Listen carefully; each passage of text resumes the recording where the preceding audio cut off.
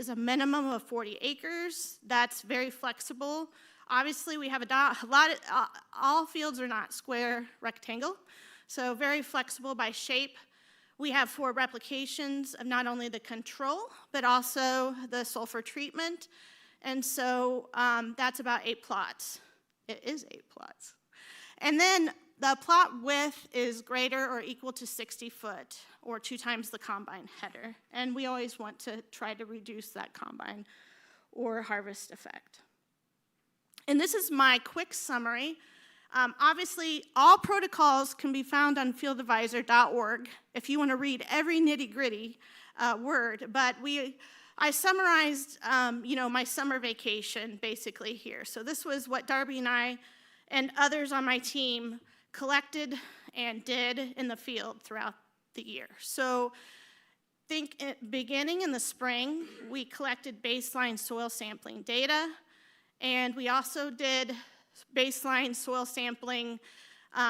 Obviously, we tried to do that before sulfur was applied, but I will be totally transparent with you that sometimes we had a little issue with Mother Nature this year, if you weren't aware, and we'll talk more about that. But sometimes it was sampled after the sulfur was applied. We also did soil health sampling. We told the growers, which some of them are sitting here, that apply 30 pounds of sulfur. So this is a much higher rate. This is a total of 30 pounds applied. Much higher rate than what's normally recommended. So normal recommendation would be 15 to 20 pounds. So just think that we're just throwing the works at it. Also, again, we had a control of no sulfur added, but we also had, the actual other treatment was a sulfur treatment. Also want to be transparent that we may want to change in the coming year, that some of the controls did not have an equal amount of nitrogen in them, some did, as what was in the sulfur treatment. So sulfur products obviously have some nitrogen in them, so think about that, and I'll try to point that out throughout the presentation. And then we collected historical management data.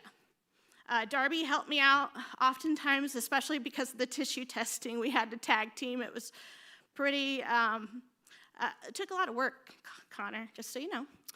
And so we tissue tested and tried to do that about R1 in between R2. That was I love challenges. That was a great challenge. It worked out unfortunately, worked out really well this year because we had such a wide range of planting dates, which we'll talk about, thanks to Mother Nature. And then we collected spring management form data. Lastly, at the end of the season, we collected not all, but some of the more interesting, perhaps, locations. We collected plant height, pod count. We did, obviously, yield data collection. And now we're at the point where we're doing final reports and meetings. And in the meantime, also we have a fall management form. And in all, we have that historical management form collects data from the past 4 years on that farm. So this is just a quick slide reminding everybody how many different products there are out there that could possibly have sulfur in them, a certain percentage of sulfur, right? I think the key takeaway here is I want to let you know that the products that we chose for those to do based on our protocol was ATS or AMS. So if you would hear Dr. Casteel talk, it's a lot of AMS, recommends that as well as gypsum. A lot of his research has been on that. I think Connor, a lot of AMS, as well as what I see. He's nodding his head. There are some growers out there that are using ATS. It's easier, like kind of a liquid product for them to apply. The one key thing I want you to know about that is that ATS is half sulfate, half elemental sulfur. So that sulfate is the readily available form for that plant to take up. But you still have the elemental sulfur that's not readily available. And so I have all these kind of notes in my head that I've taken down from Dr. Casteel. And I don't know if this is exactly correct, but I looked it up again. It was 300 and 400 days, possibly, for the mineralization or the breakdown of that elemental sulfur into that sulfate form. in order for it to be available for the plant, so keep that in mind. I also think that sometimes we don't think about some of the products that we use, perhaps the MES products that we're using for phosphorus, that we're also getting some sulfur along in there, maybe the previous year or the previous fall, so we need to take that in account as well. And I cannot do this presentation without a Bender slide, right? We've all seen this slide from Dr. Belo's lab, the famous Bender slide. This is just to let you know, so when was the sulfur applied? It was applied in the beginning, in the spring. There's also been a lot of research that we'll talk a little bit more and touch on of fall applied sulfur. But the key takeaway here is that we want to make sure the sulfur's there at the beginning of the season because in general, I've heard Connor say, the plant needs sulfur throughout the whole season, but really just starts ramping up and taking a lot of that sulfur during those reproductive stages. So don't panic, oh my gosh, it's the sulfur cycle. But there's just a couple things I just want to point out that I think a lot of farmers may take for granted. So we need sulfur. I think that Dr. Belo's lab has done a really great job of reminding us of we're getting some really high soybean yields in Illinois, and we're getting some really high removal rates, and we're gonna have to replace some of that sulfur. But we can get sulfurs in many different ways. And we think about, obviously, we're trying in this trial to apply sulfur via ATS, AMS. But I think that we take for granted that, and I've already mentioned it, that some of it's in that elemental form and it's not quite available yet. Will it be available the next year? It's still there, it's hanging out. And then we also have a lot of the organic sulfur. So we are very blessed with some great soils in this state. And I think that we take for granted that some of these soils, for example, in one of our Hancock, Western Illinois locations, I think it maybe had really good weather conditions and some really great soils that made some more sulfur available for, and we might not have seen a sulfur response there. And we also have to account for, we have sulfate. So we like to compare sulfate to nitrates.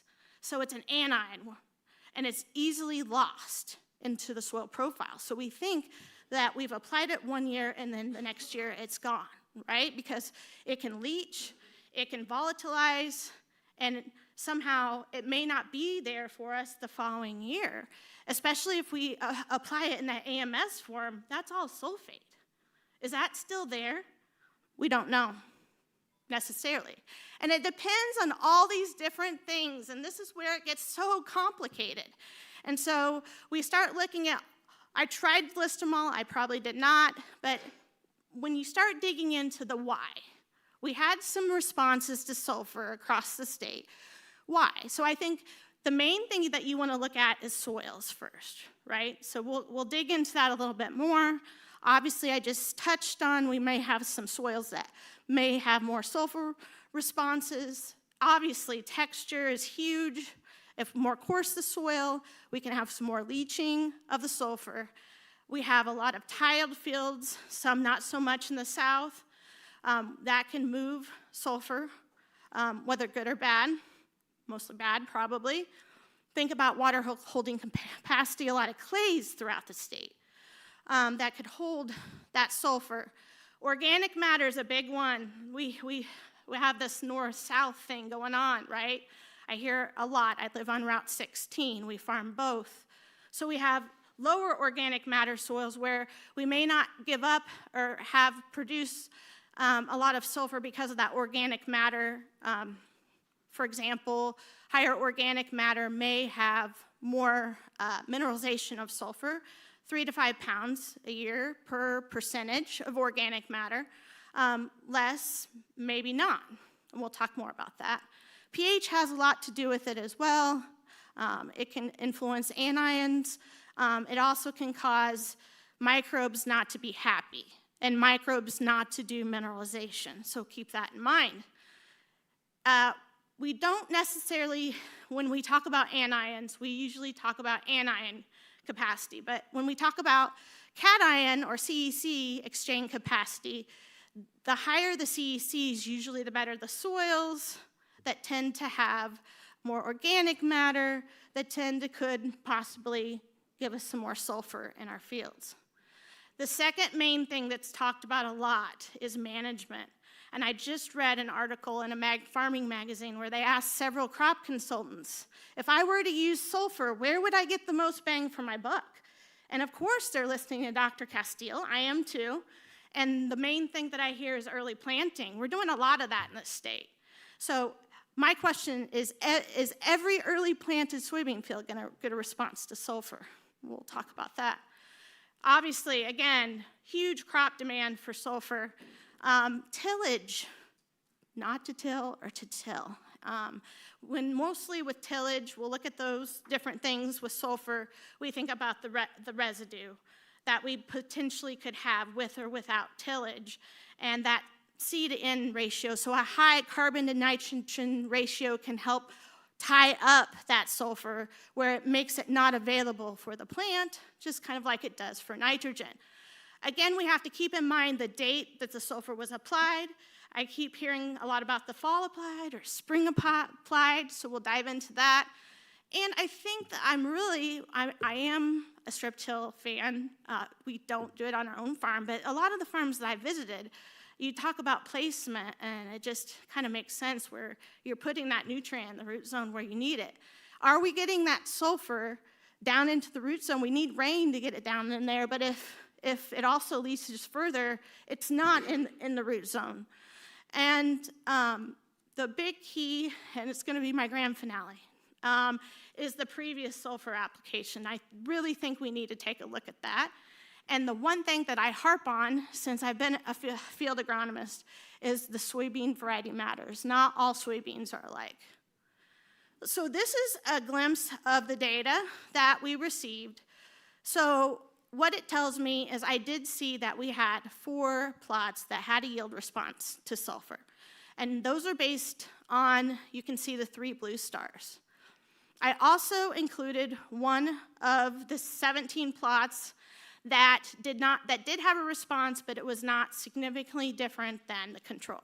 But I want to talk about it. So we're going to talk about these 4 plots in specifically, and you'll also notice that I have some kind of, unfortunately, areas on the map that we were not able to perhaps collect data on thanks to Mother Nature this year. We had heavy amount of rain. Poor Southern Illinois was not able to plant in an early fashion, and we had some that weren't able to get the sulfur on in the spring. We had some that perhaps had to do a replant. The plot that was closest to me, that I was pretty excited about, that I could almost outside my back door. And then we had another one that was extremely late planted down further south that was almost like a double crop.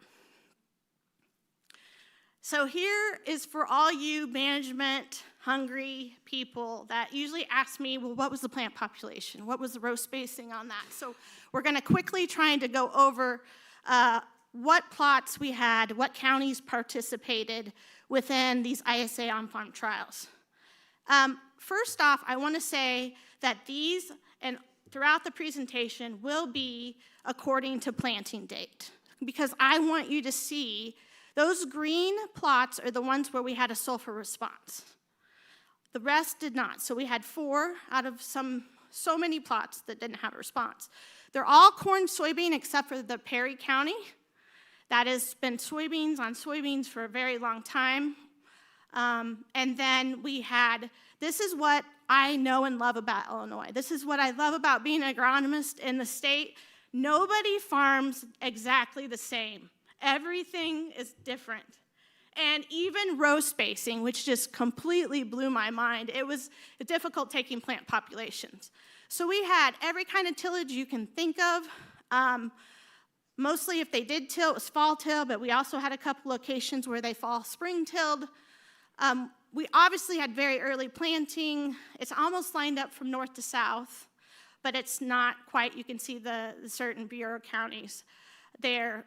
We had all different type of populations. We had 2 locations that had variable rate populations.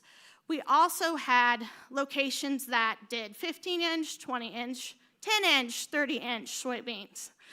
all over the place. You can see the yields ranged there from obviously 90 to 40, and that, again, had a lot to do, not necessarily with soils, that was Mother Nature, and I attribute a lot to planting date as well.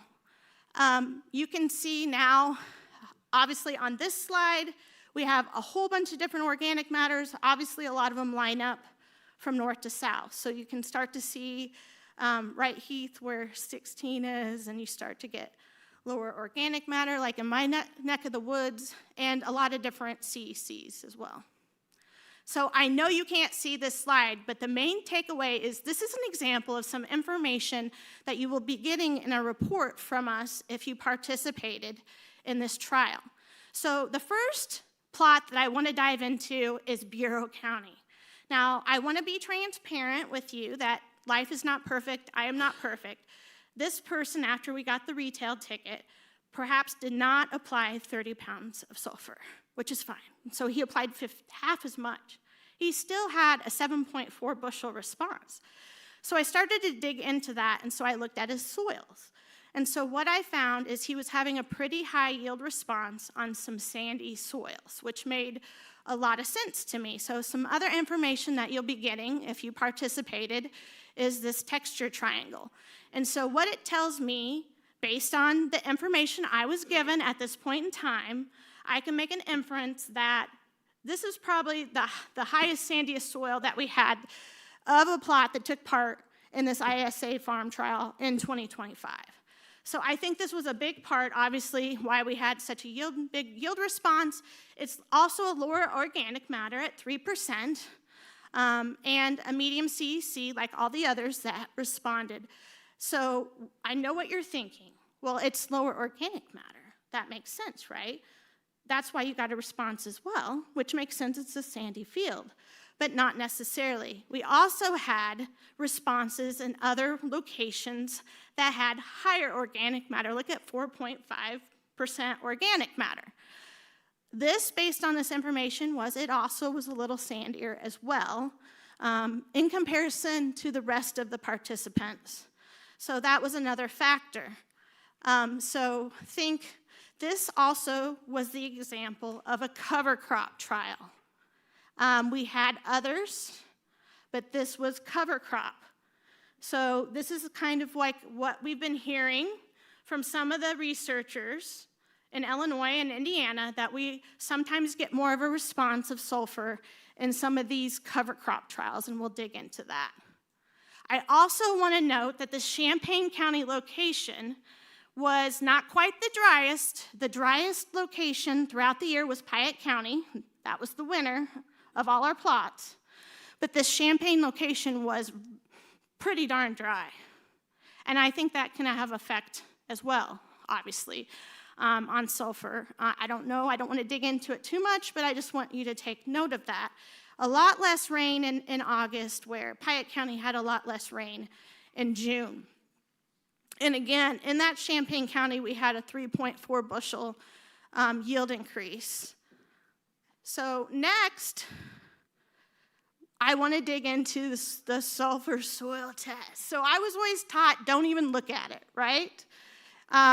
You read AI, you Google it, it says it's just not something that you can depend upon. But we did take a soil test, and I wanted to be able to look at all the other nutrients too. I want to see what's going on out there to make sure we didn't have too much noise. But what we did was we took this soil test in the spring. Spring, fall soil tests can be different. We did basically what the soil test tells me is that's a snapshot of that sulfur during when we took that soil test.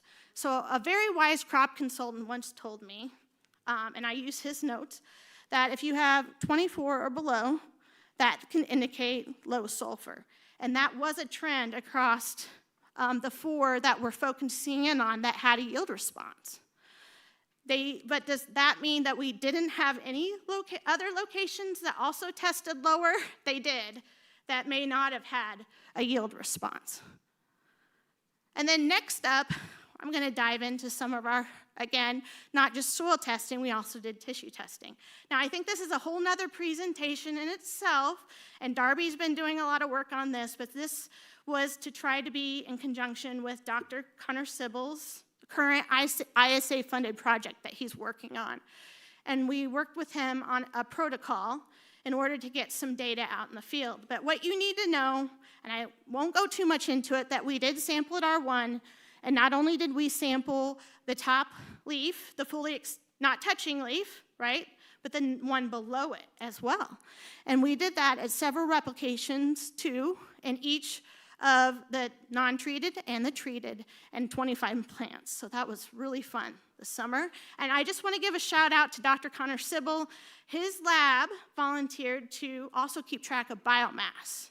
So we made sure we knew that there was exactly 25 plants in that bag so that we could also account for biomass and not just the accumulation of sulfur within that leaf. But I don't know if you've noticed when you start visiting fields that there's a lot of different biomass, size of leaves, heights, that type of thing. So this is the one thing that I want to touch on, and I don't want to overthink this, as Darby would say, but I want to just give a couple of takeaways from this. So if there was, we look at the Champaign and the Vermilion plot locations, and these are two that responded to sulfur. And when we did their tissue test, we found that the area that had sulfur was testing with a much higher sulfur concentration than the control that didn't have any sulfur applied to it. That also lined up with our soil test. Wow, if everything was just that perfect. But those two plots did align with that. That could also be attributed to the plant variety, the variety response as well. I also want to make sure and let you know that we also did not always see this. There was some plots, for example, I grabbed Menard as an example. Its baseline soil test that we took was 31.25, so what we would say a little bit, it was the highest of all of our plots, highest sulfur soil test. We did not see much of a difference between in the sulfur concentration within the sulfur treatment versus that without. And next up, look at that residue. How about that? So we did take a lot of field notes and we had pictures. And so at almost all the locations, we had very heavy residue, Champaign County, Knox County, Vermilion. And they're like, okay, so I know what you're thinking. You're gonna get a response with sulfur if you're no-till. Not necessarily. The Knox County location was fall tillage, but still, look at all that nice residue out there. And so these are some other attributes that we saw with some of the sulfur responses. So really high residue. And so within that Knox County location, I want to note that it was not ATS. This is one of the few locations that they used AMS. And it was also one of the only locations where they also compared it to ATS.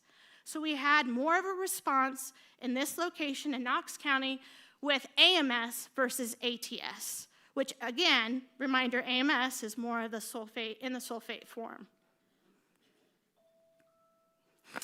And so next up, I want to go over some of the different variety responses that we had within the field. This is in Knox County, where we clearly saw that we had more height to where we had an ATS and AMS application. We also saw more pods, and that did equate to higher yields. We also, again, saw different responses and varieties where we started to see different, not always, but in the two counties, Vermilion and Champaign, we started to see some differences in the varieties where how they responded. In this example, in Vermilion County, where we didn't apply sulfur, we saw more green stems. This was also, Vermilion County was a location that we saw height differences. Again, the ATS was taller than the control. And again, higher pod count did not necessarily attribute to yield, as an example. And then lastly was Champaign County. And I also want to note that this was a no fungicide insecticide location. And another really cool thing about this was the control did not possess nitrogen in it. And we did not see height differences within these two locations. So one would infer that that nitrogen was given a height boost, and not necessarily, we didn't see any yield differences, but a height difference with when we added that nitrogen to it. We did see a little bit of difference. You can barely see it in the pictures where those beans in the control were a little bit greener than those that weren't. So slight varietal differences there. I also want to point out Vermilion County was a non-GMO. This is a GMO, so I just want to make you aware of that as well. And so lastly, the grand finale is the one main thing that Darby and I kept seeing within the data when we were combing through a lot of this management data, when we were looking at the last 4 years. A lot of these participants are adding nitrogen to their corn. And so when we looked at 2024, Darby made up this actual rating scale, none, low, average, high, very high scale. And so we put that to a lot of the plots. And so what we found is a lot of the plots that responded to sulfur hadn't had any sulfur applied in 24, either none or very, very low. And then I know what you're thinking. I have this favorite person I watch that's an influencer. She's always like, after she makes her recipe, she's like, I know what you're thinking. Is it even good? Now, was it even economical? So I will start out with, no, I do not want you to apply 30 pounds of sulfur. That is not economical. So go with the 15 or 20. But what we did was Darby dived into some of the economics of that one Vermilion County plot that was not significantly higher than the control. And was it even economical? Well, he barely broke even based on that 2.5 bushels. And that was only because he locked in his ATS at a previous price in 24 at 320. If he had not locked into that price, it would have been $400 per ton in 24. And no, it would not have been economical. And so if you want to read more about this is going to be an article by Darby Danzel, and it'll be in the future Illinois Field and Bean article, and really gave some good insights. So lastly, these are Stephanie's thoughts. And I swear I did listen to lots of Dr. Connor Sybil presentations, and I purposely did not look at his notes until after I was finished with this presentation. But I do think a lot of things are starting to match up. I do want to give Nick Seiter a shout out as well. When we were down in the Perry County plot, he says that there's a lot of Dickey stem borers there. We saw them everywhere. I'm like, Nick's right. They're everywhere down here. So we were able to kind of connect his ISA research as well. But I think the main thing that farmers need to take into consideration, and a lot of this is not rocket science. This is things that we've been hearing over and over for years, is obviously sandy soils have more of a response to sulfur. But we really need to pay attention to some of those soil series that can give us sulfur and then take that into account and don't discount that. A lot of us do have some of these soils that can offer sulfur. One of the things that Connor said in one of his previous presentations that resonated with me and was in my notes is, are those sulfates sticking around longer? Can we apply ATS in the fall? That's something that Mulvaney, he accounted that Mulvaney had found or asked in his research, and then he also asked that question, and so we also are applying a lot of sulfur to corn previously. The other thing that we have to talk about with cover crops is the first thing we think about is residue mineralization. tie-up. We're not getting that nutrient into the plant. But cover crops are plants too. They need nutrients too. And they do great things and scavenge some of those nutrients that we don't want to lose. But are they scavenging sulfur as well?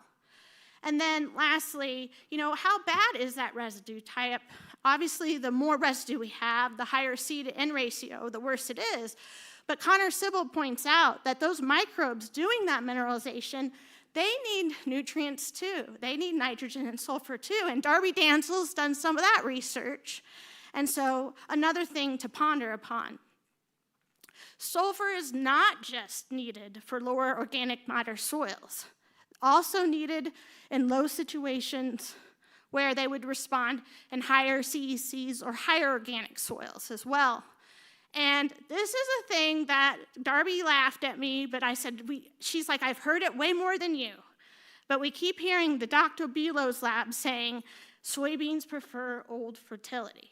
So something else to ponder upon. Should we be applying AMS in the fall? Should we be applying it in spring? Some questions I want you to ask Dr. Casteel. Also, how does sulfur affect the seed protein levels or grain quality? We would have loved to do this year. We just didn't have the woman power to do it. There was just so many things to do, so little time. And then lastly, the big question remains, will 2026 on-farm trial sulfur trial results be different or will they be the same? So to be continued, and that concludes some of my insights from this year's ISA Often trials.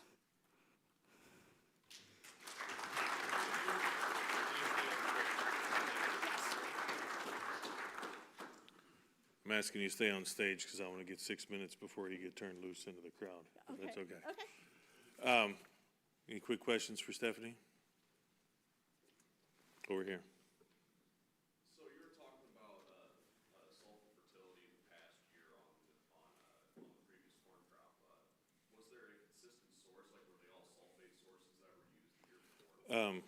We're on camera now, so if you could repeat that too for the viewing audience on either YouTube or Facebook. That is a really good question that I did not memorize. There was all sorts of different sulfur sources used the previous year. I would say there's not one. I would say mainly AMS, ATS, if I recall. And there's a lot of, I know across the state, a lot of MES products that are being used. So does that help answer your question? There was one in the middle. Hold that thought just a second. Has anybody looked into mixing either AMS or ATS with any pre-emerge herbicides to try and decrease some of the application costs there? Yes, that is one thing that Darby noted in her article that I didn't want to go too much into because I only had 30 minutes. But yes, I asked that question at our farmer meeting. At least one of the farmer meetings, 2 people raised their hand.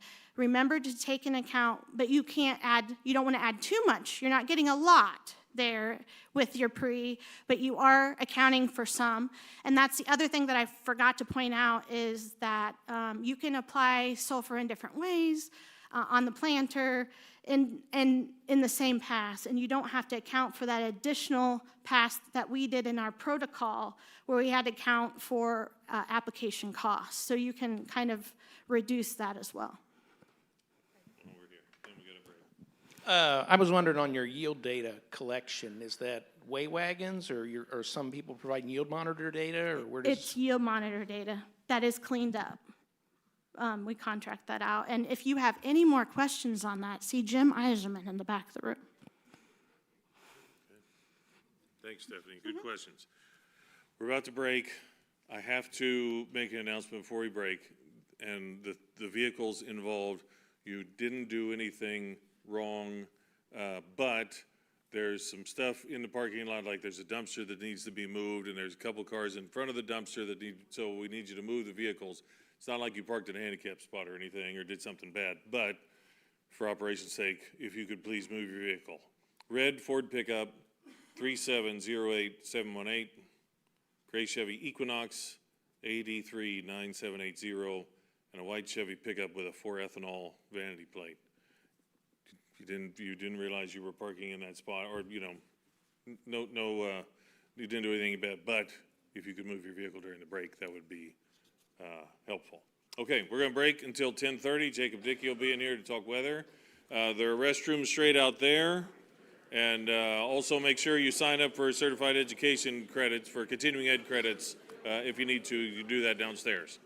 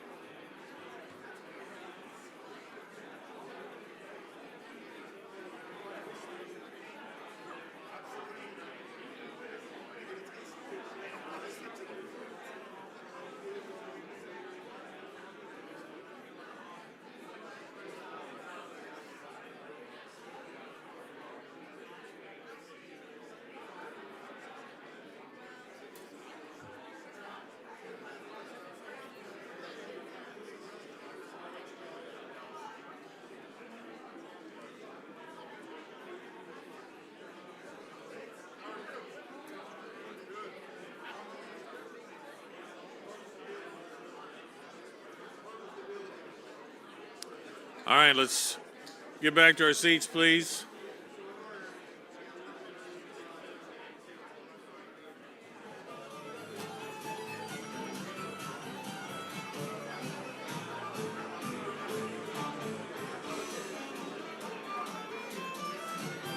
Oh, there you are.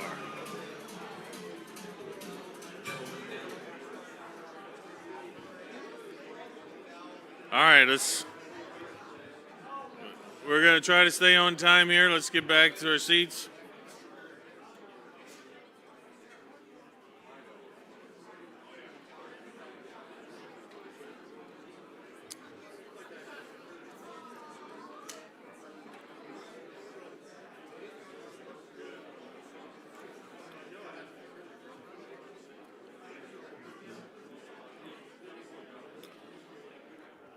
Okay, let's say welcome back.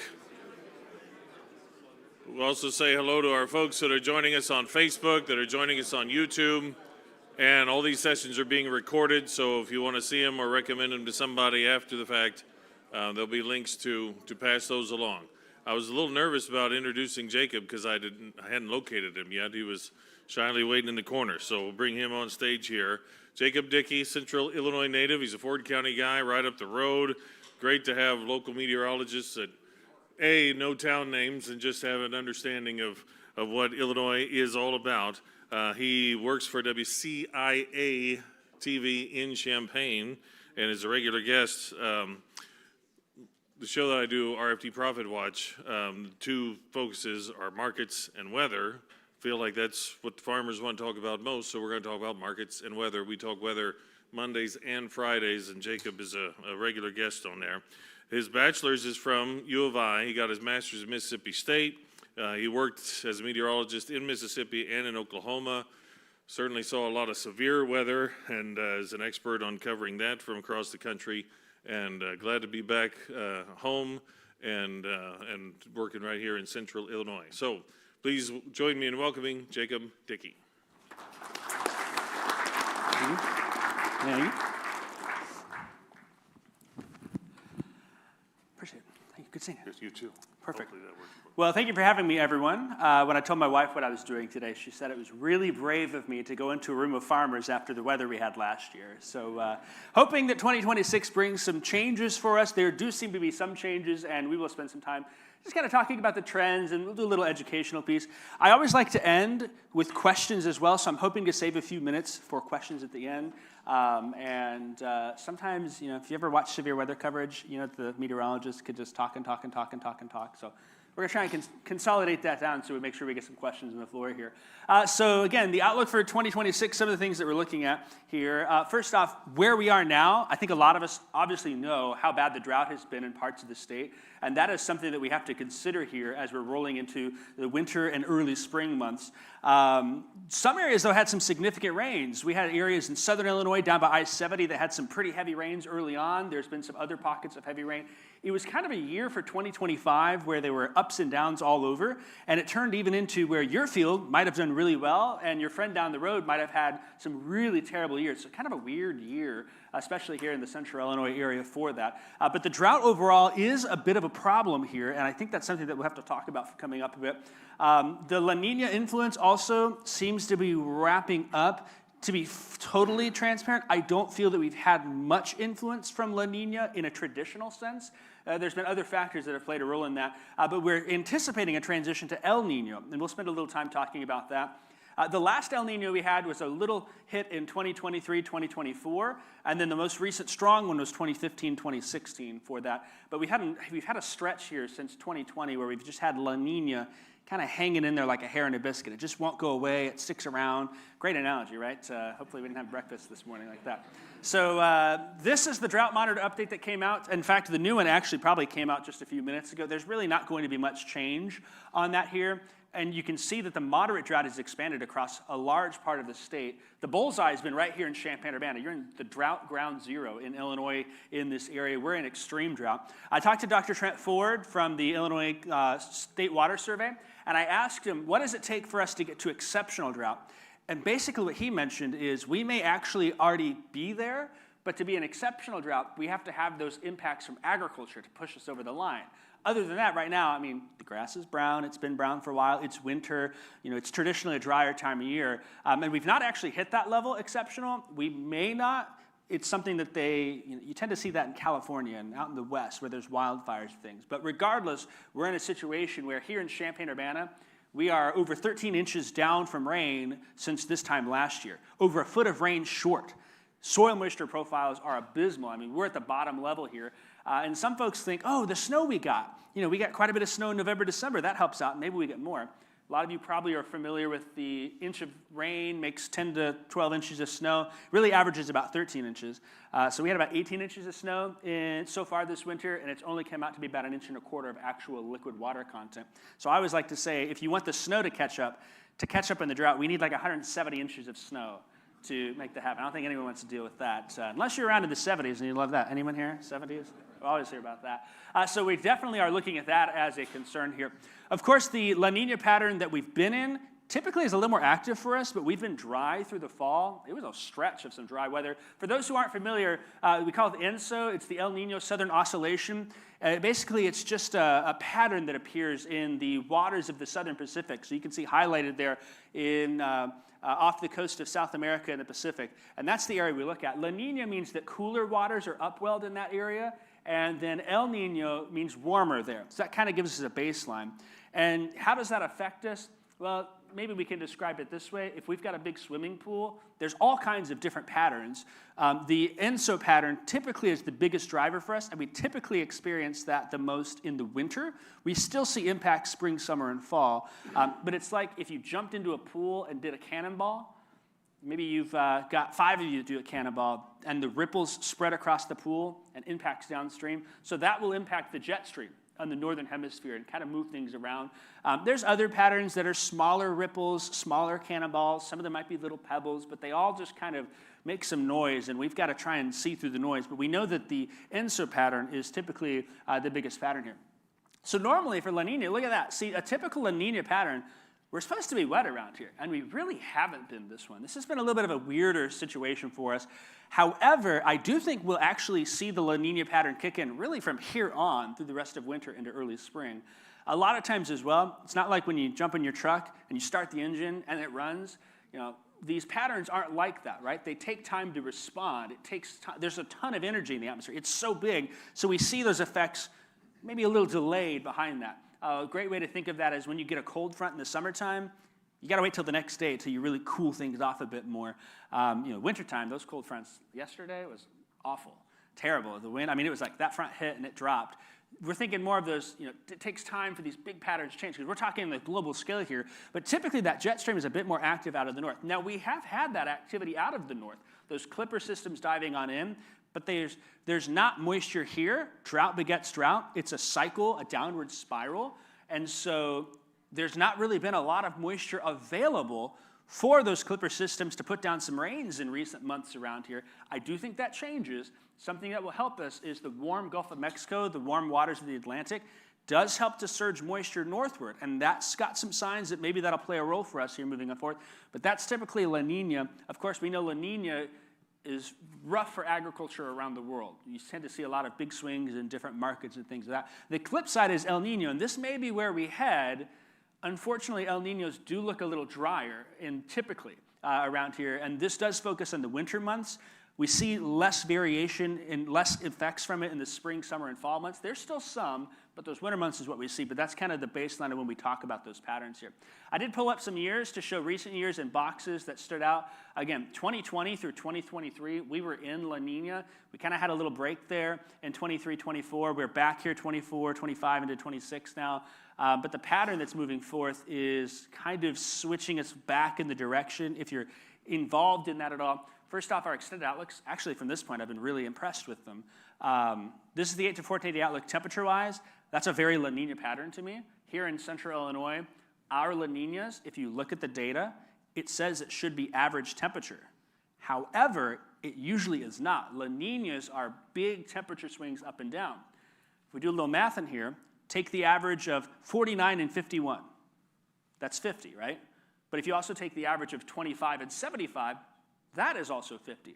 So La Nina years are typically near normal temperatures, but we see those big swings up and down. We had some big swings down in November and early December. We've had some warm weather and severe weather even around here with those big upswings, and we'll probably continue that, but we're finally locking in, I think, for a couple of weeks of some actual winter, and that 8 to 14 day outlook looks that way. And then this here screams La Nina to me. Still in it, wetter than normal. We've got those storm systems passing through the area and pulling that Gulf moisture north. Maybe we're going to end up on the colder side, though. So the potential there through the rest of the month into February that things will look wetter and maybe a little snowier. I think we all know, though, how finicky those winter systems can be, right? It could be a cold rain or a wet snow in varying parts of the state, and you might get a little mix in between. But there's some hope, I think, here in the near term. And we look at the seasonal outlook. Again, see how it's near normal for January through March? But we're firmly in that La Nina pattern here. So I guess the pointer doesn't point at the TV. You can see to the north up of Sioux Falls, Minneapolis. There's the colder air. It comes down, right? And the warmer air kind of swoops up the east. We're in the middle of that battleground, so we'll see those swings up and down continue here. The seasonal outlook, though, this is what I'm really hopeful and optimistic of. Again, we're so far down in rain, though, the big question is, will it be enough? And I'm not so sure it will be, because not only do we have to get our average rainfall, but we got to get a lot on top of that. The seasonal outlook has been this way, and it's tended to be that we've been thinking the second half of January, which we're entering into now, and then February and March might bring some rains, which, one, help with the drought, 2, put some moisture in the ground, and 3, even help the water tables around here. I've got some folks in Douglas County who've told me that their wells are dry, and they're pumping in water to trucks and trucking it out to the farms from the cities down there. So I've had a few conversations like that. So I do have some hope here as we move on forth with the seasonal outlook. And some of that is because I think that La Nina pattern finally is settling in. The jet stream brings those systems on through and should bring some wetter weather here, except for your farm field, right? It's always the neighbors that get the wetter weather, not you. This is another graphic here. It shows the drought trends forecast for the Climate Prediction Center, and they're really bullish on things here. They suggest that removal of drought conditions is likely by the end of March for all of our area, except for that tan area. It says improvement. That's where we've got the severe and extreme drought, but we're still seeing improvement. We'll see.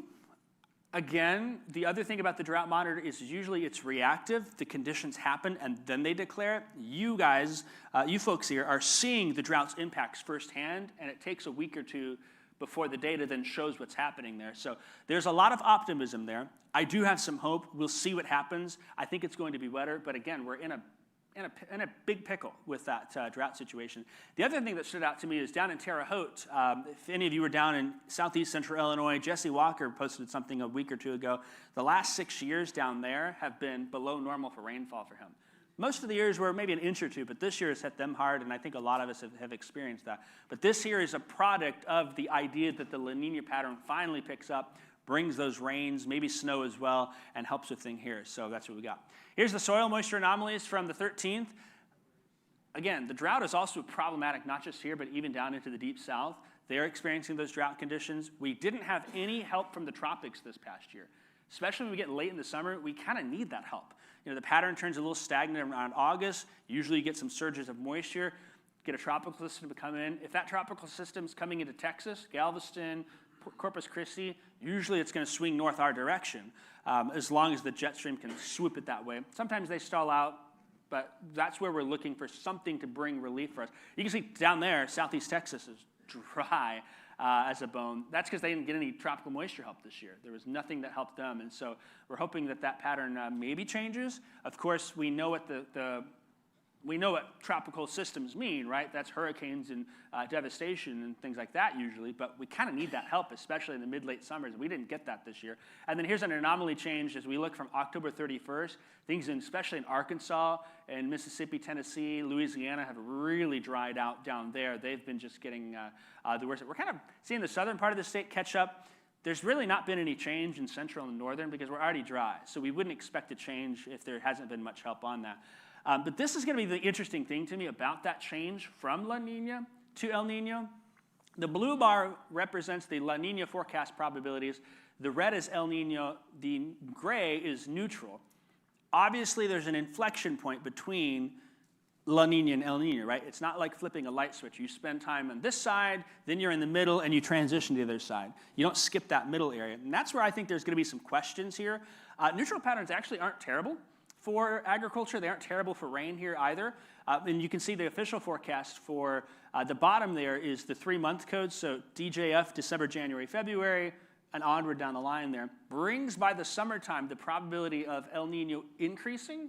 Maybe we're rolling through the summer plant still in the neutral phase, which I don't think that's a bad thing. I think that helps us out because once we get to El Nino, maybe next winter looks a little drier for us.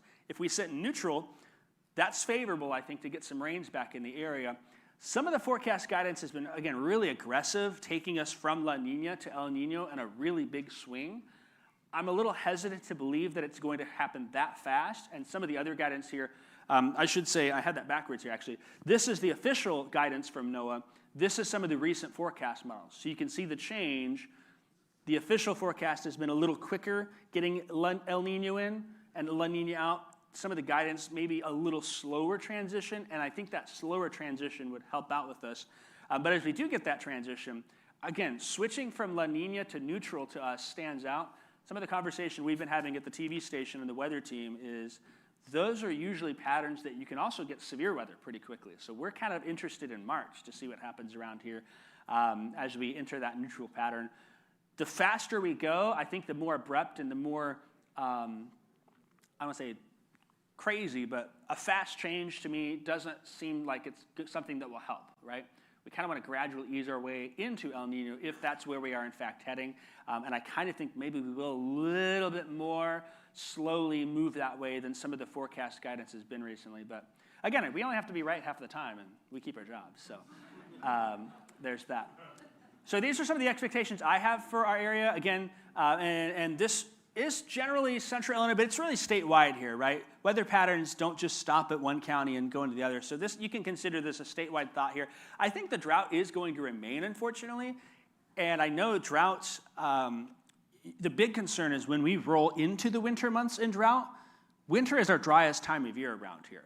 We have had some really wet winters before, but I think that drought is still going to be there. It's just going to linger like the in-laws at the holidays, right? They say bye 5 times, but they don't actually leave. There's probably going to be still some risk of that moving on forth. But the next couple of months are going to be really critical. And if we can get some beneficial rain that doesn't fall all in 2 hours, the more we get those slow, steady rains, the better that things go here. And there is some hope and some opportunity for that. And then the other thing that sticks out, we've been kind of in this La Nina pattern. Something that stood out to me is 2010 to 2012 were double-dip La Nina years. And then we rolled into neutral on our way to El Nino.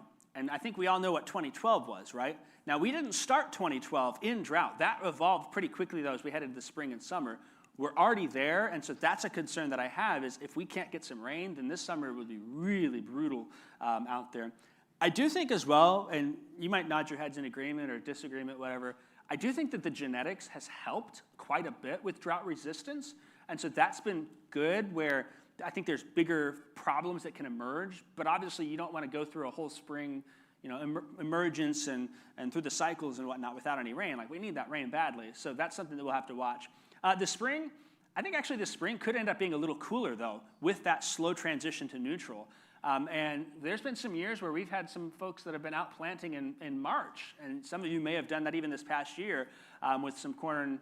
A little concerned that there could be some freeze risk. We tend to see that. The last time we had a freeze risk, if I remember right, was in 2018. When we kind of entered into neutral. And when I say that, I mean in the month of May, where we went below 32 degrees. So that may be something that's a little more of a concern to me this year. Again, the La Nina influence, even though we're starting to transition out, we're still under that umbrella. Should have some wet weather here the next few months. Probably the next 3 or 4 weeks have some good opportunities for some rain, snow, winter mischief of some sort out there. Again, temperature profile makes all the difference in that. But there's some hope that some moisture will come here. And then, again, because we're not so sure, and I have some hesitations about how quick we can get to El Nino, there is some uncertainty after May. A faster change maybe isn't as favorable than a slower, gradual change in, but we'll see. And we may end up needing some help from another pattern we look at, the Madden-Julian oscillation, and that just has to do with, it's another one of those ripples in the pond, right? Ripples in the pool. If we can get some help from that and we end up in a favorable phase, then that's just going to help things out here, especially over the next few months. It seems like we're entering in that more active phase here. And then we should have an earlier start to severe weather around here, too. I really do think that March has a chance to bring a couple of severe weather events in the region. That may be southern Illinois, that could be central Illinois, that could be Iowa, Missouri, but that pattern is favorable for that. So we'll watch. How am I doing on time? Okay, we're good. And then maybe we do end up a little quieter, especially if that El Nino enters faster. Maybe things are a little quieter May and June. Now, I think we all know it takes one big wind event through your farm fields, when the corn is up and blows it over. But maybe the odds are a little less favorable for that here, so we'll keep an eye on that. And then the summer months there, I've got that tab. Again, some of the guidance is really optimistic. We get rain, rain, rain, rain, rain. I'm still really skeptical that we get enough. If we do, then fantastic. That's great news. But I just have some concern that that drought is going to still be in the area or close by. Another example, even in the Rockies, and this is something they look at for severe weather, Colorado is on one of its lowest snowpacks. I mean, the ski resorts aren't even open right now. You kind of got to get some moisture out there to help the Great Plains and build things downstream. Thankfully, our moisture we look for is usually going to come from the Gulf, and that is warmer than normal, really warm. Great Gulf beach vacations if you get too tired of the cold coming the next few weeks. So that will help, but we can be out of drought here, but if drought's surrounding us, then we kind of, it's like the gates, the walls are closing in on us, and that may be something we just have to watch. So we need some help from the MJO, the Madden-Julian oscillation, but we also need help from the tropics. And if we can go through the tropical season in neutral, that helps our odds quite significantly. El Nino is unfavorable for tropical systems. We see more active tropical patterns for hurricanes and tropical storms in La Nina. We've had some pretty active years. This last year was actually really active in the tropics, but we didn't have any landfall strikes in the United States from hurricanes, which that's a good thing. But again, we need that moisture to come our way. I do think the disease potential also could be up a little bit. There was quite a bit of it this past year, which surprised me, even in spite of the dry weather. But when we did get storm systems, they came speeding from the south and heading north and east, and so we had some issues with some bean rust and things like that out there. That's something that will probably be a concern to me as well, even with the dry weather. It just sticks out to me as, it's one of those hunches I have. I've had hunches and been wrong, but I just am thinking that's going to be something that we watch. And then maybe 2023 might be a potential baseline year, but I'm always hesitant to say that there's a baseline year because everyone's going to experience something different. And all of us have had that different experience this past year. And then, of course, that transition. How fast are we going to move to El Nino? That will be something to watch closely because if we can hang out in neutral, that helps us in the summertime months for things here. Here's a couple of the quick worldwide trends. Brazil and Argentina kind of have some drought risk as they go to neutral from the weak La Nina that we're in. And the peak, they're in summer down there, right? They're having a great warmth. They're in the peak growing season, but it tends to look a little less favorable for them with the corn and soy, and so global yields from them may be a little bit lower. That's not a bad thing, right? Less supply, maybe that helps with the prices to get them up, right? We don't want those big things. So we'll see what happens down there, but there's been some chatter about that. But then as we go into April and June, as we enter that neutral, again, a neutral pattern is more stable, it's kind of hanging out there. That tends to be more favorable for northern hemisphere planting, and the emergent season's a little more positive. The wetter seasons, though, kicks in the southern hemisphere in those drought-affected areas. So what we may see is it's a little lower for them. But then as they start planting and heading to next growing season in the southern hemisphere, maybe they're going to have bigger yields for next year's plant for them down there. And so that'll be something as we kind of look the next 18 months at the markets and see what comes from that. Because the earlier El Nino arrival is less good for corn, a little better for soy. But the southern hemisphere dryness should linger but fade a little bit, again, setting them up for success, whereas we may have some heat risk from that. It seems like we've just been having heat all the time anyways around here. We'll see how much. Again, that I think is dependent on the El Nino change. And then the October, December, by then I think El Nino should be here. So when that happens, maybe there's some higher yields globally, and so that, of course, would be 2027 that we spend some time with markets and things of that. Just got to be 50% right, and then they'll bring me back for another time. So there's that. All right, that's kind of what I got to present here. If we got a few minutes for questions, don't we? So if there's any questions, 5 minutes or so, give or take. Okay, since we're on YouTube and the Facebook, as I like to call it, we want to make sure we use microphones. Anything for Jacob? You can complain too, that's okay. God, I have a weather question for Jacob. When was the last time we had just a good old-fashioned El Nino or La Nina? It seems to me, observationally, that they always seem to be weak. Yeah, El Nino-wise, the strong one was, what did I have, 2015, 2016. It's been a while since we've had that.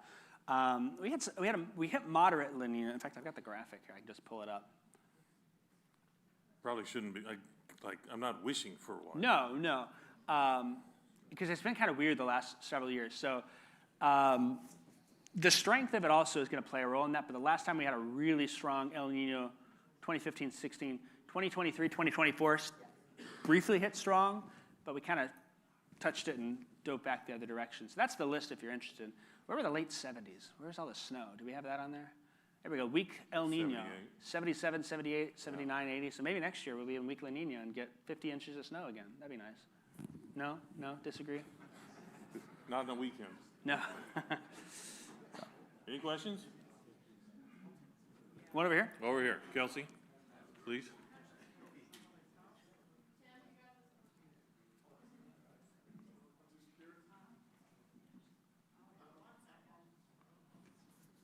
Okay, go ahead. I'm just curious, what's hurricane season look like? So the official forecasts come out in the next month or two. If we are in neutral, I think that's going to help send some tropical systems in to the Gulf. Again, we don't like that for our Gulf Coast friends, but that's where we really need some help. We had 0 tropical influences this past year. If we race straight into El Nino, the faster we go into El Nino, the lower the chances are for tropical help. The reason being is because the trade wind's kind of reversed. There's a lot more wind shear in El Nino in the southern Atlantic. Or I should say the tropical region is the Atlantic. When there's a lot more wind shear, that will tear tropical systems up, prevents them from forming. La Nina years tend to have less wind shear.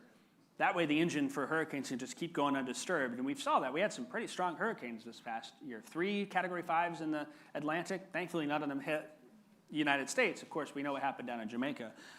So if we can kind of stay neutral, that will help. But the faster we go into El Nino, the less favorable it will be for tropical systems to push moisture north. As warm as the Gulf is, though, the Gulf is putting off a lot of water vapor, so it's easier for our mid-latitude cyclones to swing through, sweep that up, and I think that will happen here in the next few months. So it's not the end-all that we don't get any tropical moisture help from hurricanes and sending that northward, but if you're looking for that, you want to hold off on El Nino until the end of the season, if that makes sense. I have one question that came in via text message. Text so here message, you go. wow. Are you familiar with the Dakotas this year and the weather they had up there? I'll ask the question because Go the for question is, did the Dakotas have that good of weather last year to justify the bump in yields? They had some pretty good yields this year. So I think some of it had to do, I forecast in Illinois, first off, for they're watching. So, we could spend all day talking everywhere. I think they didn't really have much drought. In fact, if we go back and look at the drought monitor, I got to go forward in that one. So, the soil moisture anomalies up there were a little better, and they weren't hit or hurting. So up in the northern plains, that kind of helped them out a little bit. And then, did I go too far for the drought monitor? Did I skip by it? There, one more before. Nope. Where is it? I did it at the beginning, didn't I? There it is. Oh, that's just the state, of course. I think they just had better moisture, and a lot of times those pattern changes kind of keep the system out there. I mean, did anyone get any rain in August, September at all? I mean, there was dry for a long period of time around here. Out in the Great Plains was getting their fair share of it, though. But that drought, if I zoomed that map out, there's quite a large amount of the United States that has those drought conditions, so I don't have the full answer for the Dakotas. Isn't this the Illinois soybean? I think that was a virtual question. Yeah, so. I know. I'm just teasing. Thanks for being on. Oh, one question right there in the middle. And Darby's coming to you, Well- behind you. While that's coming, did the hurricanes underachieve in what was predicted? Or were they all just in the ocean and we just never knew they were around? Does anyone remember Hurricane Andrew? When it hit Homestead, Florida, back in the day? Everyone remembers that, and they think that was the worst year for hurricanes in a long time down there. But the thing is, that was the only hurricane that year to hit the United States. After that, it was a pretty quiet season. So there's always a visibility aspect to that. You know, Jamaica got hit really hard this year, and I think we experienced that. But the United States didn't have any hurricane hits. So to us, we think of it as, oh, it wasn't that bad of a hurricane year. Some of the methods that they calculate how strong these are, the ACE model, it's like the aggregated energy from hurricanes, they can measure that.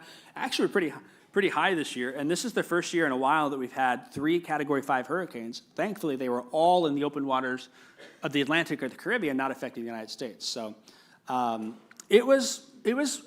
I think some folks think, oh, higher than average years, that means the United States is going to get hit.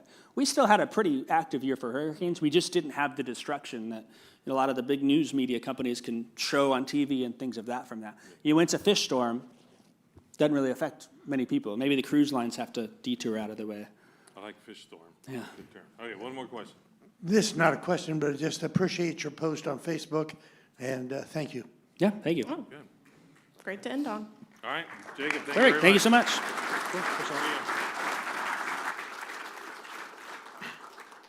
Going to brag on Jacob, last month he was runner-up in the Illinois Farm Bureau Young Leader Discussion Meet, and the person who was the winner made the Final Four at AFPF this past week, so awfully good, and glad to have that kind of involvement too. And I've talked to him, I think I've talked to Jacob before, and then also Chief Meteorologist Kevin Leidy, where Illinois in 2025 was #1 in the country in tornadoes, which is not exactly what you want to be #1 in, but the idea of Tornado Alley seems to be shifting, unfortunately, more our way, so interesting stuff. Okay, final session of the morning is with Dr. Shaun Casteel, Extension Soybean and Small Grain Specialist in the Purdue Agronomy Department. You know, we only played Purdue once this year, and it's there. They don't even come to Champaign this year, which I think is, we have to play USC, so we don't get to play Purdue twice. Anyway, that's not why he's here. Shaun is an East Central Illinois guy and earned his bachelor's from the U of I, master's and PhD at North Carolina State, specializing in crop science and nutrient management. His extension and applied research focus on soybean and small grains management, including nutrient use efficiency, soil-plant interactions, and management practices for first and double crop systems. I've lost him. Where is he? Oh, he's right in front. Okay. How did I lose him? He's so tall.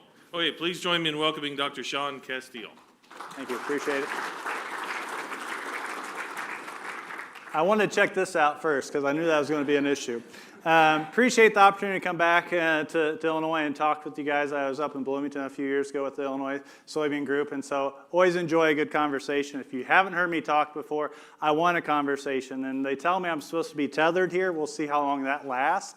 But I have a season that's in my mind that I want to kind of reflect on. So this stress tested really came through, back in May we had some issues with sandblasting that came through right on the state line essentially. And so that kind of just got me to think, I was like, what can these soybeans do, right? How can they adapt? How can they improvise and overcome? And so, one thing that I think about is this idea of soybeans are more like Clint Eastwood, all right? Anyone know this movie? I got at least one Southern Indiana, Illinois guy that does, okay? So this is a movie that Dad and I used to watch, and there's a line in there. Do you guys remember the line? Yep, improvise, adapt, and overcome. So really maybe that's what this session's about, is how soybeans can improvise, how they can adapt, and how they can overcome, okay? There's going to be a lot of things that I'm going to share today that are just kind of what I've seen in my time at Purdue and how they can overcome things. So there's going to be cases where they can't and they have a hard time. When Jacob was talking a moment ago, he was kind of going back and thinking through some of these ideas. Okay, we had the frost year, and so I think about 2018 as well. I was going out on May 26 doing frost assessments. May 26, right? We had 29-degree weather. He was talking about this idea of the La Niñas, El Niños, and a swimming pool. And he was talking about the temperature of the water. So I was really worried he was going to go down a different road with swimming pools and temperatures of the water. Thinking about that kid that walked in there versus the one that didn't, maybe warmer water. So within that, let's see what soybeans can do. All right, so soybeans, let's start off with this one. All right, you look at a large seed versus a small bean, okay? Which one will emerge faster? This is interaction, and I'm between you and lunch. Smaller? I told you, if you're not going to talk, I'm coming down. No difference. All right, Adrian says no difference. How many think the smaller one's going to emerge faster? Okay, why? Smaller seed, so it has, less water it needs to imbibe, right? Okay. So this thought process, this is going to be a little bit of soybean physiology as well as you think about this, to understand how they grow and develop. So here's a case of just simple seed lots, right? You go from, this supposedly has a pointer. Let's see if it's got it. Yeah, it doesn't like to do it on the screen. Okay, so when you think about this, you look at the BB size, so that's going to be the 3,400 seeds. Those are the smallest ones versus an average versus, kind of a larger, and not even the super large, right? There's a couple of years ago that I had seed lots that were 1,800 seeds per pound, right? I mean, gobstoppers. All right, so when you think about this process, all right, it's imbibing water. It only needs half of its weight. The smaller seed needs less water. So you're right on, John. All right, so they emerge faster. All right, so what is the job of the cotyledons that are wrapped around your embryo? What is the job of those? To break off when you're trying to emerge? No. It's a food source, right? For how long? Till they fall off. All right, I'll go with that. 7 to 10 days is a good number, right? So it's a nutrient reserve, all right? It's this food source, right? It's kind of like a starter fertilizer, if you will, right? So the smaller one's going to have less, right? And the bigger one's going to have more. All right? It took me a U of I education to figure that one out. All right, so within that, all right, so emergence is here. What if you were to go out there at V1 and do stand counts? Is there going to be any differences in development? No, now, Adrian, you can say there's no differences.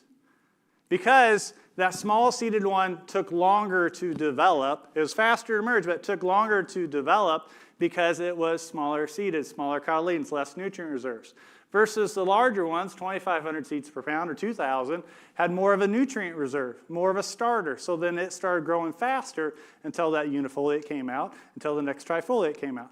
So when this all kind of balances out, right, there's no differences. Once you got it up, there's no differences in stand establishment. The smaller one's definitely going to emerge faster, but it's going to lag a little behind the larger one because it's got less nutrient reserves. Okay, so just first, how well do they respond? You think about, okay, do I need big beans to make big yields? Yes, during seed fill, but not when you're planting it, right? So you go back to the years that we've had, August and September, what we've gotten those rains, we've gotten the larger beans, right? That's on the yield side. In terms of the starting point, we don't have to have 2,000 seeds per pound lots to get that same kind of seed size at the end of the season, okay? Let's go on with another one here. All right, so we just got done talking about weather. Usually we think about 50 degrees kind of being that acceptable one, right? Josh, back at U of I days, they said 50 degrees, that's the soil temperature that we need, right? All right, so then we think through that process of germination, emergence, right? All that comes into this play, that you've got some soybeans that can germinate as low as 36 or 40 degrees, right? But 50 is acceptable, and I'm going to kind of walk you through why we kind of put 50 and why the agronomists before us gave us 50 degrees as the number, right? So you think about soybeans, the way they grow and develop, we often think of photoperiod, right? Especially with the indeterminates that we grow in the Midwest, right? That's going to be that pushing us into flowering and development. But when we look at emergence and establishment, it's still a heat unit, it's thermal energy, all right? So some good rules of thumb based on some of the work we've done. You know, when you go out and you plant, all right, you're planting in May 15th versus April 15th, those days are going to be totally different, right, because of the weather that you have. Right, so we accumulate 140 to 160 heat units. That's going to get us to the point of we should have most of our beans emerged at that point. So you're going out there pushing an April Fool's Day, right? It's like, man, it's been 4 weeks. These beans sure aren't up. Well, just do heat unit accumulation, right? Assuming you've got adequate soil moisture, right? You're going to go 140, 160 is going to get you there, right? So let's walk through temperature. All right, so a good friend up in Ontario, Horse, kind of my counterpart up there, they did some fun, just real extreme situations here. This is just in the flats, in the greenhouse. It's not field conditions, but certainly as you think you're going further north, having to deal with some of these temperature regimes. So the seed on the left, and again, a very fast turnaround of this change. Seed on the left, 59 degrees for 4 days, right? Adequate soil moisture, radicals emerging. Seed on the right, the first 24 hours was 48 degrees. And then the following 3 days were the same 59 degrees, okay? So initially, what does this tell you is really important on placing the seed in the ground and that germination process? The first 24 hours, right?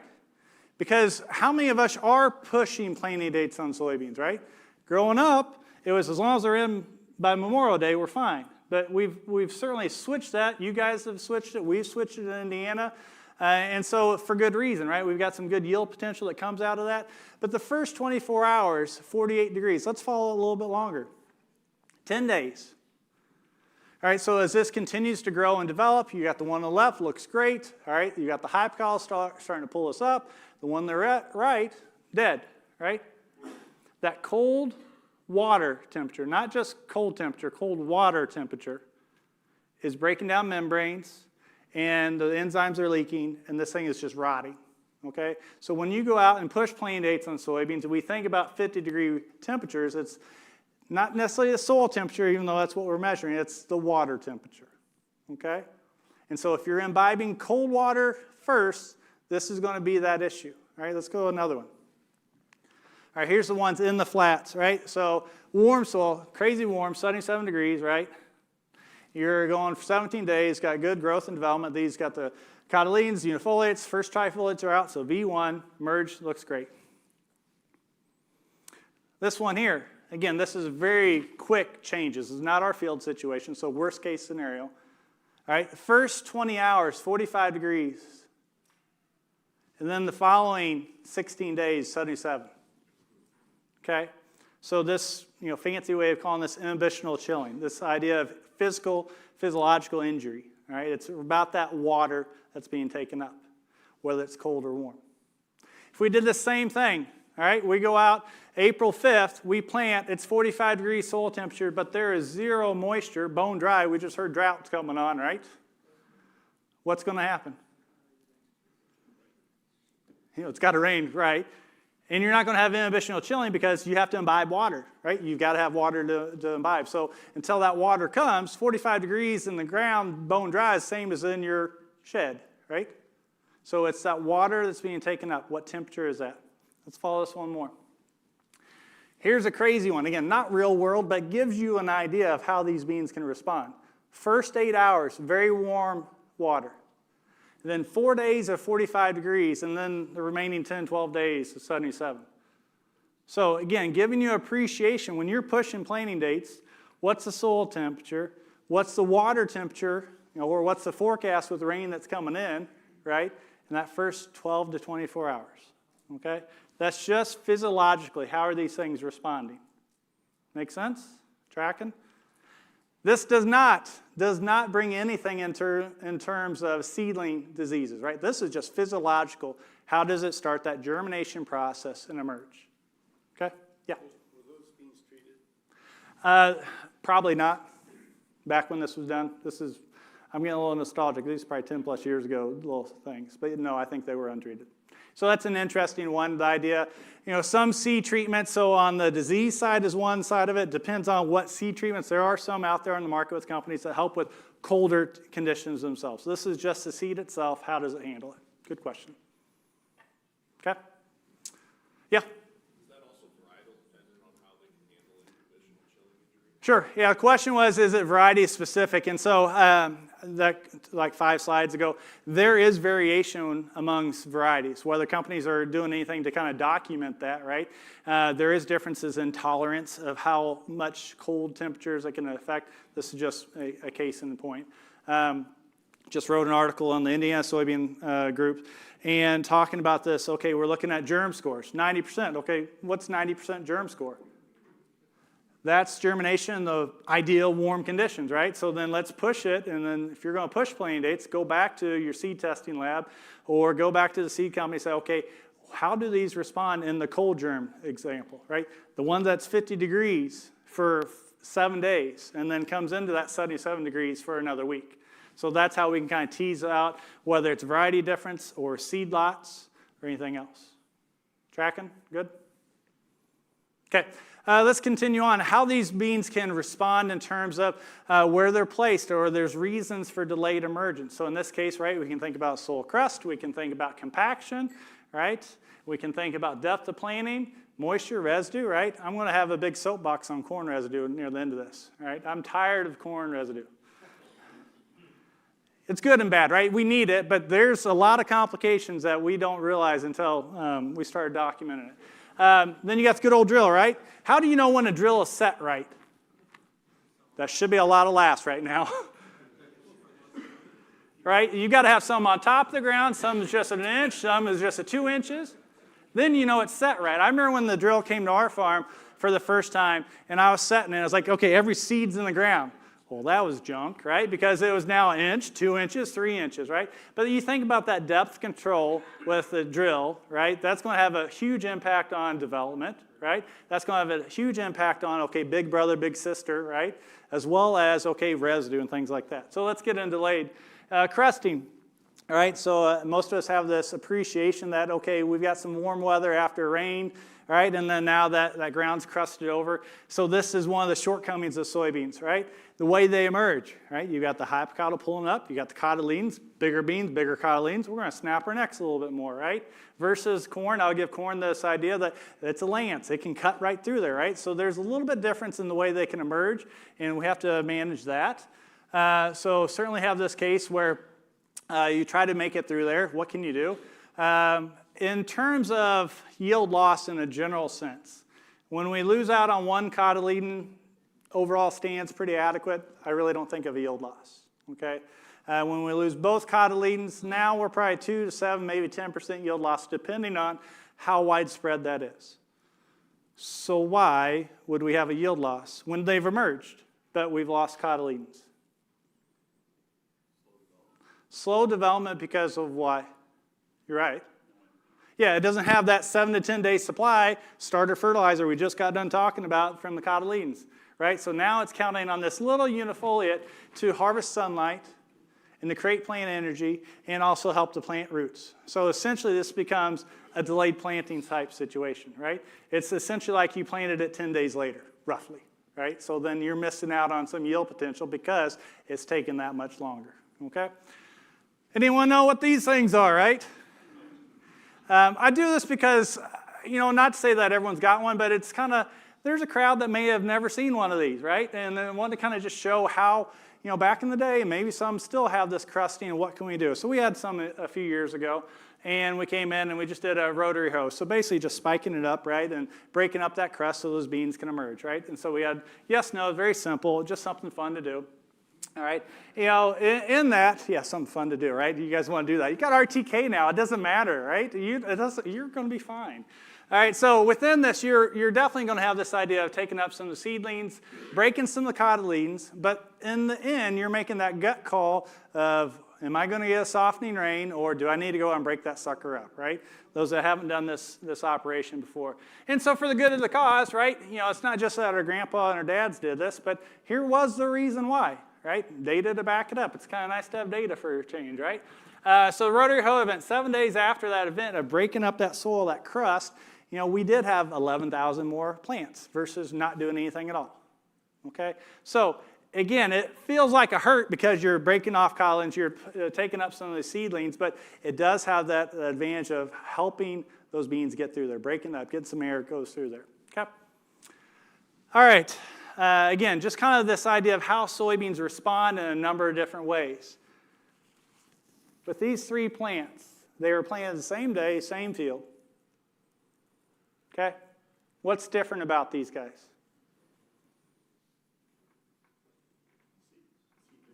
Seed vigor, okay, I could get on board with that. That's not what's going on here, but that's a good guess. What else?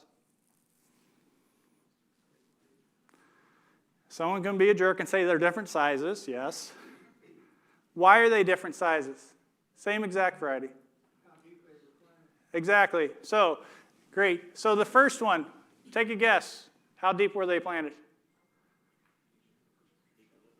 Soil line's basically where the top of that white tile is. All right, I'll give you the first one.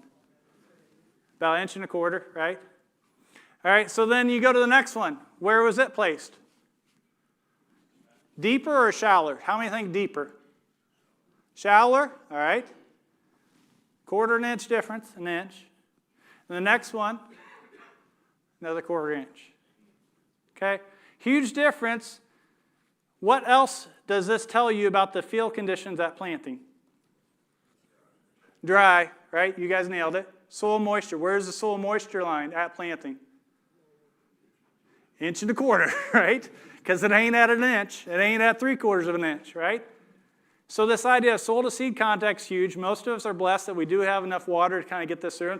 Does it help if I say this was the year 2012? Right? You know, drought year comes into mind, right? You think about depth control, whether that's a drill, whether that's residue, or a drought kind of year, it makes a huge difference in the way these soybeans grow and develop. Now, we've got a plant on the left that's, let's go, 1, 2, 3, 4, V4, V5, good development, roots are developing, nodules look good, right? Why does the 3/4 inch one look bigger than the 1 inch depth? It caught that rain that went down only down that 3/4 inch. It didn't make it down to 1 inch, right? You know, soybeans can grow and develop and seed in gravel lots easy as long as you have rain, right? So that's what's going on here. So you think about depth control, whether it's a drill, whether it's residue, whether it's active down pressure. Where do we get our nitrogen from primarily on soybeans? 2 levels. From the soil and nodules. Where do nodules start? Root hairs. So your root hairs are the beginning point of nodulation and fixation, okay? If you don't have good root hair development, guess what you don't have? Good nodulation. You don't have good nitrogen supply, kiss those high yields goodbye, right? You need a lot of nitrogen. It just so happens to come from soil and fixation. If you don't have good nodulation, poor depth control. If you smear, right, everyone's talking about let's do April 15th planting, but you're smearing the sidewalls and you don't have good root development, guess what? You're going to have issues with nodulation, right, as well as water access and nutrient access. Okay, they can adapt, they can overcome. I've seen these guys that dust them in 3/4 inch, which is I am not a fan of, but do just fine because they've got the rains to get you through it. Right? So usually, if we talk about seed depth, 1.5 inches, plus or minus 1/4 inch is a pretty good spot to be. Okay? All right, let's move on. What about this one? What were field conditions like right close to planting? Wet. Why do you say that, Eric? It's a little cloudy there. This might be Clay County for a reason. Clay County, right? Okay. So look at that seed to clod contact, right? So this idea of, okay, we're putting them in 1.5 inches, it doesn't do you any good. Again, if you got clods, you don't have that matrix of water moving in, right? If you work the ground too early, clods, right? All that, you know, we know that's a tough situation. And beans are going to adapt. They're going to branch. They're not going to be the highest yielding. They'll do what they can. But you think about, okay, you've got one that's a V1 maybe, you got one that's just emerging, you probably got one down in between that hasn't done anything yet because it hasn't had the rain yet, right? The beauty and the frustration of the beans is they can adapt a wide range, right? By and large, I still want those things to emerge relatively similar times, right? But they can adapt, right? If you got an early emerger like the one here on the left versus the ones on the right, which one's going to have more pod production, the one on the left or the one on the right? One on the left, right? It's got advantage. It's big brother, big sister, right? It's going to harvest more sunlight. It's going to get a better root system, okay? And overall, the yield of that area, probably not going to be that different in that situation. All right, Here's where I got a little nostalgic. So when I came to Purdue, I got some data from my predecessor, and so he had a fun study. Ellsworth Christmas is his name. He's actually from Santa Claus, Indiana. It's ironic of that. Within that, so this is a replant scenario. How do these beans respond, right? When we do replant decisions, when are we typically doing it? About V2, right? If we do any reseeding or overseeding, right? So this is a fun one. Let's walk you through it. All right, initial stand in blue is going to be what they drilled with. This is before my time. So the average yield is 58 bushels. Let's not get carried away that they're 58 bushels, just the concept of how they respond, okay? All right, so then coming into different stand counts with a 30-inch planter after the fact in green. So first one's 58 bushel, next one's 56. He didn't provide any stats, but I'm going to go ahead and say those are no different, right? 58, 56. Again, most of you guys have the appreciation that stands around 100,000, 80, 90,000 really aren't going to be that different. Now coming in, so here's the fun part of this one. All right, they came in when the original stand, the blue stand, was V2. They overseeded, so the 132 is 48 bushel, and then they overseeded with a 30-inch planter, and they gained 5.5 bushels. But the overall yield, no different than not doing anything at all, right? Let's go one step further. 132,000 plus 66, those are no different. So now 66,000, so 50 bushel beans. So not the highest, but it's on this edge. Okay, do I do something or not? What's your gray area in terms of doing a replant decision on soybeans? What population?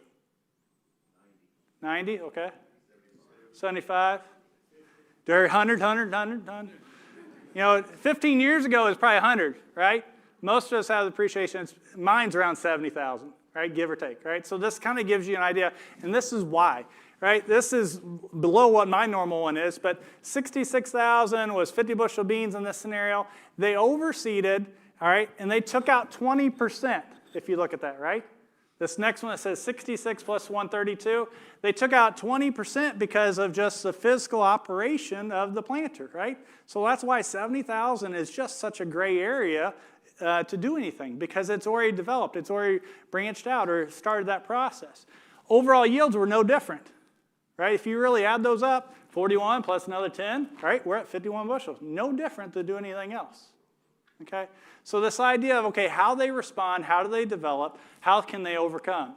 Certainly the last one is, let's start off clean. No, that never works, right? Unless you're so early in the process, right? If you see that stands 50,000, 60,000, and it's the first week of May, okay, I'm fine with doing a clean reset.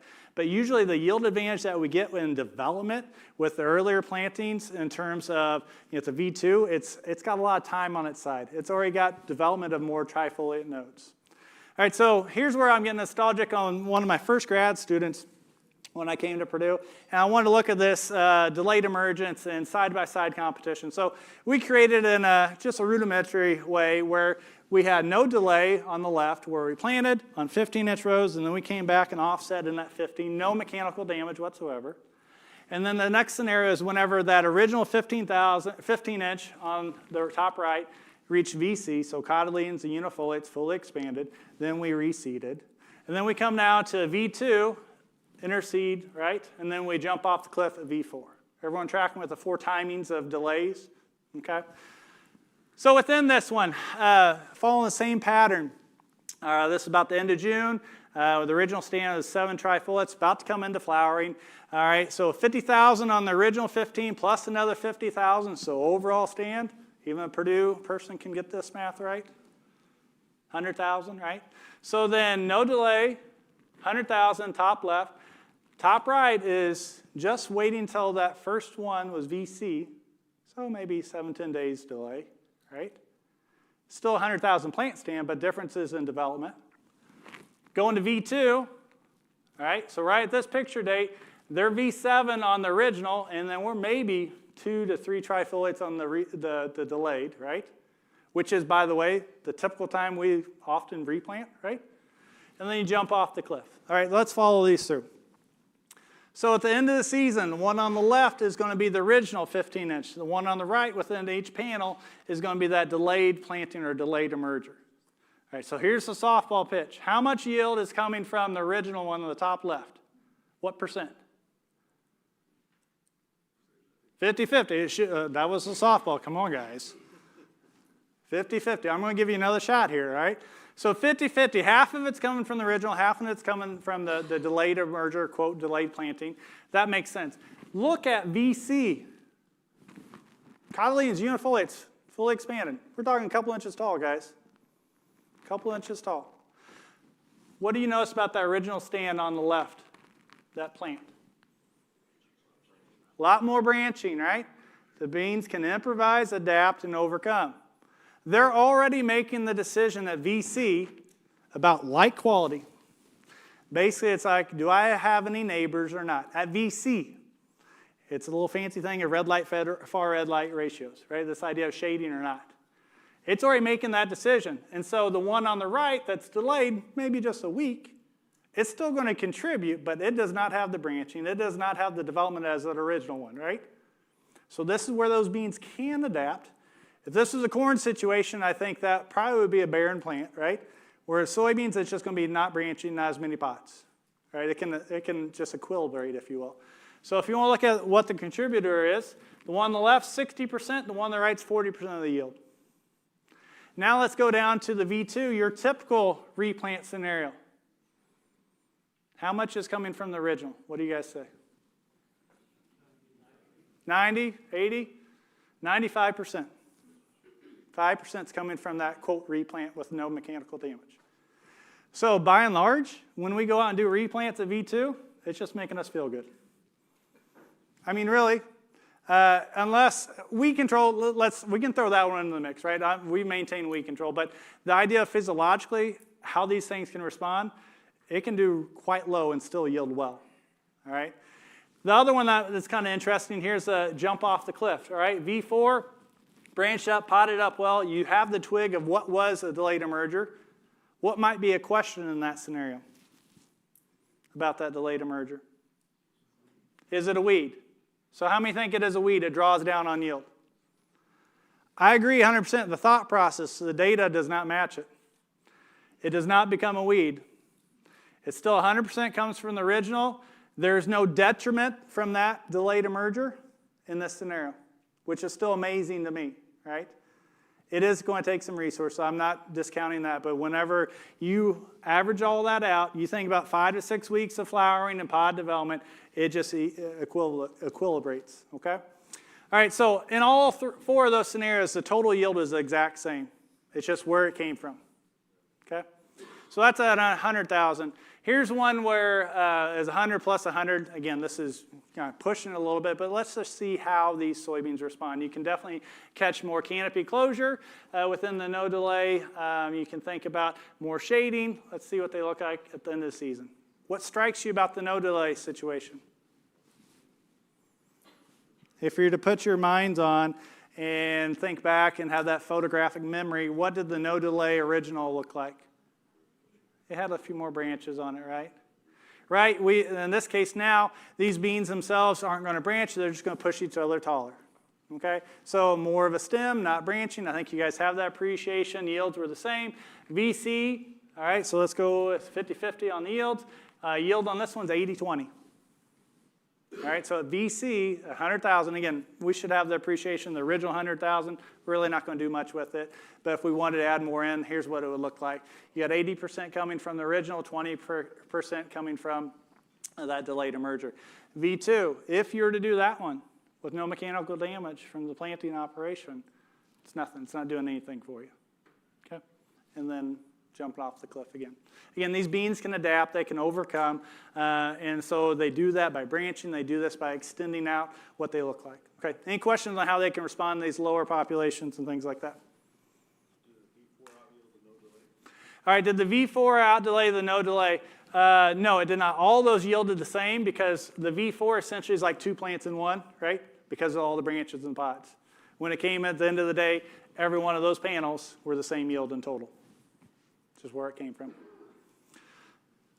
I looked at the program yesterday and realized I only had 45 minutes. I'm just getting warmed up at 45 minutes, so I'm going to try to get going through this one. This is what started this whole deal of having a stress test type talk. Back in May this year, we had a sandblasting. We had a 70-mile-an-hour winds come through. I don't know if anyone remembers that. If you happen to be near the state line between Illinois and Indiana, my phone blew up that Saturday the 17th. Okay, so these beans were planted mid-April, doing everything like we want to do. They were V2 that Friday. That Saturday, they were that. So one on the left is I went out there 3 days later on the following week, and you can see, again, I don't have a pointer that works here. You've got a row of what was V2 soybeans, and then you can see in the distance the guy replanting. So in this situation, all right, they ripped it in the fall, they VT'd it, loose, sandier texture, and then you throw 70-mile-an-hour winds to it, right? So how can they respond? So in this situation, pretty easiest to tell them to go ahead and redo it. On the one on the right, the June 4th picture, you can see my trowel right on that original mid-April planting. Every now and then you had one survive, others did not. So we had to go through and do that replant. So here's a case where they flat didn't improvise and overcome. They had to have some replanting. Let's follow through what this looks like. Across the road, the guy just happened to have a VT. He didn't do any fall rip, so had a little bit more what on the surface? A little bit more residue, right? You guys know this. Just maybe 7 days earlier, so more like a V2, V3 type situation. You look in the background of it, green, looking better. This corner pocket of the field was a little more tattered. Guess what the field to the west was? A ripped, VT, loose soil situation. So again, 70-mile-an-hour sandblasting, okay? 3 days later, it's amazing what the bean can do in this situation. The apical meristem was already taken out, and the auxiliaries were already responding, right? They're kind of coming out of that. So here's, as they walk through, a situation of nasty situation, and then coming through. Fall rip, field on the left, spring finish. All right, let's play the game. The one plant on the left, dead or dying or going to make it? Dead. Next one, dead, alive? Dead. Next one? It's complicated. Okay. Isn't that what Stephanie had earlier this morning, right? So then VT, all right, so this is a case where you had just a little bit more residue protecting a little bit bigger plants. The growing point on this left plant is gone. Is it dead or is it responding? You can start to see it's split stemming, right? So it's responding. So it didn't get peppered at the axillary buds. And then the other ones are just going to continue, maybe a little silk-covered delay in development. All right, let's walk through a few of these because I really want to get to the point of corn residue and really harp on that one. Okay, so 3 days later, or June 4th picture, sorry, a couple weeks later, how are they responding? So you got some of that split stem occurring. Notice how the size of those split stems, small, third picture, small. The one on the right, a little bit bigger. Why do you think it's a little bit bigger? A little bit more cotyledon. What is that cotyledon doing again? A little bit of nutrient reserves and everything else, right? So it's about how much green tissue do you have to respond. This same thing happens when you have the deer that come through, right? They clip her out anything, any voles or anything like that. The beans will respond. Here's one, a little bit more green tissue with the cotyledons, split stems better, and then continue down, now just the unifoliates, and then what was the original one? Let's follow it to the end of the season and get going on residue. So came back after a field day at the end of August and found the plant that split at the cotyledon, did a little count here, right? So that split became basically two plants, essentially, right? 18 nodes on each one, in total, at that time, 62 R5 pods, right? The one that was split just one node higher at the unifoliate, both of those happened to be 18 noded as well, but they had branches, so they had a little bit more nutrient reserve, more energy to start, 70 R5 pods. Regular, where I had part of the field that didn't have any damage, ended up being 22 noded, okay? That typical mid-April type planting, early planting, timely planting, we can have more node development because we have more heat unit accumulation, right? Branched really well, 87 R5 pods. And then the one that was totally replanted, 18 noded, and was replanted, mid-May, so had the opportunity to get most of that yield back, okay? Just kind of want to show how they responded. That's it. Not a big take-home on recommendations, but in terms of how they can respond in terms of getting clipping or any of the sandblasting. All right, so here, let's end on that beautiful crop of corn that's frustrating, all right? Corn is good, but in rotation, it's causing some issues. I've really wondered about this for a number of years. Here's a case in point that came in our lap this last season. All right, so you should notice a pattern. I dove down this a little bit, all right? Corn harvest at 24, 12 rows, all right? How wide is that? 12, 30-inch rows, how wide is that? 30 feet, you are listening, good. All right, so it's 30 feet wide. We go and we split it. with a 15-inch planter. It's 40 foot wide, 32 rows, right? Doing our job, splitting those old 2 corn rows. This is no-till. What pattern do you see? Residue. Where the combine ran. This is just with 12 rows. Now, some people, that's good, that's average. Some's like, oh, that's a big unit. We got the ones that are 16 now. I mean, just think about residue alone on a corn harvest. So going in this field on the corn year of 24, ran 280. Okay, it's good prairie soil near West Lafayette. All right, so 280, a lot of residue concentrated in those 10 foot right behind the tail, right? The distribution was not set, okay? Looks ugly. What's your guys' thoughts? Are these beans, I've talked about for 40 minutes already how they can improvise, adapt, and overcome. Are they going to improvise, adapt, and overcome? Are they going to get the full yield potential? I'm kind of leading you guys a little bit here. If you've heard me talk before, I'm tricking you, right? All right, so let's go with this. All right, quick pictures. I wasn't able to get out there and get better pictures early season. We had the drone pictures. A lot of residue. You can see that we did a good job splitting, or the farmer did, splitting those rows, okay? Heavy residue in that middle 10 feet. The outer 20-ish feet to 30, less residue, but still a no-till situation, all right? Stands themselves were moderately different, but not huge. So we're talking like 85,000 on the heavy residue versus 105, 110. So nothing crazy different. 85,000 plants, again, we just established at 70,000, we're not going to do anything. 85,000, our seed rate trials, that's more than enough to get full yield potential. So all of that, it's like, okay, we shouldn't see any major issues, all right? All right, but we did. I came out with my little 5-foot header and went across that and said, what yield effect are we actually having? So right after where that corn harvest was, where all that residue, we're 68 bushels. Go 7.5 feet over, a little bit less residue. Population 105, so not too bad. 74.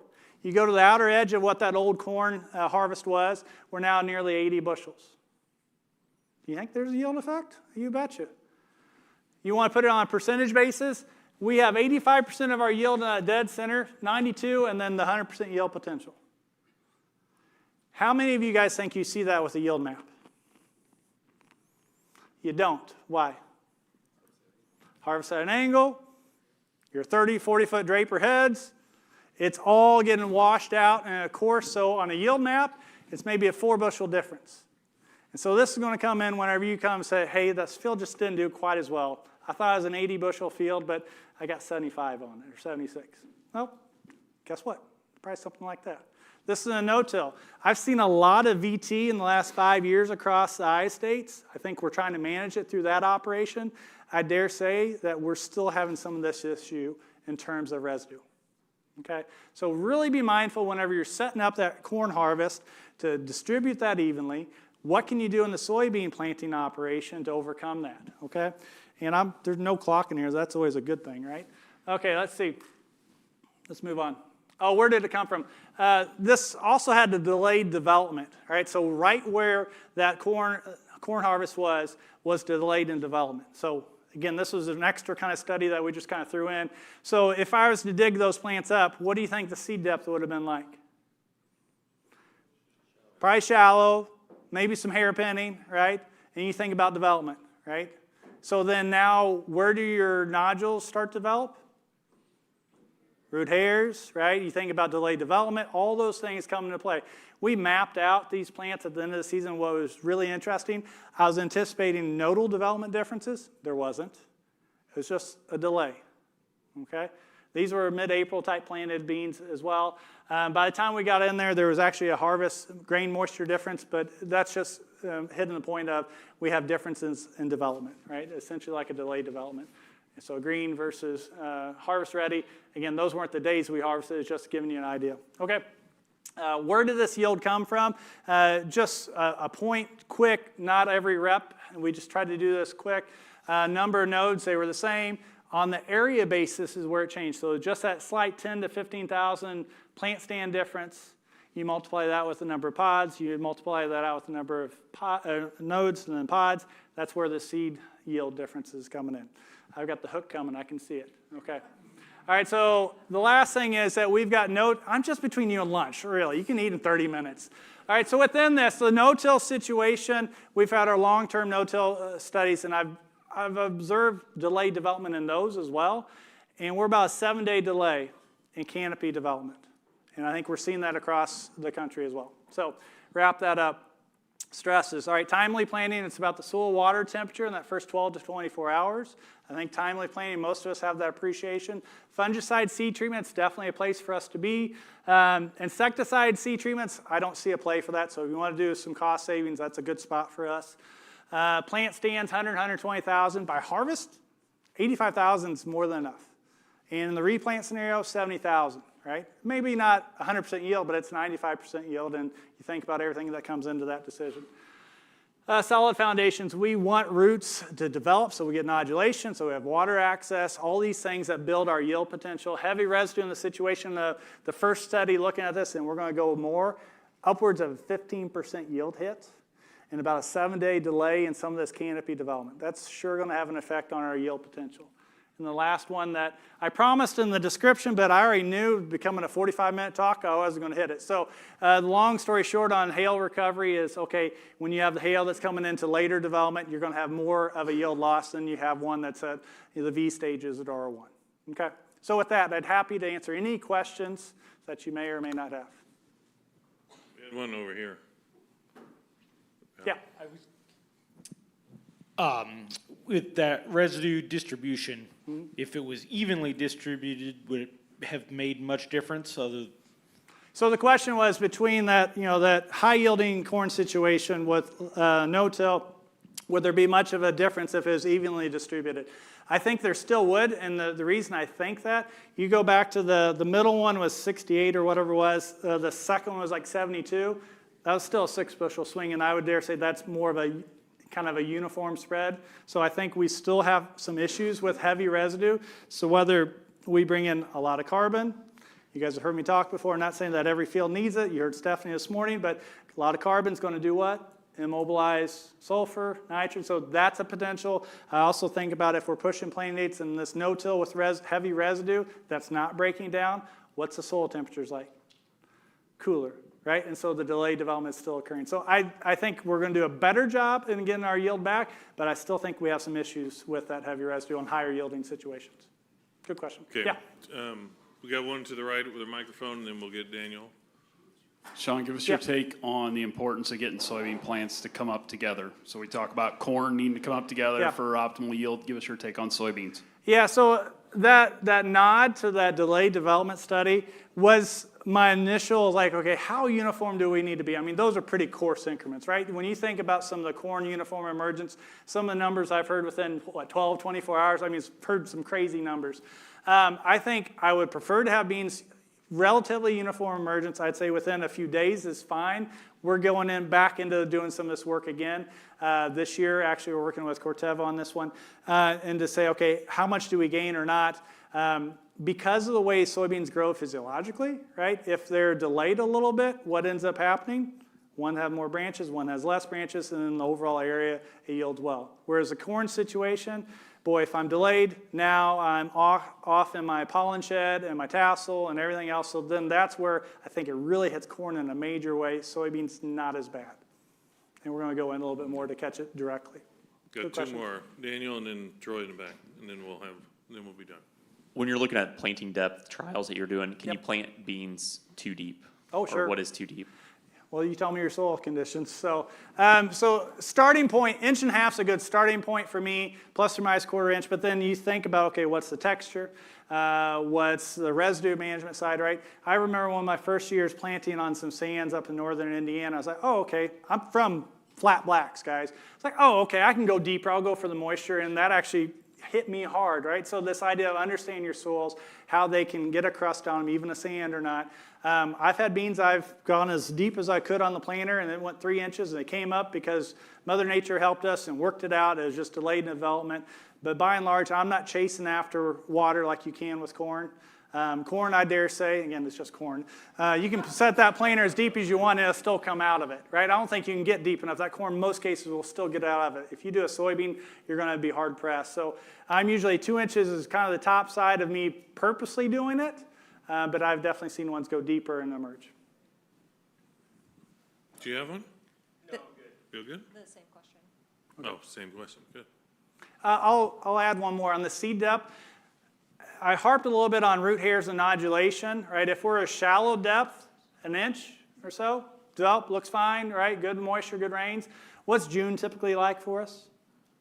Usually hotter, drier. So whenever that soil dries out in that upper inch, again, a quarter or half inch doesn't seem like a big difference. Guess what's getting hurt? Your nodules that are right there, your nitrogen supply. So that's where you're getting that. A lot of guys say, oh, I'm going to plant April 1 or March. I'm going to go 2 inches to get past this frost and everything else. Well, I just want to go with the mindset, okay, give me a root system where the nodules aren't going to be stressed out. 1.5 inches is probably a good spot, plus or minus a quarter. Yeah. Hi, Shaun. Hey, Stephanie. Welcome back to Illinois. Yes, ILL.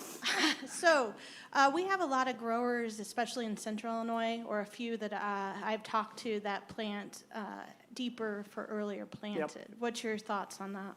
I was alluding to that a little bit. So the idea of, okay, pushing planting dates earlier, certainly timely planting is how I describe it, but there's folks that push it even earlier. We get a March that gives you a few days and said, you know, I can go out there and I'm going to just plant it a little bit deeper so then I know I'm going to potentially get that freeze, and so it's just delay that development. It's a little bit of a cushion. I've yet to see an advantage to doing that. I understand the concept of doing it. I've done plenty of March plantings versus April versus May's. For me, within the central Illinois, Indiana, southern might change, but central, Marches just don't play out well for me. By and large, Aprils are going to win out every single time. Even with trying to play the game, I'm going to plant it another 1/2 inch deeper. I just don't see that doing enough for us. You think about how long seed treatments last, right? So we push planting dates. We want to make sure you have fungicide seed treatments. Just because you have it on there doesn't mean it's going to stay there for 2 months, guys, right? It's 4 weeks-ish, depending on what you're talking about and how much water soluble it is. So that's the other part I put in the mix. Good question. All right.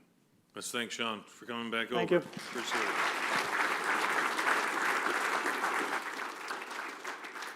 Kelsey, okay, how are we doing this? Are we releasing tables or what are we doing? Go for it. Okay. All right. Lunch is right over here. We'll come back at 12:30. We have awards to present, and we'll keep going with the rest of the day. So enjoy.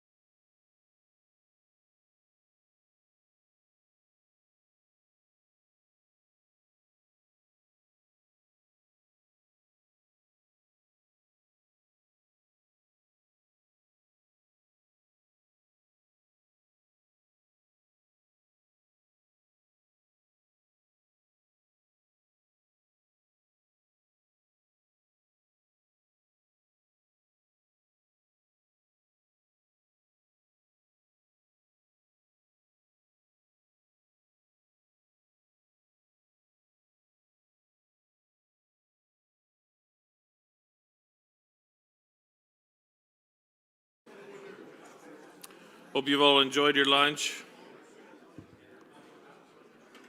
I think the putting green opens around 4 this afternoon, so we'll keep this thing moving. We have a couple of Field Advisor Award recipients that we'd like to recognize.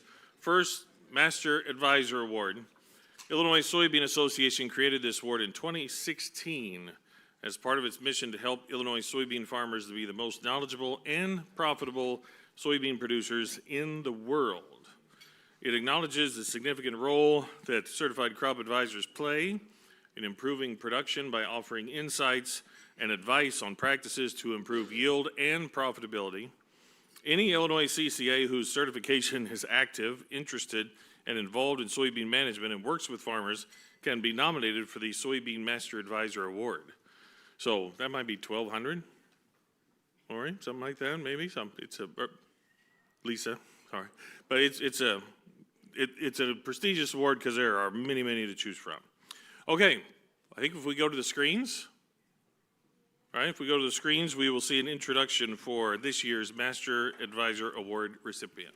The Illinois Soybean Association presents the 2026 Field Advisor Awards, recognizing those who advance Illinois soybean farming through expertise and leadership. This year's Master Advisor Award winner is Karen Corrigan of McGillicuddy Corrigan Agronomics, a certified crop advisor and instructor at Heartland Community College. I guess for me, it's not really about the big challenges. It's about the everyday, smaller challenges that the individual farmers face every day. So I think all of those little challenges really add up to just being the big challenge of, surviving as a farming operation. I work with Karen because I trust her. Ultimately, that's why I text her. That's why her phone number is on speed dial for me. That is why I know that when I call her, she is going to give me the best economical, practical knowledge that she knows. When Karen talks, we listen. Her best quality is that she gives me the answer and there's no messing around. I don't have to think about it. I don't have to research it myself. I trust her answers, her responses, and there's not much messing around, and I like that. So whether she's 2 hours from me one day or she's 10 hours another day, does not matter. She's able to get back to us just as quickly as she can. I mean, we always talk about, keeping the family farm alive, and I think I have a small part in helping them do that. So if I can get them to help save money that makes them profitable, that, can in turn make sure that their farm is still going strong and that they can pass it on to their children and grandchildren, I think that's, a great feeling to be part of that. She's been doing this forever, still does it, and just kind of talks us through like her personal experiences, which sets her apart because some ag teachers, they don't have that personal experience. I hope that my teaching has a lasting impact, not just on my students, but on the industry as they go out into it and serve in the same role that I've served in for the last couple decades.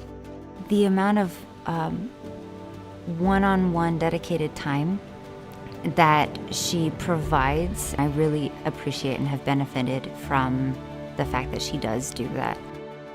I really appreciate the fact that she's trying to help the next generation of whether it be farmers or agriculturalists, especially here in Central Illinois. Karen's impact is that practical application. She is going to be able to talk to them and talk to them from a very rich history that she has. She both understands the technical side of it as well as the academic side of it. Her outside experience definitely makes her stand out. The fact that she is not only an agronomist but an educator, she brings her real life problems at her job into class, and she shows us how to solve these things. I always say that I'm teaching so that I feel comfortable retiring someday and leaving my farmers and their families in good hands. Hopefully, we'll send great agronomists out into the future. The Illinois Soybean Association is proud to recognize those making a direct impact on Illinois soybean yields and profitability. Learn more about these honorees and their work at fieldadvisor.org. Karen Corrigan, come on up.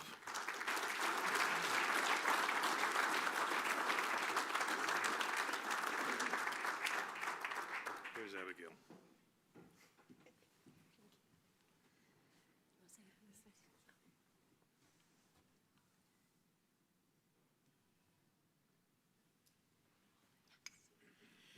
I'm not going to lie, I was really hoping Shaun would still be talking.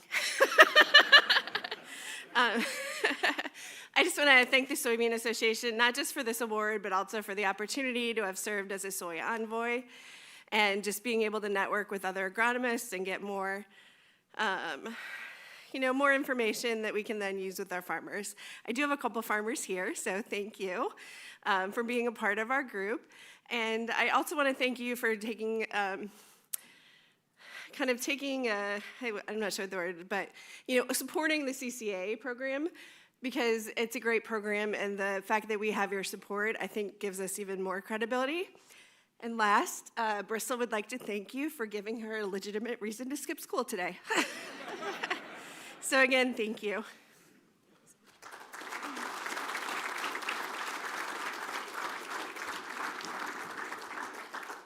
Karen is currently chair of Illinois Certified Crop Advisor Board and is vice chair of the International Certified Crop Advisor Board. Was one of those students wearing a shirt that said, "I love Karen"? Yes, you are. Yes. Do you have some for sale down at the downstairs at the? Yes, okay.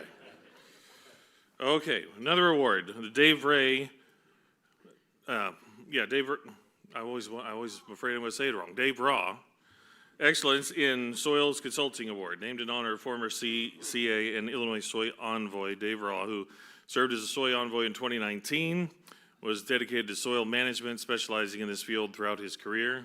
Unfortunately, he left us way too soon. He passed away unexpectedly in 2020.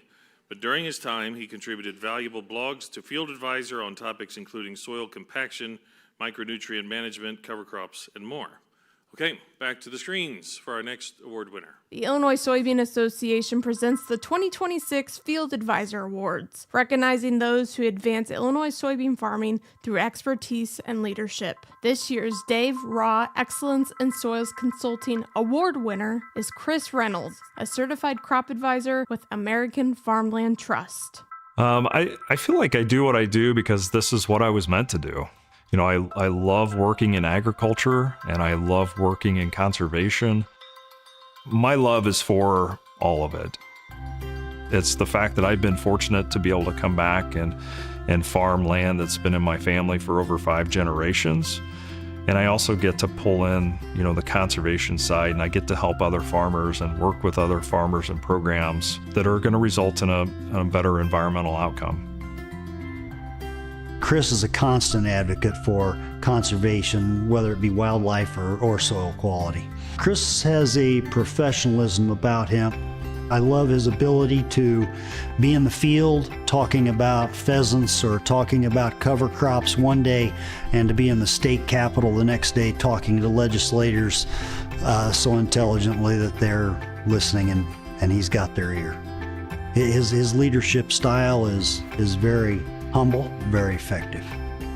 So I think Chris is a really good example of someone who has big ideas and also, lays out the pathway to be able to fulfill those ideas. Like, he'll listen to personal goals of his colleagues and the farmers that he works with and help lay the groundwork for them to help achieve those goals. A couple years ago, the city of Hillsborough administration decided that they needed to invest more in protecting the lake. We all knew it was a problem, the sedimentation of the lake, but it was always this monumental thing that where do you even begin? Our local soil and water conservation district got Chris involved immediately. And really, he's been involved in that's essentially every aspect of it. Our lake's used for many resources. I mean, it's a summer highlight for boating and fishing. This is our main water source that supports our town and some surrounding communities. Chris did a lot on the back end in terms of finding funding and making sure that this would be a sustainable program for a few years. He attends the flash meetings that we have, and he gives a lot of great advice to the farmers in the Hillsborough Lakes watershed. Our farming community around our lake, with Chris's help, have changed their mindset and are working on different ways to farm and be productive, and it's it's going to work. It's only got to better everything around our area.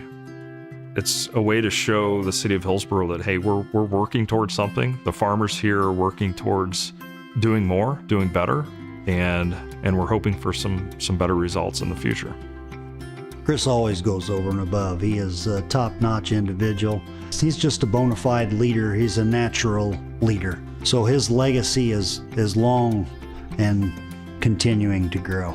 The Illinois Soybean Association is proud to recognize those making a direct impact on Illinois soybean yields and profitability. Learn more about these honorees and their work at fieldadvisor.org.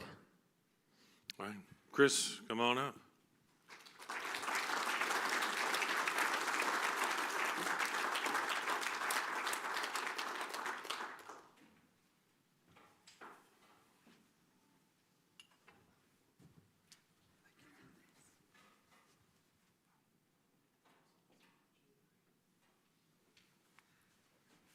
Well, thank you. And just to kind of echo Karen's, some of her comments, thank you to the Illinois Soybean Association for supporting our Illinois CCAs here in the state. I was very fortunate to know Dave Raw early on in my career. I had the opportunity to learn from him. He was from my county, worked a similar pathway in conservation as what I did. And he was not only passionate about the soil, but really passionate about helping the farmers that farm that land. And so for the past 25 years, I've been able to follow that a similar career path and really get to work in the best industry in agriculture and also with the best people and really enjoy providing the support to farmers across the state of Illinois and those that care for the land. So I, again, just want to thank Illinois Soy for this award, and also want to thank you, Illinois Soy, for recognizing the importance of the soil and the importance of the conservation and management practices that help us sustain our soil here in Illinois. So thank you.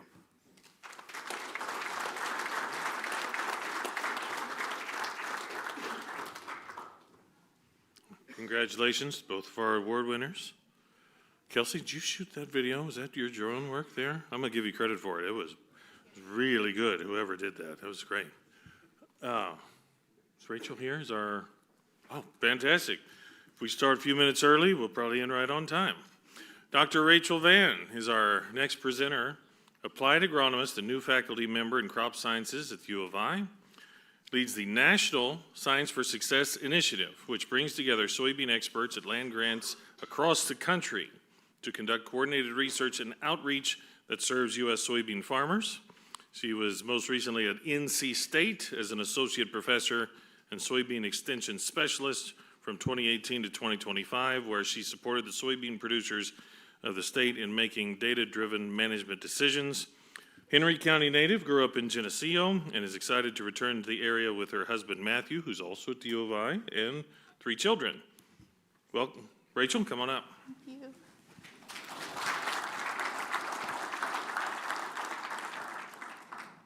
Thank you very much. Thrilled to be here, thrilled to be back in Illinois. And my first day at the University of Illinois is tomorrow. So I guess this is probably my only presentation where I'll have an NC State logo and a University of Illinois logo, and maybe I can have a little more fun than usual since I don't have an employer technically yet. So in this presentation, I'm going to talk about tackling late season soybean management challenges. And there's a few reasons that we're going to address that in this presentation, which I'll get to in a moment. But first of all, how many Illinois basketball fans do we have out there? All right, quite a few. That's great. So you know that we have to play 4 successful quarters to win the game. Anybody remember this game? Penn State? Illinois basketball with epic meltdown in Happy Valley in the 4th quarter. First 3 quarters of the game went well. They did lots of the things that Shaun discussed, set everything up. But if it falls apart in the 4th, it's over. So we're going to talk about some of those late season management challenges. moving into the fourth quarter, what are some of the things that can go wrong in soybean production in the fourth quarter? Okay, no rain, excellent. Disease. Okay, insects. Weeds. Lodging, frost, deer. Wow, what about some of the things in these pictures? We got lodging. I heard Stephanie mention one of these earlier. We got green stem, which is a classical issue that we see in the South, maybe becoming more common up here. We also can have some soybean seed quality issues, and we're going to talk about those in this presentation. So one of the reasons is I've been in North Carolina for 15 years. I was asked to do this presentation, and these are some topics that I feel knowledgeable about, but I also think that they're relevant for Illinois soybean production, at least in the future, because a lot of these issues are intensified by erratic weather. So I grew up in Illinois. I always thought that our weather was pretty stable. Went to North Carolina where there's a lot of erraticness in the weather. Then I moved back here and lived here in December 2025, where we had a foot of snow. We had tornado warnings. It was wild. And so it gave me a high level of conviction that the weather here can be quite erratic as well. And if you could keep up with Jacob in his presentation, I think he underscored some of these points as well. So has anybody ever seen seed quality issues like this in their beans? Okay, I see a few heads nodding. This is something that we encounter in the South more often, but I hear colleagues, Shaun and I are in a network of colleagues across the U.S., which I'll talk about later, in more northern regions mention this more often. And some of these seed quality issues are intensified by heat, lots of moisture, things that can coincide with erratic weather.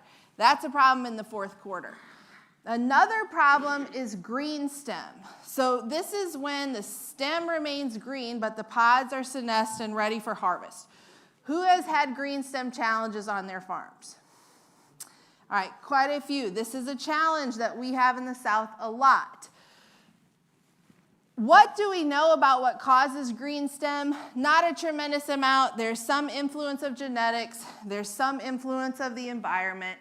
And we have some information about this if you're more curious. But essentially what happens in green stem is the plant has produced too much plant energy, too much photosynthate for the sinks that are there. Not enough flowers, not enough pods for that energy to sink into, and the stem remains green.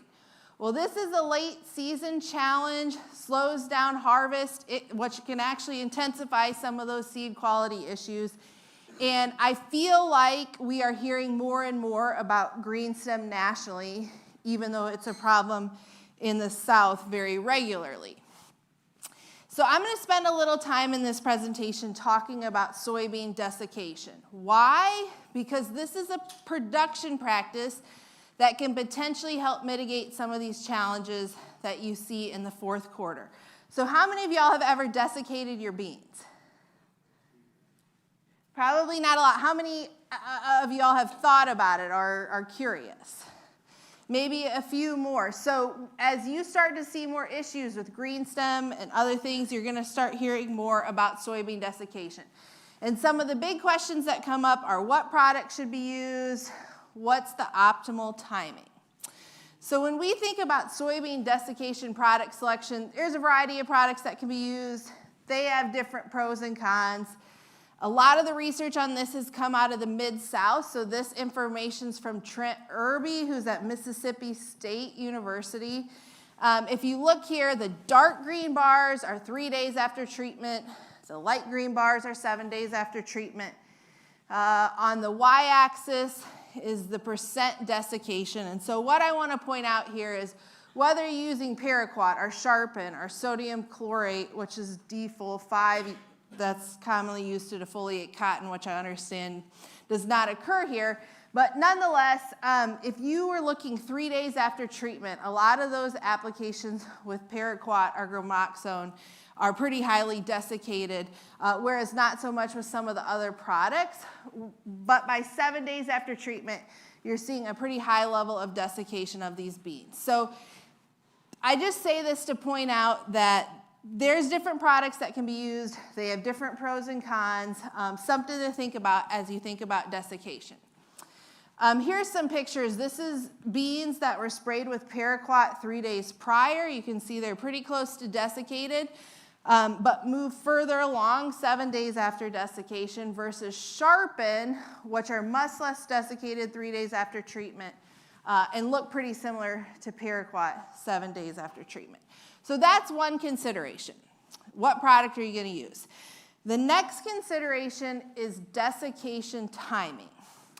So there's sort of two timings that are discussed. One is R6.5, which I understand the clicker is not working here, but I've got the circle and the arrows there. So R6.5 is when the seed has separated from the membrane in the pod. So you're at full seed, but the seed is separated from the membrane. There's some research in the Mid-South that says you can desiccate your beans once you hit this growth stage in the upper 4 nodes of the plant. There's a lot of research which says R7, which is when there's one mature pod on the plant, is the optimal time for desiccation. So some discussion about that there. But I want to emphasize much of this desiccation research has happened in the Mid-South and the Southeast U.S. Growers in your region are asking more questions about this. Even in Wisconsin, some of this research was led and driven out of Wisconsin, and they had questions about desiccation. So we wanted to do this research in a different national way. So to stay on the sports theme here, I would like you to look at these pictures. These are some classic land-grant matchups. We got Purdue versus University of Illinois, Michigan State versus University of Illinois, Ohio State versus University of Illinois. When you look at these land grants and these pictures, what are you thinking about these land grants as?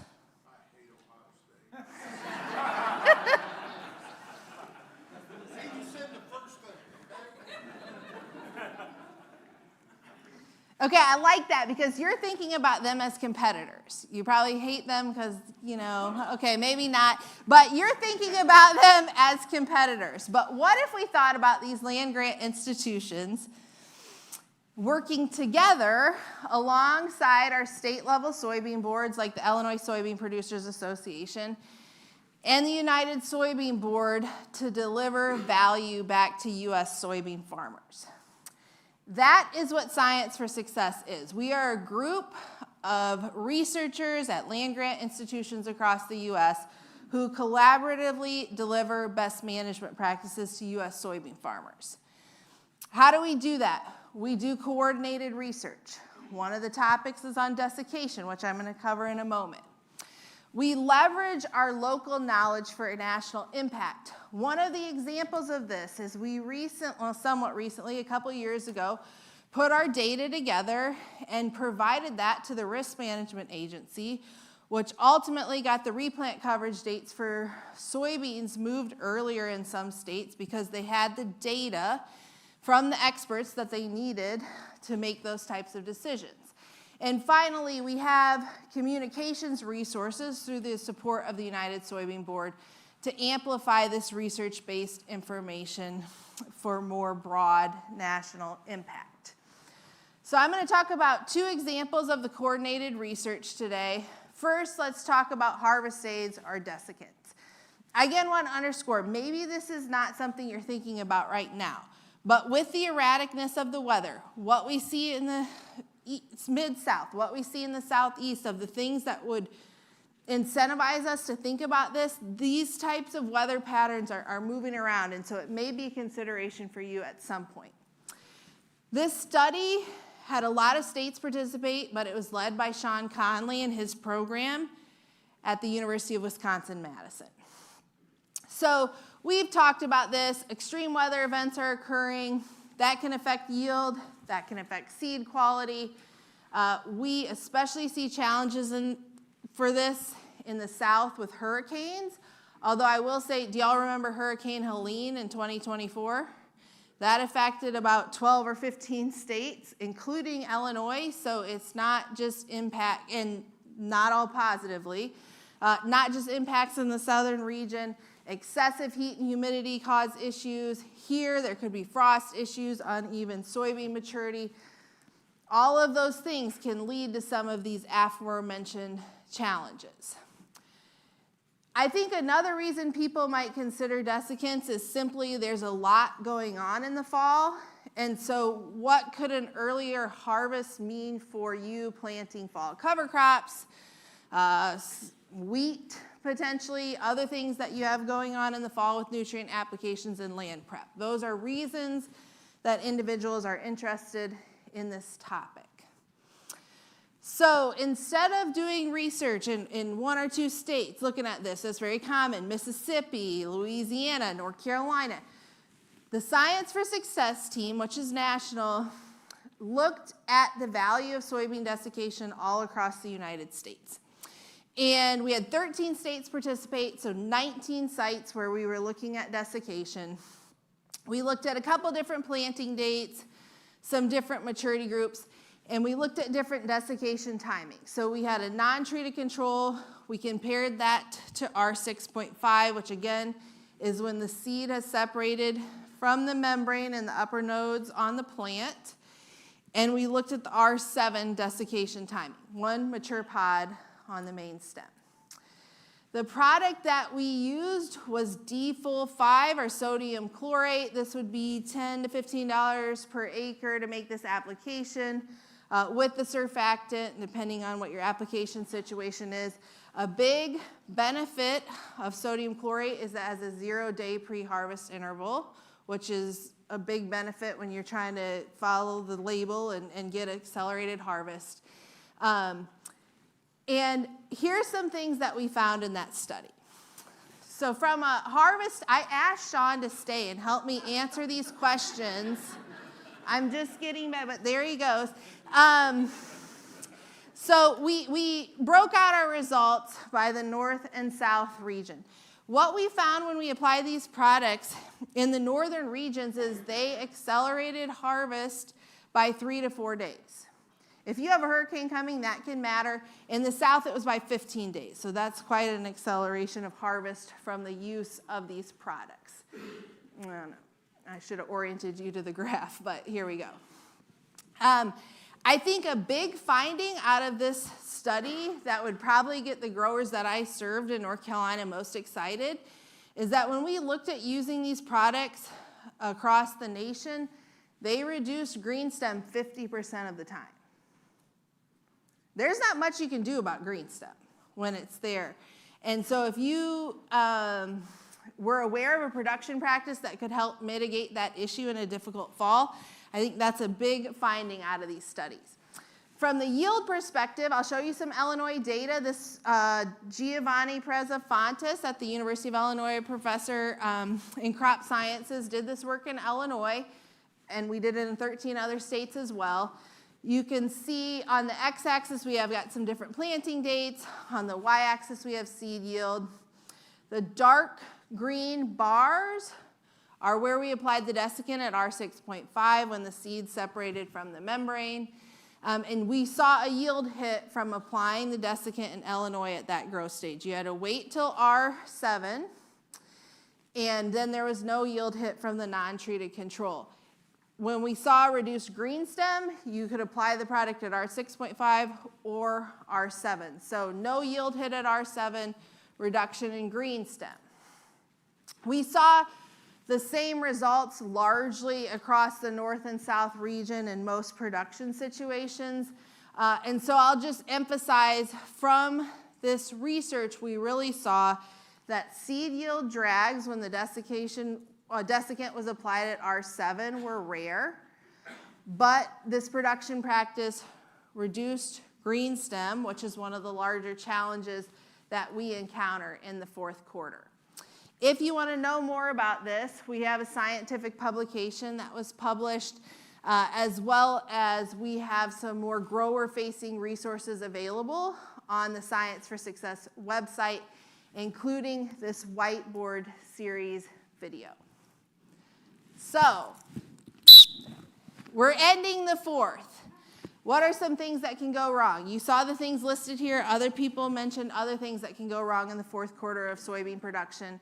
But our Science for Success team is here as a network of researchers at land-grant institutions trying to deliver research-based information to help with production practices. And hopefully you've got a nugget or two of information there that you might think about if you, for example, continually are encountering green stem.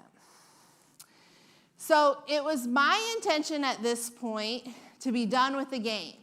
However, Stephanie Porter has asked me to cover something else, and so going into overtime here, all right? Science for Success works in a variety of ways. One of those, again, is doing coordinated research. We do this different topics every year, and we've spanned quite a range of topics now since we started in 2019. One of the topics that we've more recently tackled was looking at biological biostimulant seed treatments. Our research in Science for Success is largely driven by what growers want to see. Sometimes that's through surveys of our farmer leaders on our state level soybean boards. Sometimes that's through direct interaction through the United Soybean Board, but our research topics are driven by grower demand. And so one of those a couple years back was to look at these biostimulant seed treatments. And we wanted to look at some of the most common or most desired evaluated biostimulant seed treatments by growers in a large range of production environments across the United States. So we could really see where these things worked, where they didn't work, in a wide range of field settings. And so the research that I'm going to talk to you about was done at 103 sites all across the United States. We had the deep sands of North Carolina, some of the best soils in the country here in the upper Midwest. We had a lot of variability where we evaluated these seed treatments. This research was led by Ohio State University, Laura Lindsay and her team. So we did this over 2 years. In the first year, we looked at 7 biostimulants seed treatments versus a control. In the second year, it was 9 biostimulant seed treatments. How did we identify these? Well, there's a very large amount of these products that are commercially available, so we can't possibly evaluate all of them. We polled our state-level soybean boards, as well as worked with a couple companies that self-selected to participate to get the list of treatments that we ultimately came up with. And we applied these biostimulant seed treatments on varieties that were regularly grown across these states with a fungicide and insecticide seed treatment, because many of our growers are using that as a standard production practice, and the products we use were said to be compatible with these treated seed. So this is a busy graph. I understand that. I'm going to refer you to the extension and scientific publications where you can get this more information. But when we looked at all these 103 sites, we had to put them into some different environmental clusters. Those are on the x-axis. On the y-axis is grain yield. You can see the different treatments are different colors. Okay, I recognize this is a complicated graph. But when you look at our research, here's the overall takeaway. We did this in 103 sites. We were looking for those sites where these would make an impact so we could drill down and say, okay, what were the environmental conditions there? Where would these things work? But across those treatments, we did not see an impact on soybean yield in these 103 environments. That's a lot of environments. And we're talking about difficult economic situations right now. Dr. Kohl earlier. Our information would show that this is possibly an area that doesn't provide an ROI with this research-based information. Now, we could only evaluate a subset of products. We did so in production scenarios that were very common across the United States that a lot of growers would encounter. But there's, a variety of reasons why these biostimulant products that we evaluated might not have worked. First, you need conditions that are adequate for a mutually beneficial relationship between the microbes you're applying and the plant. It's also possible that when these microbes were applied and planted in the soil, they might not have been alive, although I'll emphasize we used the labeled recommendations for the applications. And then finally, you know, these microbes that you're applying in these biostimulant seed treatments have to be able to outcompete the native microbes in the soil, so that may or may not have happened, but in this very large data set, we didn't see large impacts from the applications of these biostimulant seed treatments. If you want more information on that, you can get that on the Science for Success website in the scientific publication. And to finally conclude this presentation, okay, we're over, game's over, Illini won. How many of y'all watched this game on Sunday? Okay, excellent game, 4 strong quarters. That's what we want to see in our soybean production. We want to use the research-based information that Shaun talked about from early in the first all the way through a successful 4th quarter. And with that, I'm excited to be back in Illinois and would love to take any questions or feedback.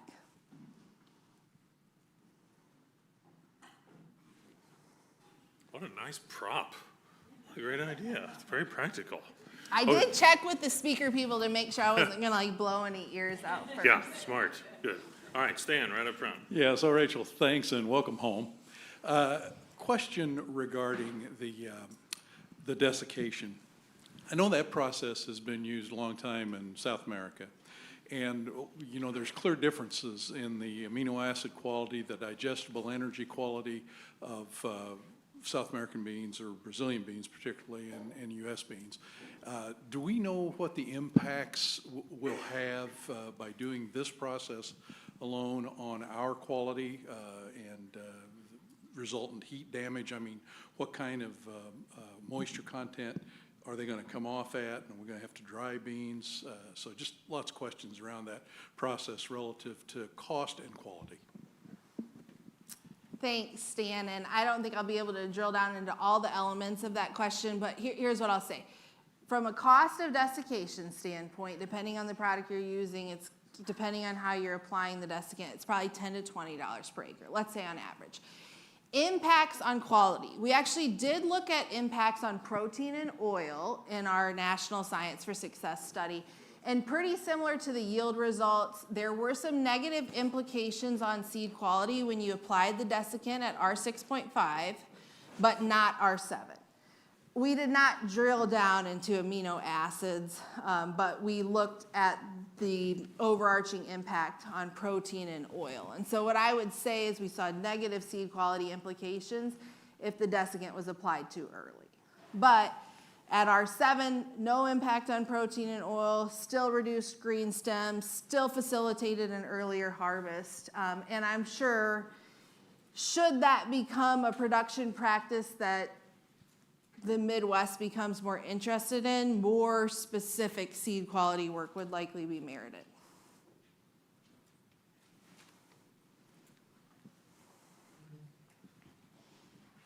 You want to do this one real quick? Okay, yeah, let's do here first.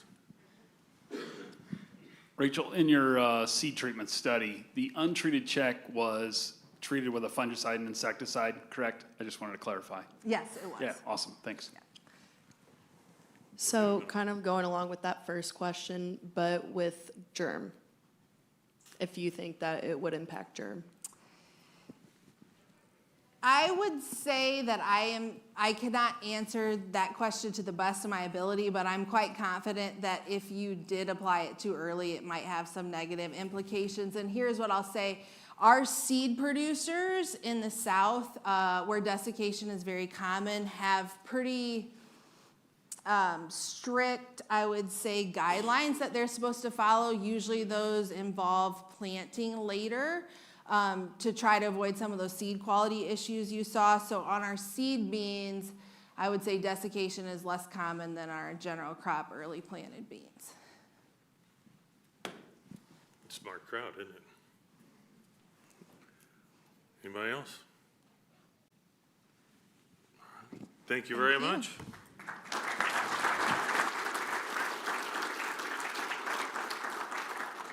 Okay, I never get to ask this, Kelsey.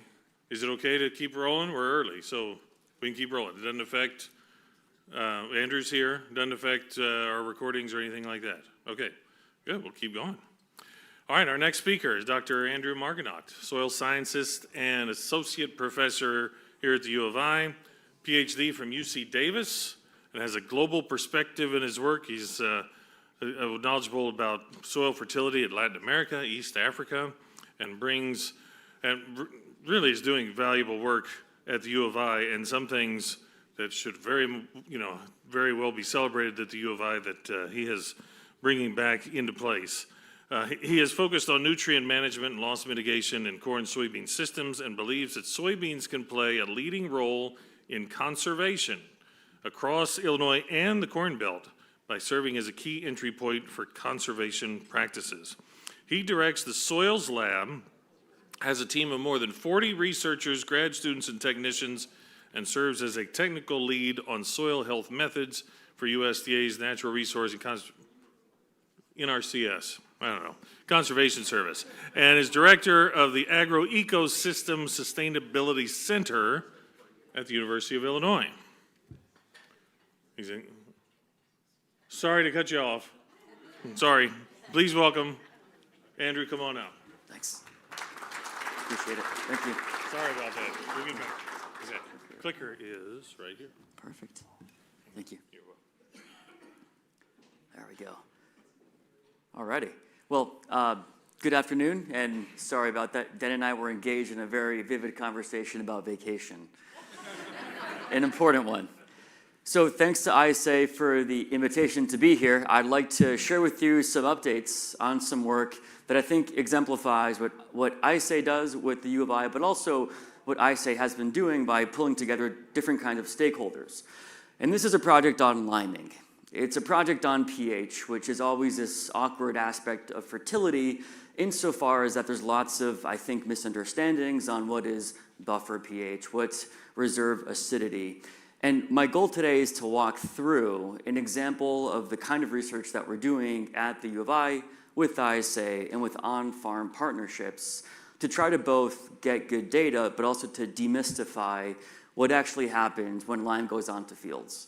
So if I can accomplish one thing today, it's to make you not be afraid of the term buffer pH. If you don't even know what I'm talking about, then hopefully you'll understand what that term means. And then I'll end by priming you for what's coming down the road. And the short answer is that I don't have answers today on the specific lime recommendations, but they're coming. We're going slow and steady to get it right. So with that said, I'll get into this topic of liming. I'd like to begin with some acknowledgement of the supporters. So this work was curated by ISA, but there were contributions financially from this network that you see here. This is part of a larger program that our lab has on P and K. Liming is part of that. It's not like P and K in that you're not putting on a nutrient, but you're moving the master switch of pH, which impacts everything else, including plant root growth. So these different partners were put together by ISA. They pitched in some funds to fund this project that you will be hearing about.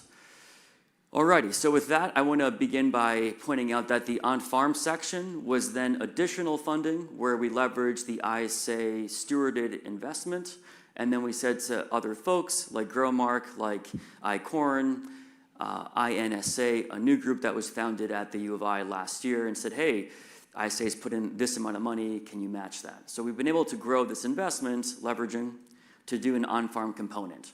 So we have now not just lab results, which are important, but they're not the only. How about this? We have to go beyond the lab for soil fertility, and we have an on-farm component. So the work, there we go. I'd like to begin with this potential myth, and it's a question mark. And I'm open to questions or to answers by the audience. Is it a myth that soil pH is sufficient to determine a lime application rate? So can you take a pH value from a soil test, which is done in water, you mix soil and water together, it gives you a number. Can that number tell you the other number of how many tons of lime per acre do you need to hit a target pH? I'm curious to hear any thoughts from the audience. I'm seeing heads nodding no. Does anyone care to elaborate on why that might be and steal my thunder? Yes, sir. That's right. So to translate the excellent science, protons are H+, it's acidity. And so clays hold on to the driver of nature that causes pH to go down. And that's exactly right. So when we're shaking a soil sample with water to measure pH, what you get back on your lab test result, that's simply a snapshot of the partial acidity of the soil. And this is what we call reserve acidity. It's held in reserve. It's like your bank account. There's a withdrawal limit. You can only take out, I don't know, $500 per day for some banks, but you may have $10,000 in there. Same exact metaphor is that what you're taking out of the bank account, the withdrawal limit daily, that's your pH in water. But there's a lot of backup. Hopefully it's a big backup for the bank account. For soil pH, maybe hopefully it's not that bad. So to image this, it kind of looks like this, or someone thinks it looks like this, where you've got on the right-hand side what I've circled there in the green, that's what you're measuring as the protons, the H+, the acidity dissolved in water. That's what your soil pH is at any given moment. And that will fluctuate over time, even by hours sometimes. All the other stuff on the left-hand side is going to be the reserve acidity, the stuff that is bound to, as he said, the colloids, the clay particles that are very good at storing the H+, the protons. So this matters because if we're liming a soil, we are trying to neutralize both pools, both kinds of acidity, not just the pH driven by the water protons, but also what is held in reserve. So this is why pH in water is not really by itself sufficient to inform the liming rate. And I'll show you some data on what would happen. It's not a disaster, but you don't really get accurate use of lime, which means it might be over or under applied and thus lost profitability for different reasons. So then the whole point of a buffer pH test, and you will hear that word a lot, is it is a soil test that is measuring the pH when you account for the reserve acidity. It goes a step beyond that immediately dissolved in water pH. So the reason why we are doing this work is that most states across the Corn Belt, the soybean belt, have moved on for their lime recs to talk about buffer pH. It is a newer way of testing how much lime do I need. But the state agronomy handbook and state recommendations are still using an older way of doing this without buffer pH. So we get a simple question. How good are those recs? How well do they stand up compared to the quote-unquote more modern buffer pH tests? And if we're to make lime recommendations for Illinois croplands using buffer pH tests, which buffer pH is best? Because there's not any one such thing as a buffer pH test. It's a class of tests. All right, any questions so far after the deluge of soil chemistry? All righty, if not, then I will continue. Great. So I want to go back in time. I love looking at historical stuff. I'm a history dork when it comes to ag stuff. This is not a new idea. This has been known for a very long time. The Roman agronomist like Cato in AD 53 was talking about liming soils that are sour, acidic. This is well known to mankind. What is different here is in the last century, we have tried to be more precise on how much lime do we need. And I think this is well captured by the title of this book by my predecessor from 1915, Cyril Hopkins. Dr. Hopkins was the first soil scientist for the state, and he talked about this concept of bread from stones. He had two kinds of stones in mind. One is rock phosphate, which is to provide phosphorus, but the other stone was limestone. And so it's a very nice title, Bread from Stones. He's talking about wheat production as a function of rock phosphate and limestone. But the idea was that we need to go beyond flat rates of limestone application and going into dosing it in a way that's profitable. Are we over-applying and thus wasting dollars, or are we under-applying and missing out on yield gain dollars?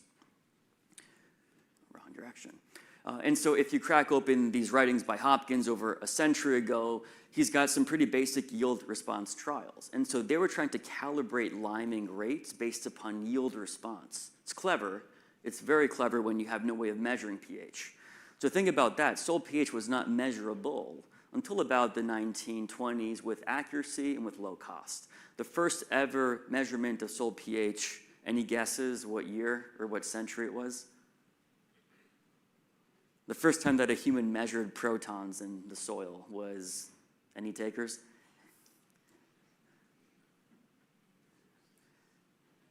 It's okay to be bold and throw out a crazy year. 1858. Very close. Excellent.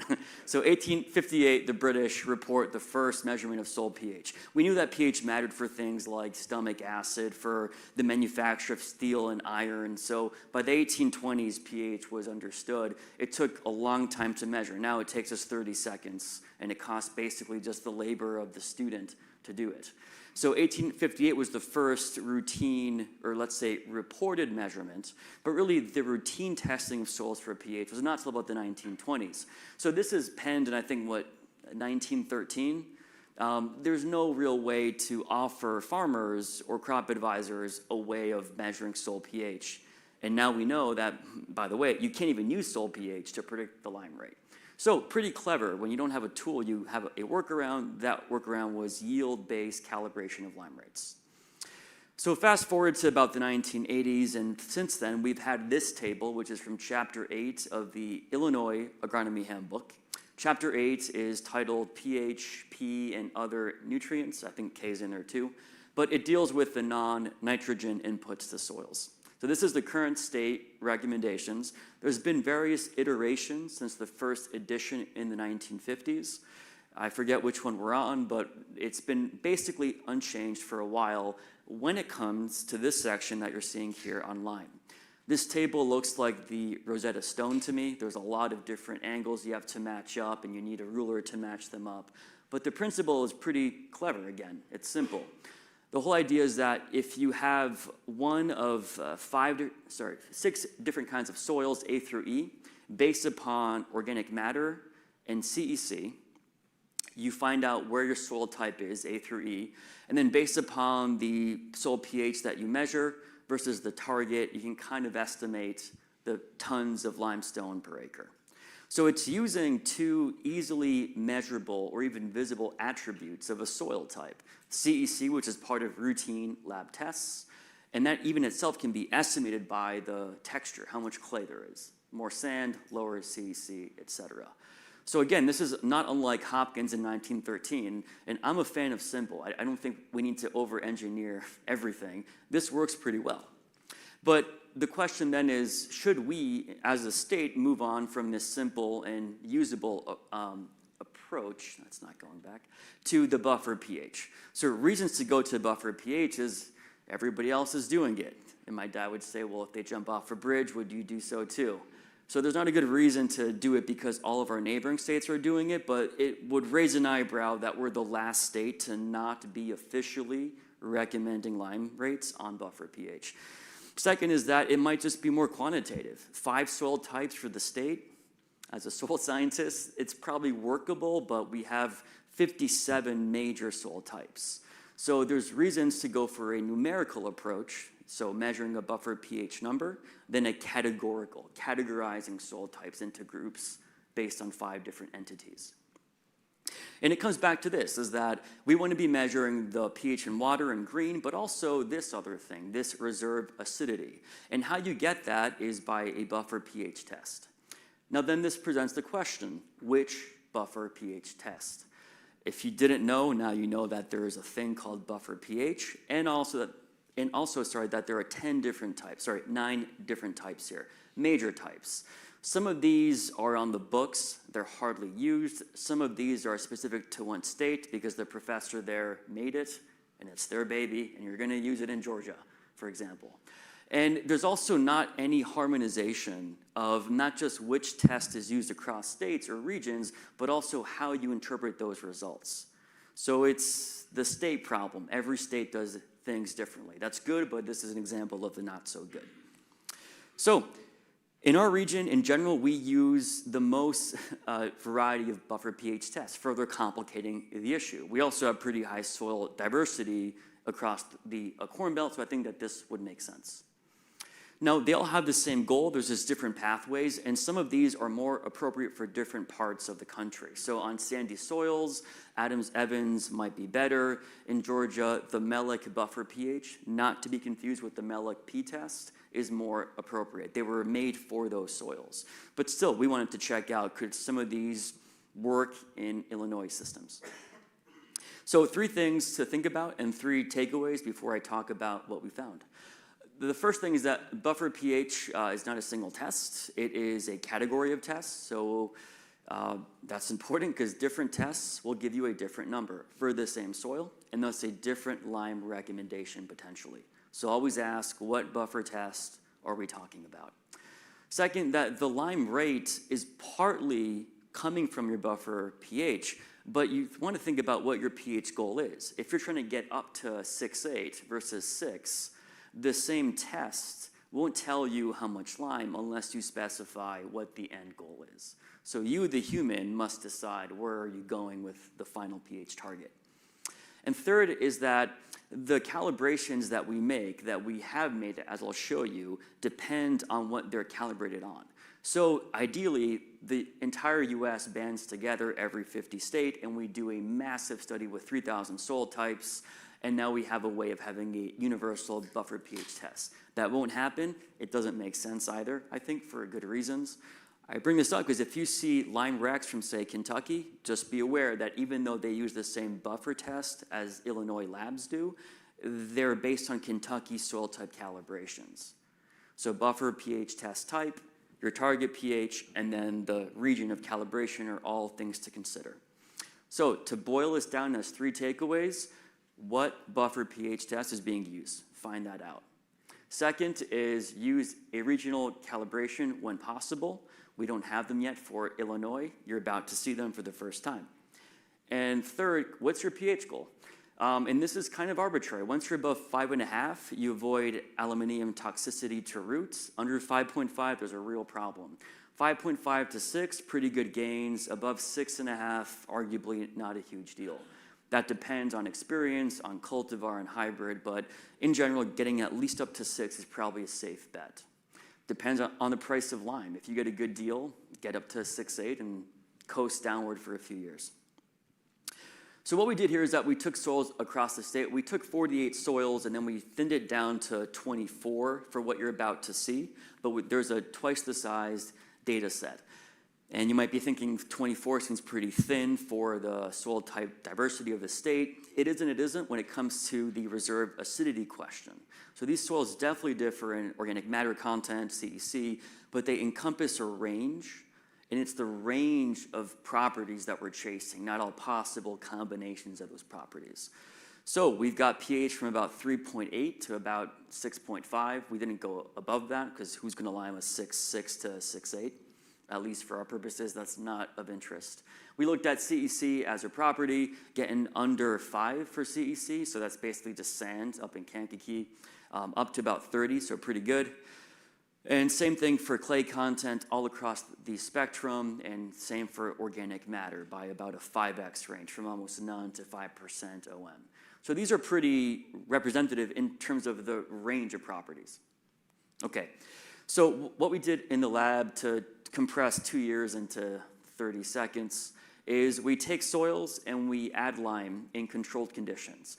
I realize this is not the field, and that's why we have the field component. But this is how we get the best possible chemistry answer to the question of how much lime do you need to raise a soil pH to this target, and to take away the variability in weather, environment, applicator. This is the best possible way.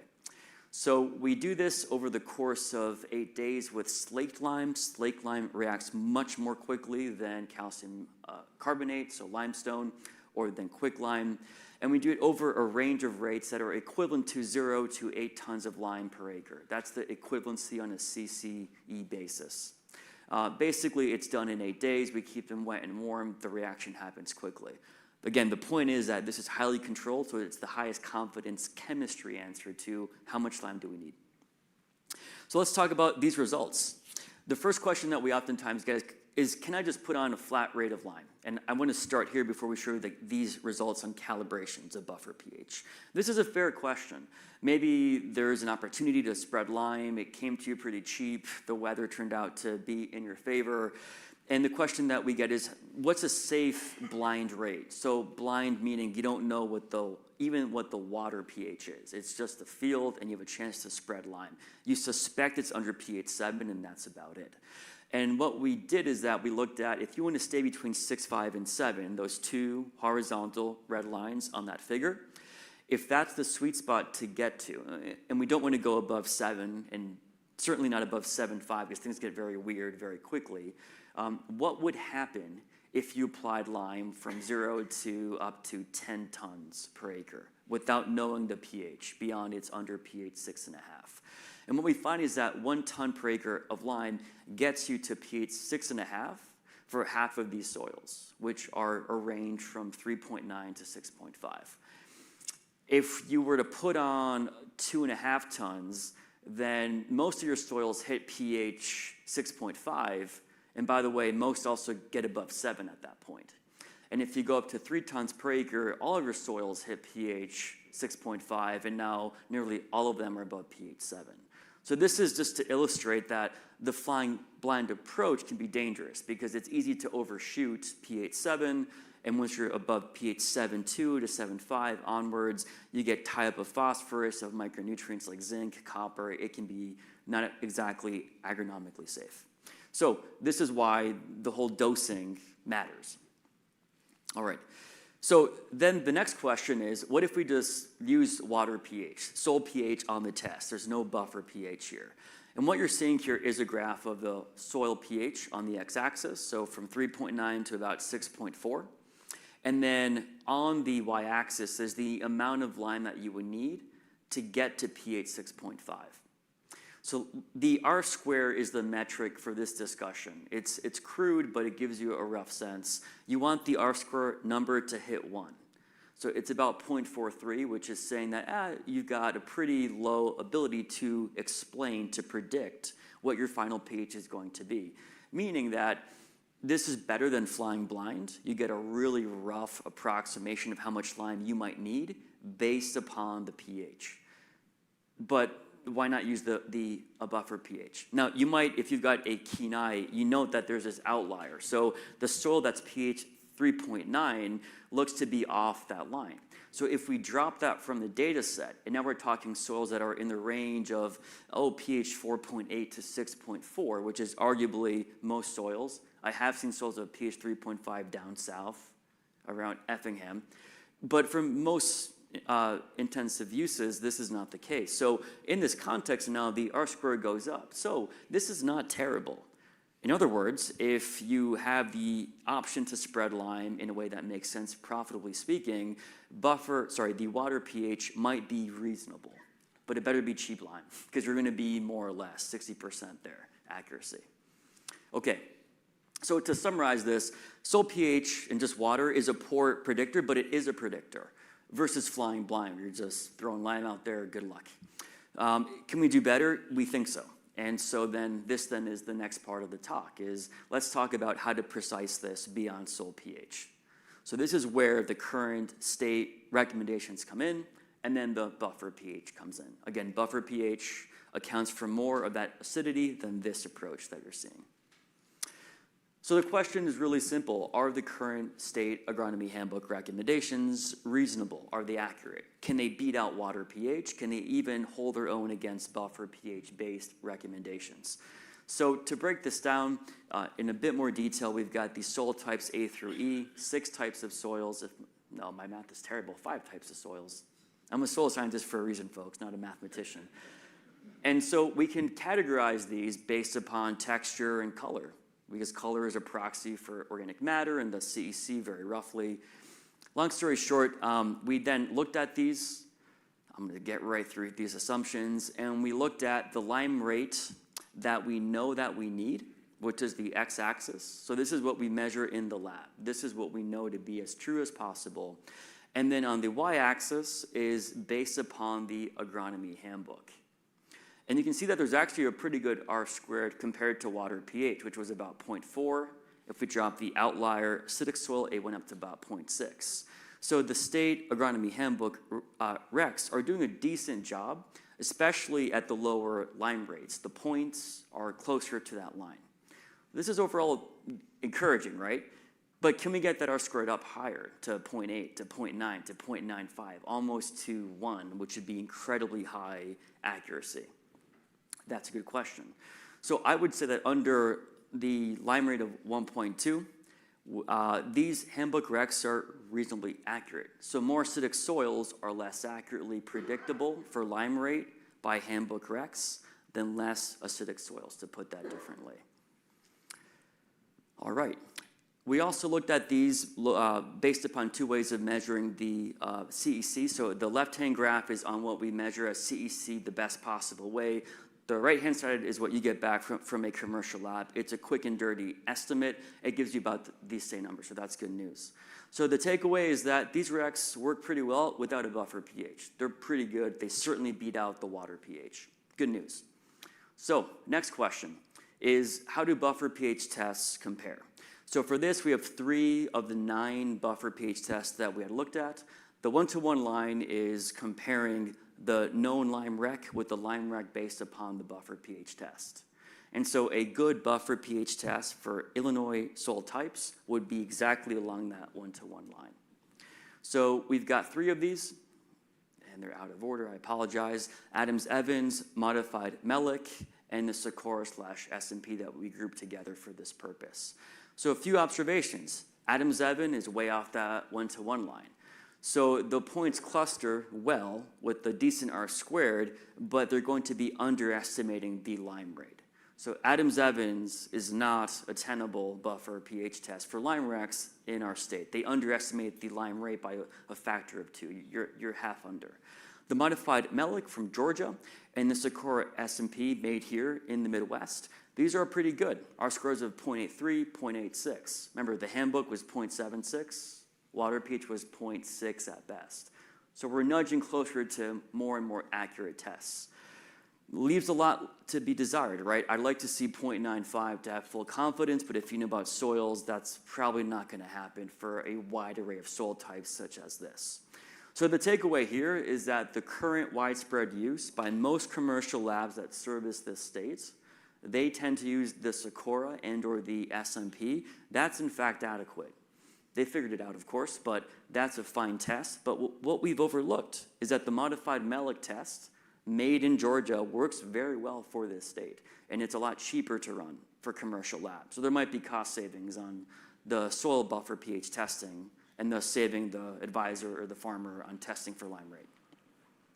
Okay, so I'm going to pause there. Any questions on the chemistry? Thank you for going along on that ride. We're going to now talk about field stuff, but before that, I see a question from Brandon. Yeah, so rarely in Illinois, when I'm looking at soil tests, I rarely see a 7.0 or higher. Why is that? And so that's even if guys are religiously putting online, over time, needed or not. And then the other question is, I had a guy ask me about liming, we're spoon feeding a lot of our nutrients anymore.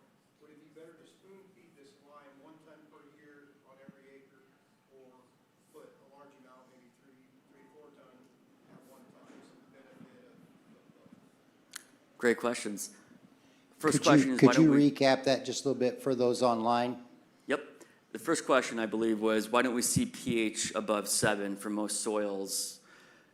If you dig down deep enough, they'll become pH 8.5 across the state. So we've got the luxury of very high carbonate-rich parent material loess.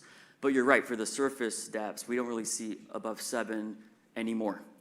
If you look at old data pre-1950, before the use of Haber-Bosch nitrogen, soils following prairie were roughly around 6.8 to 7.4. But we've been adding so much N that it tends to nitrify, we produce acidity, we correct that with limestone. So I think it's simply, we've decreased from N inputs and we've not limed up beyond 7. That's a hypothesis, that's not a for sure answer. Second question was, putting lime at 1 Spoon feeding, Yeah, okay. like spoon feeding lime every year versus putting, 3 or 4 ton at one time. Sure. And then having that, do it. Thank you.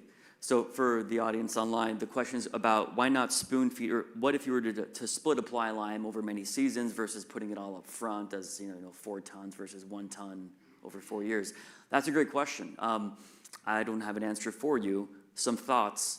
I think the source of lime matters. If you're applying quick lime or slaked lime, that'll react immediately, in which case spoon feeding could work. If you're adding low grade, low CCE ag lime, that might take longer to release, and it does. This also interacts on soil pH. Lower pH soils will react more quickly. So there's this interesting tension, and I'm not really sure how that would go. So not a great answer for you. I would suspect that the economics of having to go out every time and spread it may offset any of the benefits. That would be my guess. Great project, though, to test. Thanks, Brandon. So speaking of field experiments, here's one that we did that we then took all this lab-based data and we said, okay, this is great for the lab. So far, we've now caught up to every single state, and we plan to publish these and update the handbook recs on buffer pH. But what happens in the field? So if you take the same soil and you add a lime rate that the test tells you, do you see the pH change? And then to Brendan's point, I think, how quickly do you see that change? So I'll focus on the yield data because the pH results are not in yet, but this addresses a separate question, the second question here, which is, do you see effects on yields in the next season? And there's concerns that if you add too much lime in one year, it'll maybe drag yield the following year. There's lots of mechanisms here. There could be P tie-up, there could just be too much calcium carbonate for the roots, etc. But it could also be argued the converse, that you might see a bump within the next year. So we focused on the fields that are coming out of corn into soybean. These are all fall-applied fields under pH 5.5, so they're pretty acidic. We did this at scale in 6 different sites across 10 sites across 6 counties, largely central south. This is thanks to Growmark, who helped us find the farmers. And then we applied lime at just 4 rates, 0, 1, 2, 3. Keep it simple. What did we see? We think that 3 tons is safe if you're under pH 5.5. And we did this at each replicate of the 3 reps per lime rate was 0.74 acres. So these are not small plots on a campus station. These are at scale on a commercial field. So I'm going to focus on 4 of these sites that I'd characterize as high and low yielding environments. These are the soybean yields in the following season from the previous fall's liming event. So you've got the lime rate here from white 0 to darker shade up to 3. You've got the 4 sites, and as you can see, 3 sites gave great soybean yields, some cracking 100 bushels and some being barely above 35 bushels. And we're curious to know this because you might hypothesize, you might expect that maybe lime matters more for low yielding conditions and higher or vice versa. So this is the data. To walk you through, we see some sites where there's basically no yield difference, even as an average value. Without even applying stats, we can say the lime rate had no effect, fall applied out of corn, on soybean yields the following year, whether these soybeans are making 85 plus or 25 to 30 bushel. Same soil types, by the way. And then we've got some sites where we see noise, but then statistically, these are not significant, meaning that there's less than 5% chance that this is a real difference when you see one bar higher, lower than the other bar. So it raises an eyebrow. Maybe if we had more replication, we would detect something, but really doesn't matter. So that's the other point, is that there's no definitive increase, but also no definitive decrease in soybean yields, and these are high yields, following fall-applied lime, up to 3 tons per acre. So that's the takeaway. There's no clear yield effect within that following season for soybeans. This is good and bad, right? It's safe to apply in these very acidic soils, up to 3 tons per acre, but don't expect a big boost in yields, at least for this season. There's also a crazy season down south, very wet, and then the spigot turned off, so that might matter for the plant response, like Dr. Vann can tell you. Vann, excuse me. Alrighty, so we can look at this data a little bit differently as a relative change. So here we've got the change in yield because these yields go from 35 to 95 bushel per acre average, we can normalize as what's the percent or what's the bushel per acre difference. And there's not really anything here that pops out statistically, it's all noise. And same goes for the percent change in yield. These graphs look almost identical, further supporting that there's not much here. So the takeaway then is that across these fields that differ by 3.3 in yield, from 30 to 95 bushel field average for soybean, there's a consistent lack of a yield response. And you could say that it's within plus or minus 5%, but again, that's not meaningful statistically.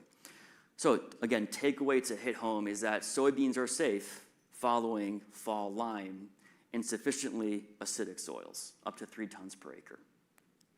All right, to summarize all this, liming is key to maintain soil productivity. This manifests at longer time scales. We don't see a yield response like we do for N or even P and K. It's a trickier, not a nutrient, but aspect of fertility to manage. This has been known about for over centuries. Only in the past half century do we have the tools now to precise how much. And so this is now today informed, we think, in the best way possible by using buffer pH.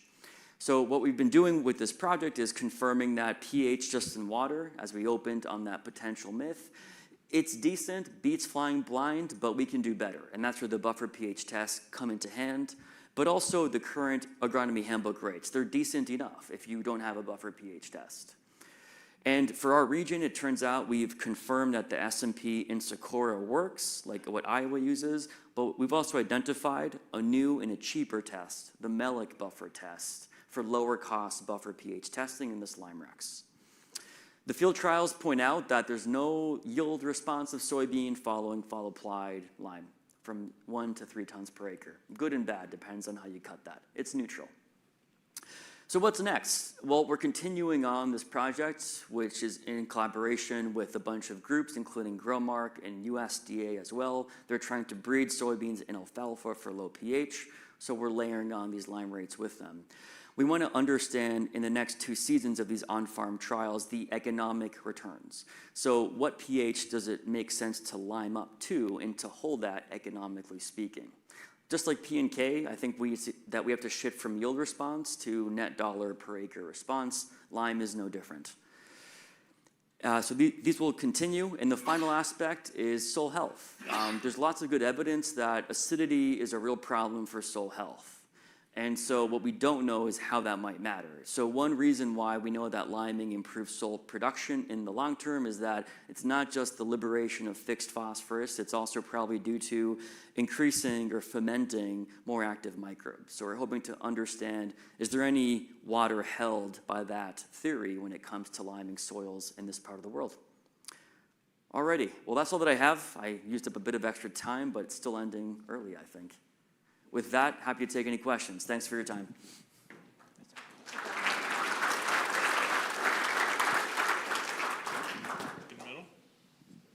I know Brandon has some questions. Oh, you already asked? Okay. Right here. Do you agree or disagree on the ROI or profitability of variable rate lime versus P and K?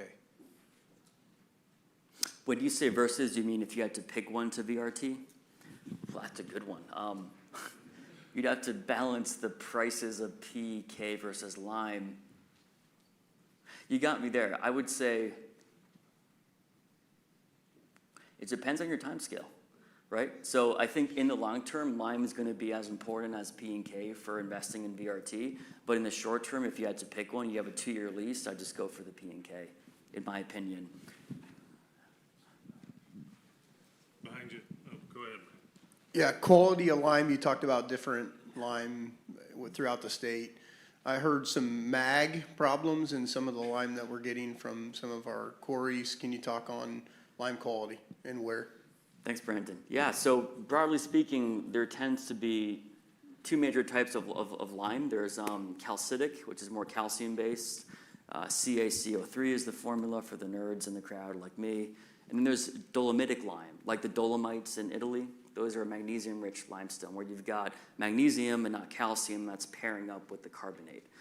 And so there's a lot of thought out there that if you've got high mag soils like the flat and black, you don't want the dolomitic lime. We got plenty of mag here. You want the calcitic lime, and vice versa down south. You want to swap the sources. So the quarries up here are dolomitic quarries, and vice versa down south, typically, from what I've understood. I think it matters more if you're thinking about your mag from a CEC perspective, percent of CEC that has X amount of K, or X percent of K, X percent of mag. And if you're trying to manage nutrients on a percent of CEC that's calcium versus mag, it might be good to try to source the calcitic, so the calcium rich, over the dolomitic, the Mg rich. That said, the Ohio State did some work on this back in 2018 through 2022, and they tried to test this idea that is related on whether the ratio of cal to mag of your CEC matters. You know, tight soils that can be loosened by more calcium than mag. And they found no evidence that it mattered for yields or for soil quality, so aggregation and biology. Now that was in the context of Ohio systems, but just putting it out there, yeah. Sure. Question, and you may have had the answer in what you just explained. This is the farmer simple version. In soils that have low pH and are showing low calcium, with the addition of, and limited tillage, with the addition of pelletized lime in a strip ahead of corn, 200-300 pounds, would that provide any benefit for that calcium number? Relative to just non-pelleted, like normal ag lime, you're saying? No. Here, I'm doing broadcast application of lime over the top, but there's just really not, in my system, not a great way to work that in. So adding a couple 100 pounds of pelletized lime, 6 inches in a strip below, would that help? Great question, Jeff. These are really hard. You've all prepared to stump me. Short answer is here's why I could help, here's why I couldn't help, right? So I don't have a firm outcome. It could be positive because as you pointed out correctly, how do you place lime when you're not incorporating by tillage? One is the source. Faster sources in terms of dissolution are better, and the calcium carbonate works its way down. It's maybe good to pause here. Limestone works in two ways. The calcium removes that reserve acidity off the clays and puts it into solution, and then the carbonate neutralizes it. The calcium also pops off the Al because the aluminum generates more acidity. So limestone is a double punch. You want the calcium or the mag to displace and then the carbonate to neutralize and the rainfall to drag that all down, drag the Al down. Given that, there's evidence from Brazil where they do no-till that if you just surface apply lime and if there's enough rainfall, it will do its job. It just takes longer to work its way down there. So if you're in sandier soil types, broadcasting enough and waiting enough should work. I know that's super qualitative. So the economics might be worthwhile, like maybe the yield response that would manifest sooner to placing it with a quicker release form could be more profitable than applying on the surface and waiting for the rain to do its job. I think in higher clay soils, that's going to be too dangerous, so I would agree with placing it. The risk of placing it would be that you might have this hot spot of very high pH that could tie up nutrients and backfire and even cause plant roots to not get what they need. So I couldn't tell you with confidence which one's going to play out. I suspect you know the answer, though. Sure.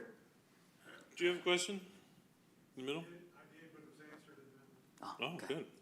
Good job. Thanks. Anything else?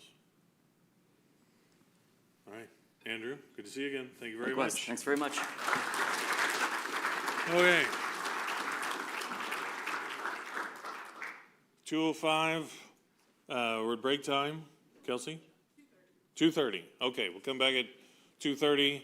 If you need continuing education credits, remember to get those downstairs. Remember the giveaway must be present to win at the end. And we'll be back with a panel at 2:30.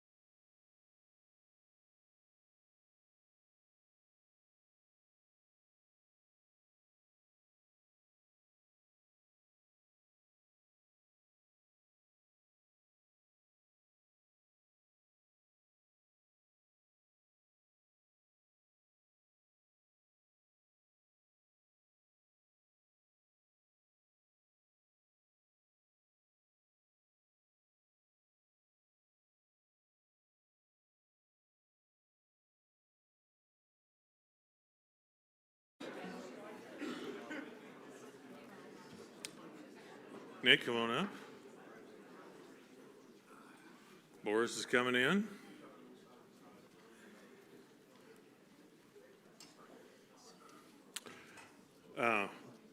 If I could say already, even before this, kudos to the whole team on a tremendous, very educational, very informative, very current, practical, great information today. So it's been a lot of good stuff, and we'll end on a strong note as well. So Stephanie Porter is back to moderate, and on stage, Dr. Boris Camiletti. Yes. Yes. Assistant Professor and Plant Pathologist at U of I, Dr. Aaron Hager, Professor and Extension Weed Science Specialist at U of I, and Dr. Nick Seiter, Assistant Professor and Field Crops Entomologist at U of I. Stephanie, it's all yours. All right, so we're going to kick it off. We have asked each of the researchers, U of I Extension researchers, to share a little bit about some of their ISA research or other important things that they would like to share with the group. And we're going to kick it off with Boris. Go ahead and give an introduction, Boris. Hi, I'm Dr. Boris Camiletti. I am the Extension Plant Pathologist at the University of Illinois. This last year was my second season here in the Midwest, and I've been working on red and rot a lot. So we have some results. How can I? Oh, he needs a clicker. Thanks, Josh.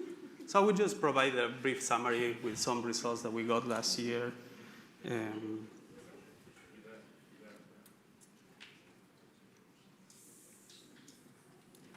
Okay. So red ground rot is still a relatively new disease here in the Midwest. It's a soil-borne disease. It will survive in the soil, forming this microsclerotia that can remain in the soil for at least 7 years.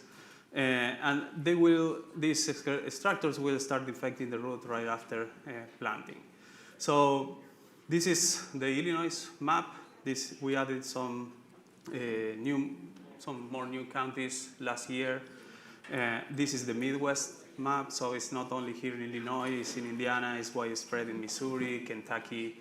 And last year, we added 3 new states. We have Ohio, Wisconsin, and Minnesota that reported the disease for the first time. So you can see like blank spaces between counties and states. And so we think that we are probably falling behind keeping track of the disease, or maybe it was always there, and now we are realizing that it's a new disease. So this is a very patchy disease. It has like a very aggregated distribution. So in the field, you will see at early stages, you will see like dead plants surrounded by healthy plants. So you will see clear patches. And then they may turn into this. This is probably the worst field that we saw that I saw in these 2 years. It was in Pike County, and you can see like the field it has like only one big patch where you would see all dead plants, plant with no pods, plant with empty pods, and of course a big impact on the yield. Some preliminary results show yield reductions up to 50%. And we are trying to use this characteristic, this aggregated distribution, to be able to identify the disease using satellite imagery combined with artificial intelligence. So we have, this is just an example of a field that had a high severity, but it was very aggregated, and using satellite imagery combined with artificial intelligence, we can see we got a model that is able to detect these patches. So we can use this model to estimate the severity, and also to see the distribution within the field, and then multiple other applications. For instance, we can see how the disease can progress from one soybean season to the next one. Here in 2022, this was a field in Pike County. We can see how the disease increased from 6% to 26% of the total area affected with the disease in just one soybean season. So we are continuing working with this model, trying to increase the accuracy. We want to study the diseases, how the disease is spreading within the field and also within a county or between fields. We want to know more about the epidemiology, how long it takes to take over all the field if we don't apply any fungicide treatment, for instance. And now we got some yield maps, so we are working on trying to estimate the yield reduction just using the satellite imagery. And then we want to study how all the factors are affecting the disease. So instead of running trials to evaluate each factor separately, we want to test many fields, and we want to study correlation between the practices that the farmers are doing in the field and see how they are affecting the disease distribution and spreading. So we ran also some experiments in the greenhouse. We know that this is a pathogen that can infect the roots throughout the season. So it will infect the plants right after planting, but it can infect also at R1, for instance. So we tried to put a number to this to see the relative importance of those infections.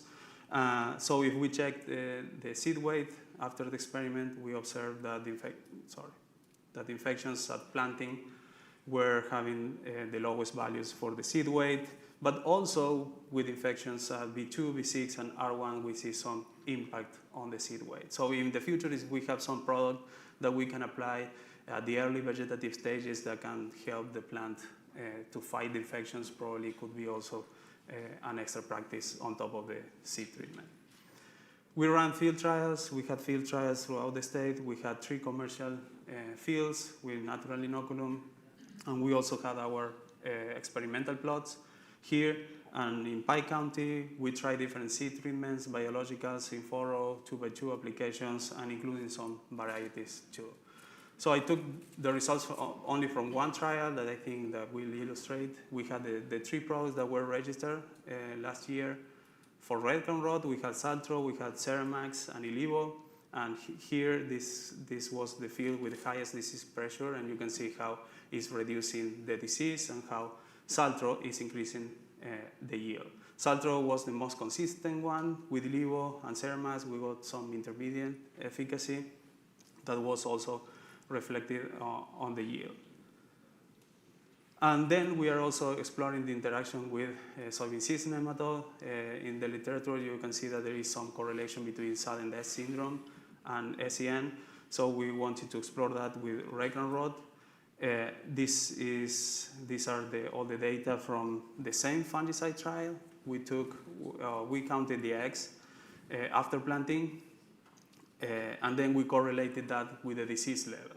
So here you will see when it says P equal, and you will see none of those values are significant. So there is no correlation so far based on the data that we have so far. There is at least no positive correlation between the 2 diseases. This is the data from the field for the different treatment. I had to split in treatments because you will get like much more disease level with the base treatment, for instance, compared with the higher rate of Saltro. But then in the greenhouse, we ran some trials where we had only red crown rot or red crown rot with 3 different concentrations of soybean cyst nematode, and you can see that we get the highest disease level only with red crown rot. So there is no correlation, or maybe there is some negative correlation. At least there is no positive correlation, at least based on the data that we have so far. And then these are some microplots. These are like big pots that we have on campus. They are pots, but we keep them outside the greenhouse just to not deal with the deers. You know, one time I put them in the field and I planted 2 times, I didn't get anything. So I put them next to the greenhouse. There is a fence, so no problem with the wildlife.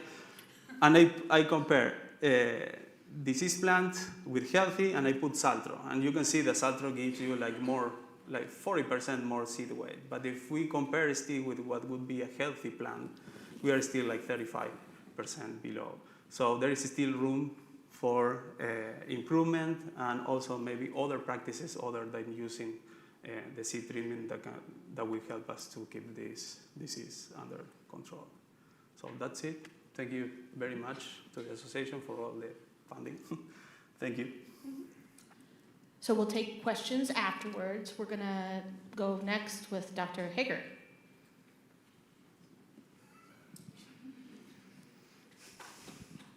Darn, we are, aren't we? I thought she was joking there for a minute. Well, I will admit to you, I was a little troubled when Rachel came in here and blew the whistle. Because we published a news article last Friday about the occurrence now of glufosinate-resistant water hemp. And since last Friday, Calibrations has been protesting outside my house every day since Friday.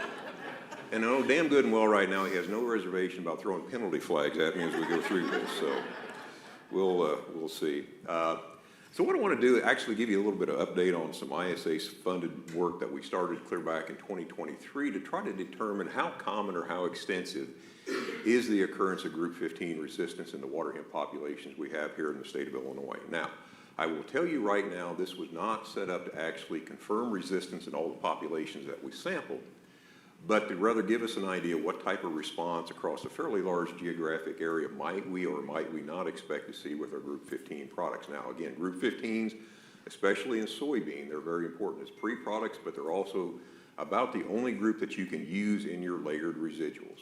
So you're talking about things like harness or warrant, Zidua, Outlook, dual 2 Magnum, those types of products. So back in 2023 in the fall of the year, we raced around the state. We sampled about 127 fields in 84 of Illinois' 102 counties. You can see the distribution right there.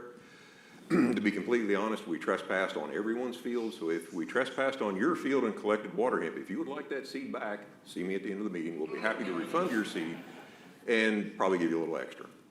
So we then brought these things into the greenhouse, and what we were trying to do at the first step of this, we can't run full dose response experiments, which is what we actually need to confirm resistance. We didn't have the time, the resources, et cetera, to be able to do that. So the idea was, let's screen all populations with what we call a discriminating dose. So we used dual 2 Magnum simply because our previous work with group 15 in Amaranthus showed that that was the one group 15 that had the highest resistance ratios. And so our student went about and said, okay, how about this? Let's select a rate that gives us 45% survival of a known group 15 resistant population. So that rate happened to be 4/10 of a pint of dual 2 Magnum. Now, there was no sacred reason why we picked 45%. We did not want to have a rate that was too high that potentially excluded possibly resistant populations. And we did not want a rate that was too low that would let too many of these populations advance if we were doing detailed dose response. So we selected 45%. So again, the two treatments that we had in the greenhouse, you can see there on the left, those 2 pots on each of the left side of each slide, those are the non-treated, compared with those 2 on the right of each slide that had the 4/10 pint of dual 2 Magnum. Now, what did we find? We found a lot of variability, which was not unexpected. You can see the first population there, the sample 117, that's only 10% survival. So what do you notice about the plants that actually survived and emerged in that treatment?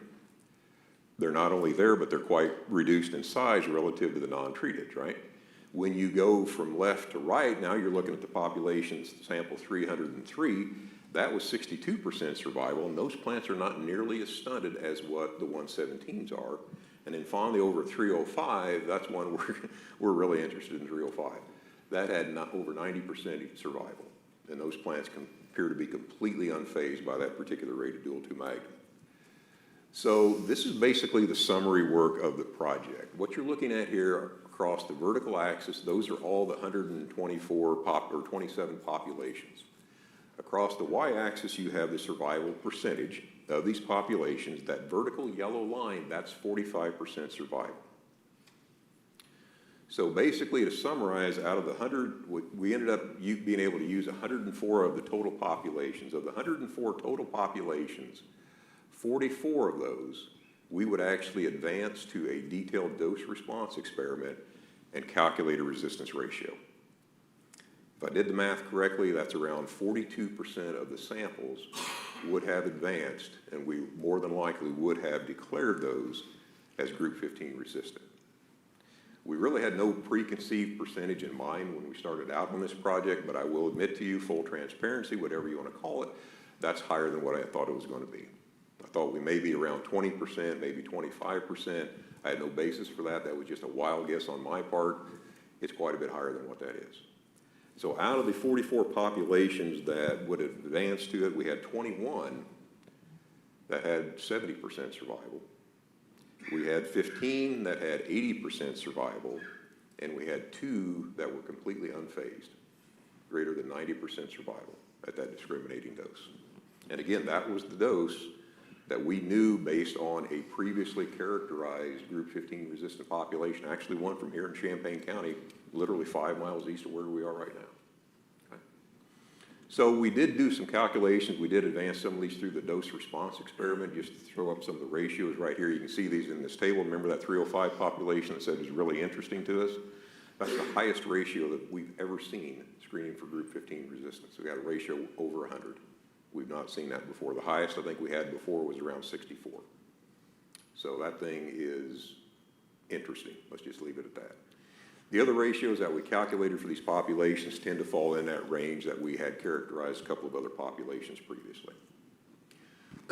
So this is where Kyle got real mad at me because last month at our regional meeting of the North Central Wheat Science Society, we announced that we now actually have confirmed glufosinate resistance in Illinois water hemp populations.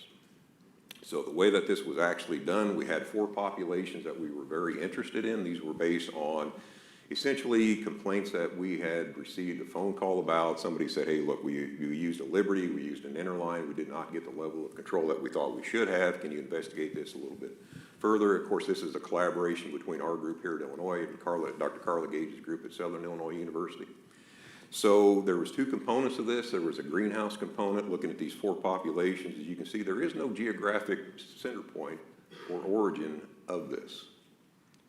When we started talking about 10 years ago about metabolic resistance, our predictability flew out the window. This is not anything that we're going to be able to predict that this is going to be a hot spot in Champaign County or McLean County or Franklin County or Jackson County. We have no idea where this is going to pop up. You've got counties clear up in the very northern part in Carroll County. You've got Franklin in the southern part of the state. Okay. We also were able to do some field work at the Carroll County population. It was not the most ideal conditions that we had to work with, but we did get some useful data. I'm not going to go into how we did that, but just trust me, it was useful data if you would. So based on the greenhouse populations, you look over there at that red box, you're looking at LD50 values or resistance ratios. If you look at the bottom numbers, that's based on dry biomass. The ratios we would calculate would range from about 1.3 to 2.8. The upper 3 numbers are based on plant survival. Those ratios would go from 2.2 to 3.4. Relative to other types of resistance that we see, these numbers are relatively low. Okay? If you take something like PPO resistance to foliar applied, you're probably talking ratios in the 30s or 40s or 50s. If you look at ALS resistance, for example, in water hemp, you're talking about ratios in the hundreds or thousands. But these ratios are high enough to give us some control issues in the field. So essentially, the summary from the field work, if you look at point number 2 right there, it says 20% of the plants survived a full labeled rate in the field. And complete control was only achieved with applications at 2x labeled rates. Now, glufosinate, as probably most folks are aware of in this room, it's kind of a finicky post product. It's kind of like the prowl of the post world. It's really environmentally dependent on how well it works. It needs bright sunlight, it needs high temperatures, it takes high humidity. You reduce any one of those 3, and generally speaking, you're not going to optimize its performance. If anything, you may actually reduce the performance. But the problem that we're going to move forward in, we have seen a lot of inconsistency in glufosinate in the past, may or may not have been due to resistance, but we now have that, which unfortunately now with that proclamation leads us to a point where we've dreaded for 30 years, because now it's been 30 years since we first started working on water hemp. And with this confirmation now, we have confirmed resistance in our populations in Illinois to every post corn herbicide and soybean herbicide that once used to be effective. We're done. We have no other options coming. What is the relevance of that? We've got one shot at doing this, folks. You've got 2 options right now in beans that tend to be fairly effective. If dicamba comes in 2026, we don't know, okay? You've got 2,4-D choline, you got glufosinate. The likelihood of messing those 2 up is greater if we separate them than if we put them in the tank together. If we separate them, we're going to mess both of them up sooner than if we keep putting them together. I know there's a cost issue associated with that. Hopefully, the idea is that we're looking at cost, not just this year, but years down the road. We lose our effective post options, and we're down to making multiple applications of residual herbicides to try to keep this thing from ever coming out of the ground. That will be expensive. Last thing is Asian copperleaf. We now joined a fairly elite club, if you would. We're only the 3rd state in the United States now to ever have the occurrence of Asian copperleaf in the state. This was from Stevenson County. The first confirmation of Asian copperleaf in the U.S. was in the state of New York about 1990. The weed scientist at Iowa State University found it in a field in eastern Iowa about 2016, and I think at last count they're up to about 10 counties now in Iowa where they found Asian copperleaf. We don't know a lot about it. Obviously it's not native since it's called Asian copperleaf. It's native to Asia, not here. Trying to find information in the literature, it's pretty scarce. The one thing we do know is this: it is a summer annual. It reproduces only by seed. So what does that tell you? Anytime that you find a new species in a field that reproduces only by seed, what does that tell you? How did it get there? The seed moved somehow. Okay, we have no idea how this seed has been moving. But from a practical standpoint, what do you do with this dearth of information that we don't really have? If you find Asian copperleaf, let's just say you pull into a field this fall to cut soybeans and you got this green carpet that's identified as Asian copperleaf, why would you put that combine in the field before you harvested every other acre that you've got? Don't move the seed around if you don't have to. Conversely, if you don't realize it till after your harvest, clean that equipment off. And if spring tillage is part of your weed control program, that needs to be the field that's tilled last. If you till it first, you're going to move that seed potentially around to other fields. Okay. So with that, that's all the good news I have. Kyle, thank you for restraining yourself. I do appreciate it very much. Okay, up next, yeah, you can pretend click if you want. So next up, we have Nick Seiter, and I want to preface this with, this is the second time I've been on a panel with Dr. Hager. Also, Nick, it's okay to talk about corn too. It's not just because of the Illinois Soybean Association, so you free reign, Nick, so go ahead. Yeah, I didn't realize I was going to be the only one without slides. But I feel like in college, Thank you. The kid with the group project who didn't do anything is what I feel like right now.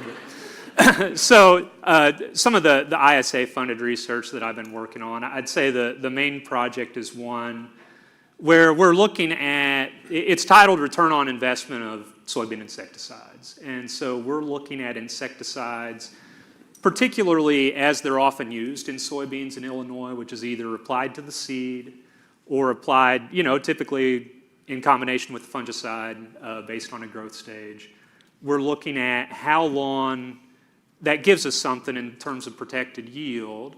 We're also looking at who are the players, what are the insect counts, what's going on out in these fields insect population-wise in that context. So if we get yield from those insecticides, who do we kill to make that happen? And where we don't, how high was that population able to get without impacting yield? We've done this 15 times now. We've got 13 site years where we have usable yield data that we can compare back to. We haven't exceeded an economic threshold in those fields. We also haven't returned yield with an insecticide in those fields. It's been a couple of fairly low insect years. A couple of things on the insect-wise that are kind of interesting to look at. We have had here in East Central Illinois a few fields where towards the end of the season, and this happens to us pretty often, we get bean leaf beetle populations ramping up, right? I mean, as the beans dry down, they move into the beans that are still green. We've had a few of those fields in our trials, and we killed a lot of bean leaf beetles. One of them I think we had, it was something like, I don't know if it was 80 and 20 sweeps or something like that. It was a heck of a lot of them. And we measure this with a sweep net. Okay, I literally go out with a net and swing it through the canopy and count the beetles. When you're getting 80 beetles in 25 sweeps, that means you're walking through the field and it's filthy with them, right? We killed a population like that at R5. We didn't return any yield from it. So that's just something to keep in mind when you see something like that out there. The other thing we see with these insect counts, so what growth stage do the vast majority of our insecticide applications go out at? R3? Yeah, fungicide timing, right? That's when they go out. And that's why they go out, right? They're cheap. They're like $1.50 an acre. Sometimes that's on the high end of what they're costing to throw that in with the insecticide. In terms of insect counts at R3, what do you think we see? Almost nothing, okay? Almost nothing at that timing for us. Particularly now, we're dealing with a situation where soybean aphid, anybody remember that critter? Some of you remember it. Used to be pretty thick down here. We don't see it anymore. So without that insect in the system, what we're dealing with at R3 is usually like a handful of Japanese beetles on the edge of the field. Occasionally there's like a little bit of green cloverworm in there, not often. That's about it. That's really about it. And the reason that's important to keep in mind, most of the insecticides that we're using, especially those really cheap ones, okay, especially a $1.50 pyrethroid, we don't talk about like 3 or 4 week residual activity with those insecticides, right? We talk about 7 days with something, like where you can measure something in terms of residual activity. So if you're putting it in there as a preventative, you've got to be thinking about, well, what am I preventing? And if it's not something that's happening in the next 7 days, you're not preventing it. One thing that was interesting, so one of these trials we did this last year, it was an R5 insecticide application. It was on a field that had actually gotten a field-wide application of a fungicide, and it had indigo in it, which is actually it's more expensive insecticide, right? It's a premix. It's got a pyrethroid that's not going to last very long. It's got a neonicotinoid that's actually going to last a little bit longer. That was one of those fields we had pretty high bean leaf beetle numbers in. And I get questions sometimes with like insect populations at the end of the field, at the end of the season, where it's, well, you know, I saw this insect population. Did I use the right material? Well, what'd you use? And they'd tell me, no, that'll kill them. Bean leaf beetles are easy to kill if they're in the field when the insecticide is. I ask them, when did you spray it? Well, it was R3. It was gone. It was gone. So that's just when we think about if these insecticides are going to return something for us, it's not just about what's there in terms of insects, it's when is it there. I know that's something when we talk about like herbicides, for instance, I can tell you in any field, one, you're going to need a herbicide, right? You're going to need to do something about weeds. I can tell you when that's going to happen, generally speaking. If I take a random soybean field in Illinois and say, when is this going to have an economic infestation of insects? I don't know that. The majority of our fields, most of them in any given year, if I was throwing a dart at a dartboard on soybeans in Illinois, most of them don't need an insecticide most of the time, right? So that's the kind of game we're trying to play in terms of making these things pay off. That's the reason we recommend a scout and treat approach for insects, even though scouting is hard and expensive and all the problems that we have in scouting. It's not just a matter of what or how likely is it, it's when. It's when is this going to happen. And if it's not going to happen within about 7 days of your application, who are you killing? Like, what are you doing to make that worth its while? Other work, we did some work on stem pests. This last year was actually, we kind of wrapped that up, looking mostly at Dectus stem borer, which I know a few of you have traveled a good ways from here. We don't see that insect here in central Illinois. More in areas where we're doing a lot of no-till, south central Illinois in particular. One that might be more relevant, like to this area, we looked for an insect called the soybean gall midge. It's become a fairly significant pest out in eastern Nebraska, western Iowa.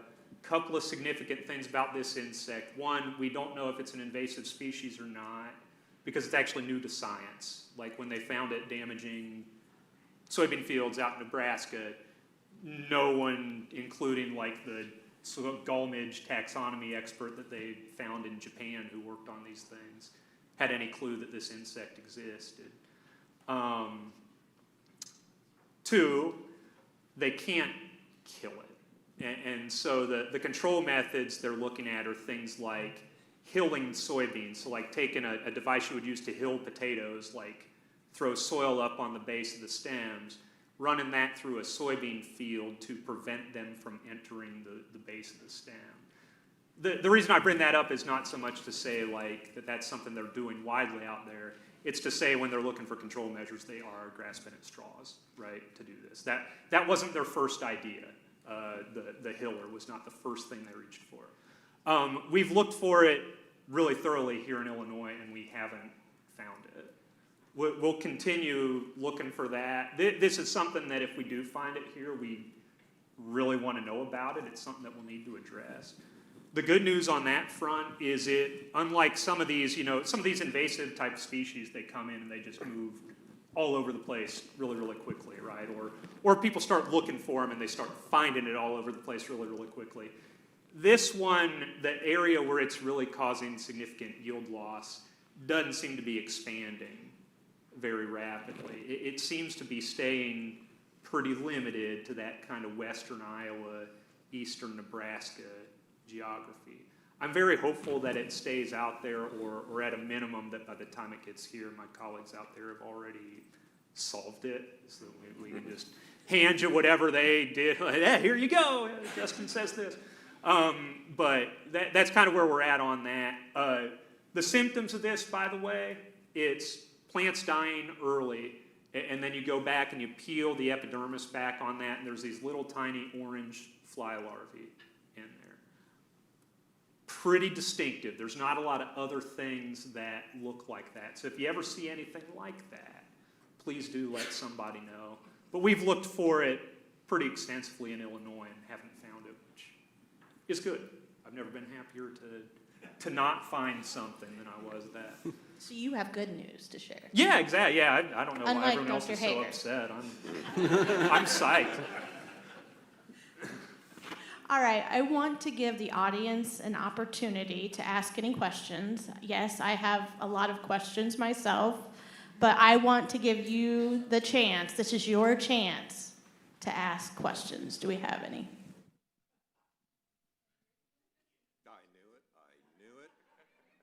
Aaron Calamise, United Prairie. Quick question for you. So I ran into this yesterday. I want your opinion on it. You and I have talked about see and spray technology. I ran into a scenario yesterday where Precision's coming out with their Symphony system, which is basically a replica of that, still having a wet boom in it, but they're actually going to run direct injection into that line. So meaning we're going to put Liberty in that tank and spray that concentrate out of that second boom. What do you feel like the importance is of having AMS in that load, or any other sort of adjuvant when you're looking at what's going in that production tank and not being mixed pre and just going out straight concentrate, if that makes sense? It does. And I mean, I think the simple fact is we got to do everything possible to optimize that glufosinate. However it is that we can do that, I think we have to. I don't think we really have a choice. It's not only the AMS issue, it's the volume issue, it's the nozzle issue, right? We got to get the coverage on that. We can't keep running these nozzles that have these huge droplets that we used to use on dicamba with glufosinate or Liberty. It just doesn't work that well. Coverage is going to be critically important. And again, these environmental conditions, as I'm sure many have probably realized in this room, they play a huge impact on how well this product actually performs. With red crown rot, do we have any idea on the origins of that disease, and will Victrato be tested in the future? Yes, we look forward to test Victrato this year. We haven't tested yet. And we don't know very much about the origin. The first theory was that somehow came here from the southern state because it was a popular disease down there like 30, 40 years ago and then disappeared. But based on new molecular genetics tools that the USDA is running, the isolate seems to be different from those that we had in that area and also in North Carolina. So we need to continue with the studies to cover that. In terms of spray solution pH, with water hemp as difficult as it is there a target pH we need to have that total solution at that works the best, do you think? Not really. I mean, you always want to avoid the extremes, right? You don't really want anything down in the 3s. You don't really need anything 7.5 or 8s or anything like that. But generally speaking, if we're in that mid-range, we're fine. Probably even more important than pH would be, calcium, magnesium content. Heavy, hard water, those things really can play out a lot. And, no big surprise, we found that out with glyphosate for years. This question is kind of pointed towards Nick. In northern Illinois, I'm thinking of imidacloprid. We spray a lot of that in beans, like that R3 timing. And really, it's more for rootworm management in corn because of the rootworm populations we have. I don't know if you had any comments around that or any research or just anything around imidacloprid in beans. So. Yeah, sure. I haven't looked at imidacloprid specifically on rootworm. I'm reasonably confident it kills them. They're not a terribly difficult adult to kill. Again, if you get the insecticide on the insect. Now, if you're spraying with beans, the one thing I'd mention, so here in the old variant western corn rootworm hotspot, kind of in east central Illinois, we can't hardly find them in soybeans anymore. It's really gone back more to a corn after corn type pest most of the time. If you're in an area with a lot of corn after corn, it spills over, right? They spill over into those fields. The question you're going to have to ask on whether or not that's going to kill enough of them to make it worth your while, it's really going to be when. So a lot of times when we're running across R3 soybeans, and it'll depend a little bit on how this lines up in a given year. Well, if those beetles are still in corn, then you're not going to kill them in soybean, right? Usually they end up in soybean a little bit later than that. When we look at insecticides in corn, one of the issues we run into a lot of times is that we're, similar to soybean, often throwing it in with the fungicide. In corn, that's going out at tassel. In corn, they do a lot of moving around within corn, really at tassel and several weeks after tassel. So in many cases, we're maybe a little early in corn and then a little late in soybean. That being said, I have very little doubt that the way we often use these, where it's going out over many, many, many acres, right? I'm certain that has an effect on the population that is not positive, right? I'm certain it does. Part of the reason we don't really push adulticides, for rootworm is because for protecting that particular field, you really want to be doing that at the time when the pregnant females are laying their eggs, which tends to be a few weeks later. It tends to be a little bit later on in the season. So this is for Nick as well. As we're thinking about insecticide on soybeans, and basically it sounds like we're wasting our money when we are at the R3 stage putting this insecticide in. I'm trying to think, on the higher yielding soybeans, you need to minimize feeding on those leaves because that's your solar panel as such. So when do you see the most insect pressure in the soybean fields generally? And will we have to be spraying that insecticide by air at that time? So generally speaking, when we see insects exceed our defoliation threshold, which we don't see all that often. So just some background, a couple of years ago we revised our defoliation thresholds to match current economics. And actually we did this a couple of years ago. I guess we could revise it a little bit now. The economics aren't as good as they were. But we reduced those thresholds to 10% defoliation from R3 to R5. That's where we're at now. 10% still a lot. We don't exceed it never, but we don't exceed it all that often. When we do, when we get to that level, and I've seen it, it's usually not just one insect that's done it. And usually what has happened is you get a little bit of feeding maybe early, and then maybe you get green cloverworms come in the middle, and then bean leaf beetles come in and kind of finish the job at R5, right? That's usually the situation we've seen where that happens. I've seen it a couple of times. I don't see it all that often. The other thing that I've seen when that happens, generally speaking, It's been in areas of the field. Often, we looked at one field where it was very tightly localized on the border of the field. And in that case, it was a really high population of green cloverworm. And we've seen a few really high populations of green cloverworms in localized areas over the last few years. And there were a lot of bean leaf beetles mixed in with it. But yeah, when we do see it on the defoliation side, it tends to happen a little bit later. When you get into R6, the need for a control for a defoliated insect goes back down. So we bump that threshold up to 15. Rachel mentioned 6.5 earlier. When I worked in the Mid-South, 6.5 was our cutoff for, we didn't control defoliators anymore, and really we didn't control insects anymore. Maturity groups were a little bit different down there. It could be a little different situation here. But once you start kind of maximizing the seed fill on that, the need for preserving that foliage is less. If you think about, there's places where they put a defoliant out around that time. Well, if you can justify a chemical defoliant, then probably insects feeding on the foliage isn't something that you need to control, right? We did get asked that one time in Arkansas if they needed to throw an insecticide in with the defoliant for leaf feeders. Like, no, I don't think you do. I think they're helping you at that point if you're trying to defoliate. But yeah, that's kind of where, when we do see it, and it doesn't happen all that often, but it's kind of towards that later window. Which is why actually this trial that we've done, we have an R5 application in there, not because a lot of people are doing that, but because that could target some of these later infestations. Oh, hold on, Brandon. Going off of that, is there any synergistic effect with fungicide, insecticide at that R3? I mean, we see all this data, a lot of chemical companies are giving us this data saying that there's a yield bump when we do that. That's kind of what we're going off of. Can you speak on that? Yeah, the question is if there's a synergistic effect between the fungicide and insecticide. I've heard the same thing.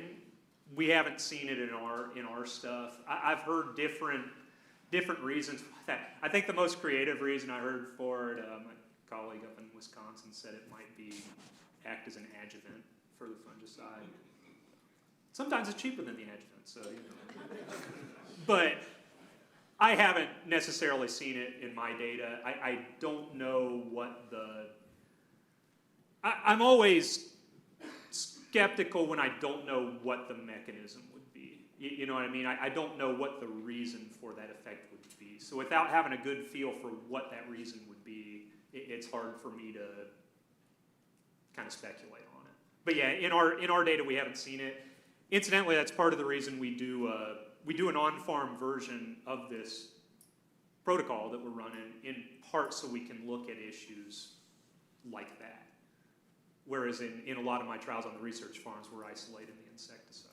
So some of the data that I've seen, and actually Shaun Casteel just texted me something, and talking to Dr. Connor Sybil, would there be something, it seems like you get that response or higher management on earlier planting? I mean, would a planting date make a difference? It's possible, yeah. So what we see with planting date in insects, at least, a lot of times for us, it's the earliest planted and the latest planted that tend to have the highest insect populations, because insects move and they move into the first things that come up and they move into the last things that remain green. So yeah, very often, like if we're going to see something, very early, very late. Now, if you were talking about this synergism thing, I'd have to know, one, what are the counts? That's always my first question. And the information that's usually missing, another reason we did this trial, often we're missing the insect count information. And for me to understand what's going on yield-wise, if I don't understand the insect population, it becomes speculation, right? That's ultimately, when these insecticides return yield, they're doing so, as far as we know, as far as I know, by killing insects, right? That most of them, there's not a reason to really think it has a physiological effect on the plant. They'll move through the plant sometimes if it's like a neonic, but they don't really, they're not designed to to do something to the plant.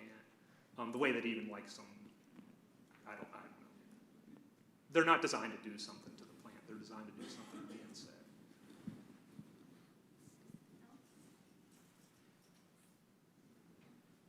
Hey, Boris, you've been quiet over there in the middle. My question's for you. So, are you or other researchers, other agronomists, seeing differences between varieties with the red crown rot disease? Yes, there is variety. I'm trying to think what I can say and what I can't. I can tell you Stephanie, that you're gonna I get think in you just trouble. said it. yeah, we see difference.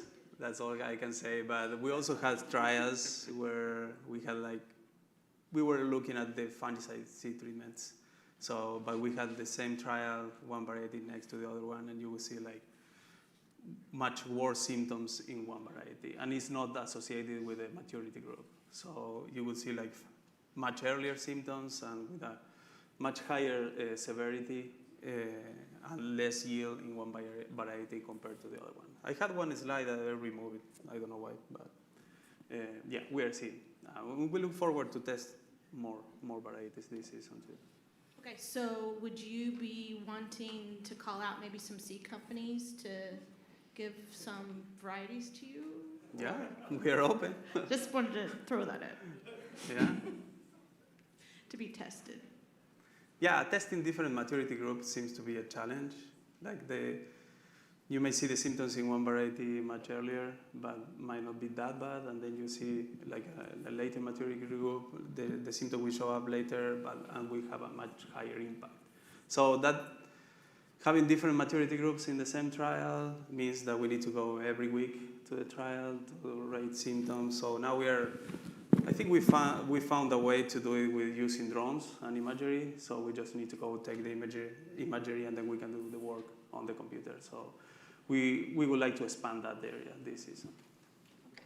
So the last 2 years, not to bring up any more bad things, but Mother Nature has been pretty bad. So we've had areas where we were able to plant soybeans early and some where we were planting both corn and soybeans late in the last 2 years in different regions of the state.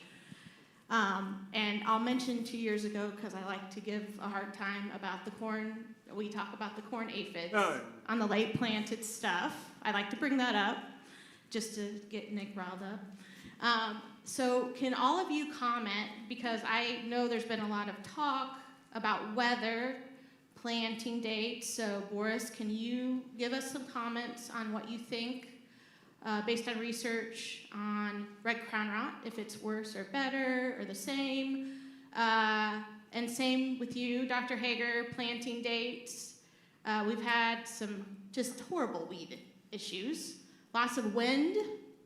Can you make comments about that, planting early and weed issues, and then Nick, any insect issues due to later planting? Dr. Hager, you go first. I was rather enjoying my silence, as was most people in the room. Yeah, we've actually had several ISA-sponsored trials looking at weed management concepts in early planted soybean. Logan Miller has really done a fantastic job heading these things up. He's one of the workers that we have in our field research program. He's a farm kid from McLean County, Livingston County area, and he just loves this concept. That was his project working on his master's degree. And he'll come up with 5 or 6 different variations every year.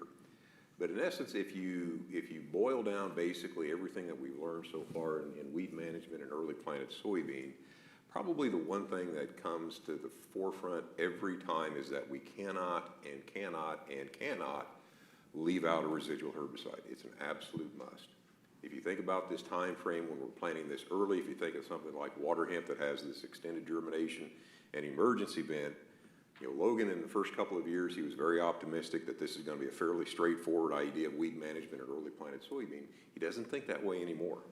He realizes that the earlier that we do this, even if we layer in that residual, we don't always see the efficacy of that layered residual. Now, why is that? What do we need to make any soil residual work that we do not incorporate?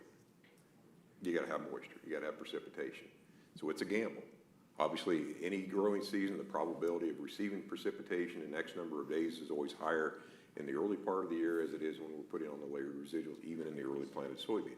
The other thing he's been noticing, and he's been keeping track of this for the last 2 or 3 years, is water hemp emergence. And essentially when, at what point in early planted soybean versus conventional planted soybean are you reaching about 50% cumulative emergence? Those numbers are different. So one advantage that he talks about a lot about, conventional planting time in terms of weed management, you're going to have a whole lot more water hemp that has emerged by that time that you can actually use or control in your burn down or pre-plant tillage relative to what you're going to have to deal with in that early planted time window. Yes, regarding red ground rot, the planting date seems to have an effect. And there is research from the University of Kentucky, led by Dr. Carl Bradley, showing that late planting seems to increase the risk for red ground rot. But that is not like very consistent within the years. So at the end, I think it will depend on the temperature, the soil temperature, and the humidity that you have at planting. You may have a late planting date, but it was dry, so you may not get that many infections, or you might be very wet and you can have a really high risk. So at the end, I think it depends also on the humidity and the temperature. And maybe the variety.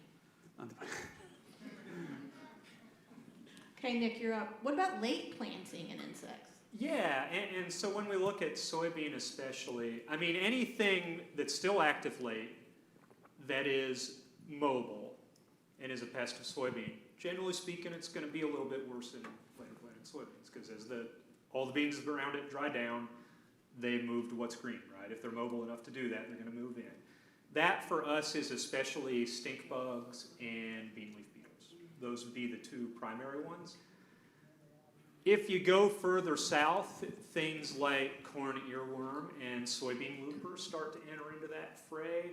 I don't think we can, I think if we were planting soybeans like July 15th, that would probably start to happen for us, but we don't do that, right? So we don't worry a whole lot about those pests here. Of those two, I just told you we've killed some really high bean leaf beetle populations late without doing a thing to yield, right? We can kill a lot of them without preserving yield, which suspects to me that late bean leaf beetle flush most of the time is probably more bark than bite, right? It takes a lot of them. And the reason for that, they feed on the pod, they don't feed on the seed, and so they're damaging that seed if moisture gets in through that gap they feed in the pod. Stink bugs feed directly on the seed. They're much more damaging. Our thresholds for stink bugs are much lower. So around 1 per row foot, where with bean leaf beetle it's into like dozens per row.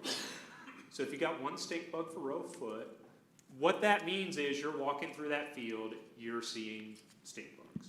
You're seeing a lot of stink bugs. We don't hit that very often in Illinois. That's not a number we've hit in these trials we're doing, for instance. We hit it, I think, in one treatment out at Monmouth last year, briefly, and we didn't return yield by killing it. And when we're at threshold, that's what we expect. We expect about half the time we're going to return some yield.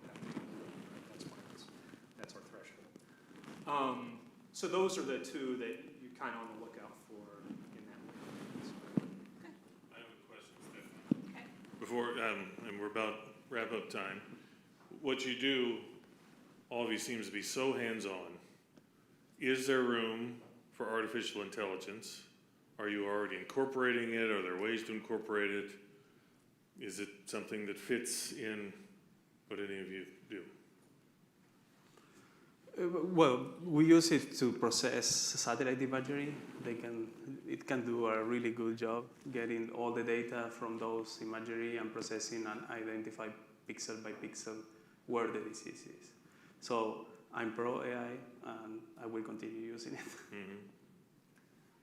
So just recently, to add on to that question, I was asked, how confident or are you able to decipher sun dust syndrome from red crown rot in your trials when you're in your latest research? Yeah. From the air, from drone imagery or from imagery? Oh no, it's almost impossible. Is it impossible? Yeah. The symptoms is the same. Is that picture that you see, the intervernal chlorosis, that is the same. So we are looking at the timing to see if one of the diseases is expressing much earlier than the other one, to see if we can distinguish both diseases. But if they are occurring at the same time and we have a situation like that, we cannot identify it with the drone. I think for my part, and we're on a project that's looking at similar type things with satellite imagery. I do as little with the AI piece of it as you would expect if you've ever talked to me. Like, I don't actually know anything about computers, right? I think the ability of this to make predictions probably it can probably do a lot of things that we haven't even really thought about yet. Like, there's probably a lot of predictive ability that we really haven't tapped into when you start thinking about, like, pulling in weather data and pulling in, previous fields and what they looked like and what the outcome was, that kind of simulation type technology. I think there's a lot that someone who's a lot smarter than I am could do with that. I'm not very close to, like, using it to accomplish much other than, like, telling me how to fix my SAS code, because I don't know how to. We were just talking about that a second ago. I know how to use it to do that. But that's about the extent of it for me. Aaron? Yeah, I've made up answers for 32 years, so I don't know if that's artificial or not. I did ask ChatGPT the other day, are we going to have water hemp issues in Illinois in 2026? It laughed at me. So I think that's, that's about the extent of my AI knowledge. I saw that Lilly and NVIDIA are getting together. They're putting in $1 billion where they're going to try to be able to make drug discoveries sooner. Could that be on the chemical end? I mean, could that? Theoretically. If somebody, I don't know if you wanted to invest $1 billion, that might not be. If that's what it takes, that might be rather limiting. But if I had $1 billion, I don't think I'd invest in anywhere other than me. Yeah, exactly. Be on a beach somewhere right now with a cold cocktail. Any other? I have one real Over quick. here, yeah. Dr. Hager, real quick for you. Any insider info when the EPA is going to come out with their decision on dicamba? Have you heard anything? You actually expect me to answer that? No. I'm hoping you have insider info you can share. No. Scuttlebutt was that decision was going to be reached last October. We heard absolutely nothing. You had the government shut down. There was a boatload, which is a scientific term for a lot of comments that were submitted during the comment period. So I've been asked that question several times. My typical response is we have not heard anything, which means it could come tomorrow for all we know. Okay, over here.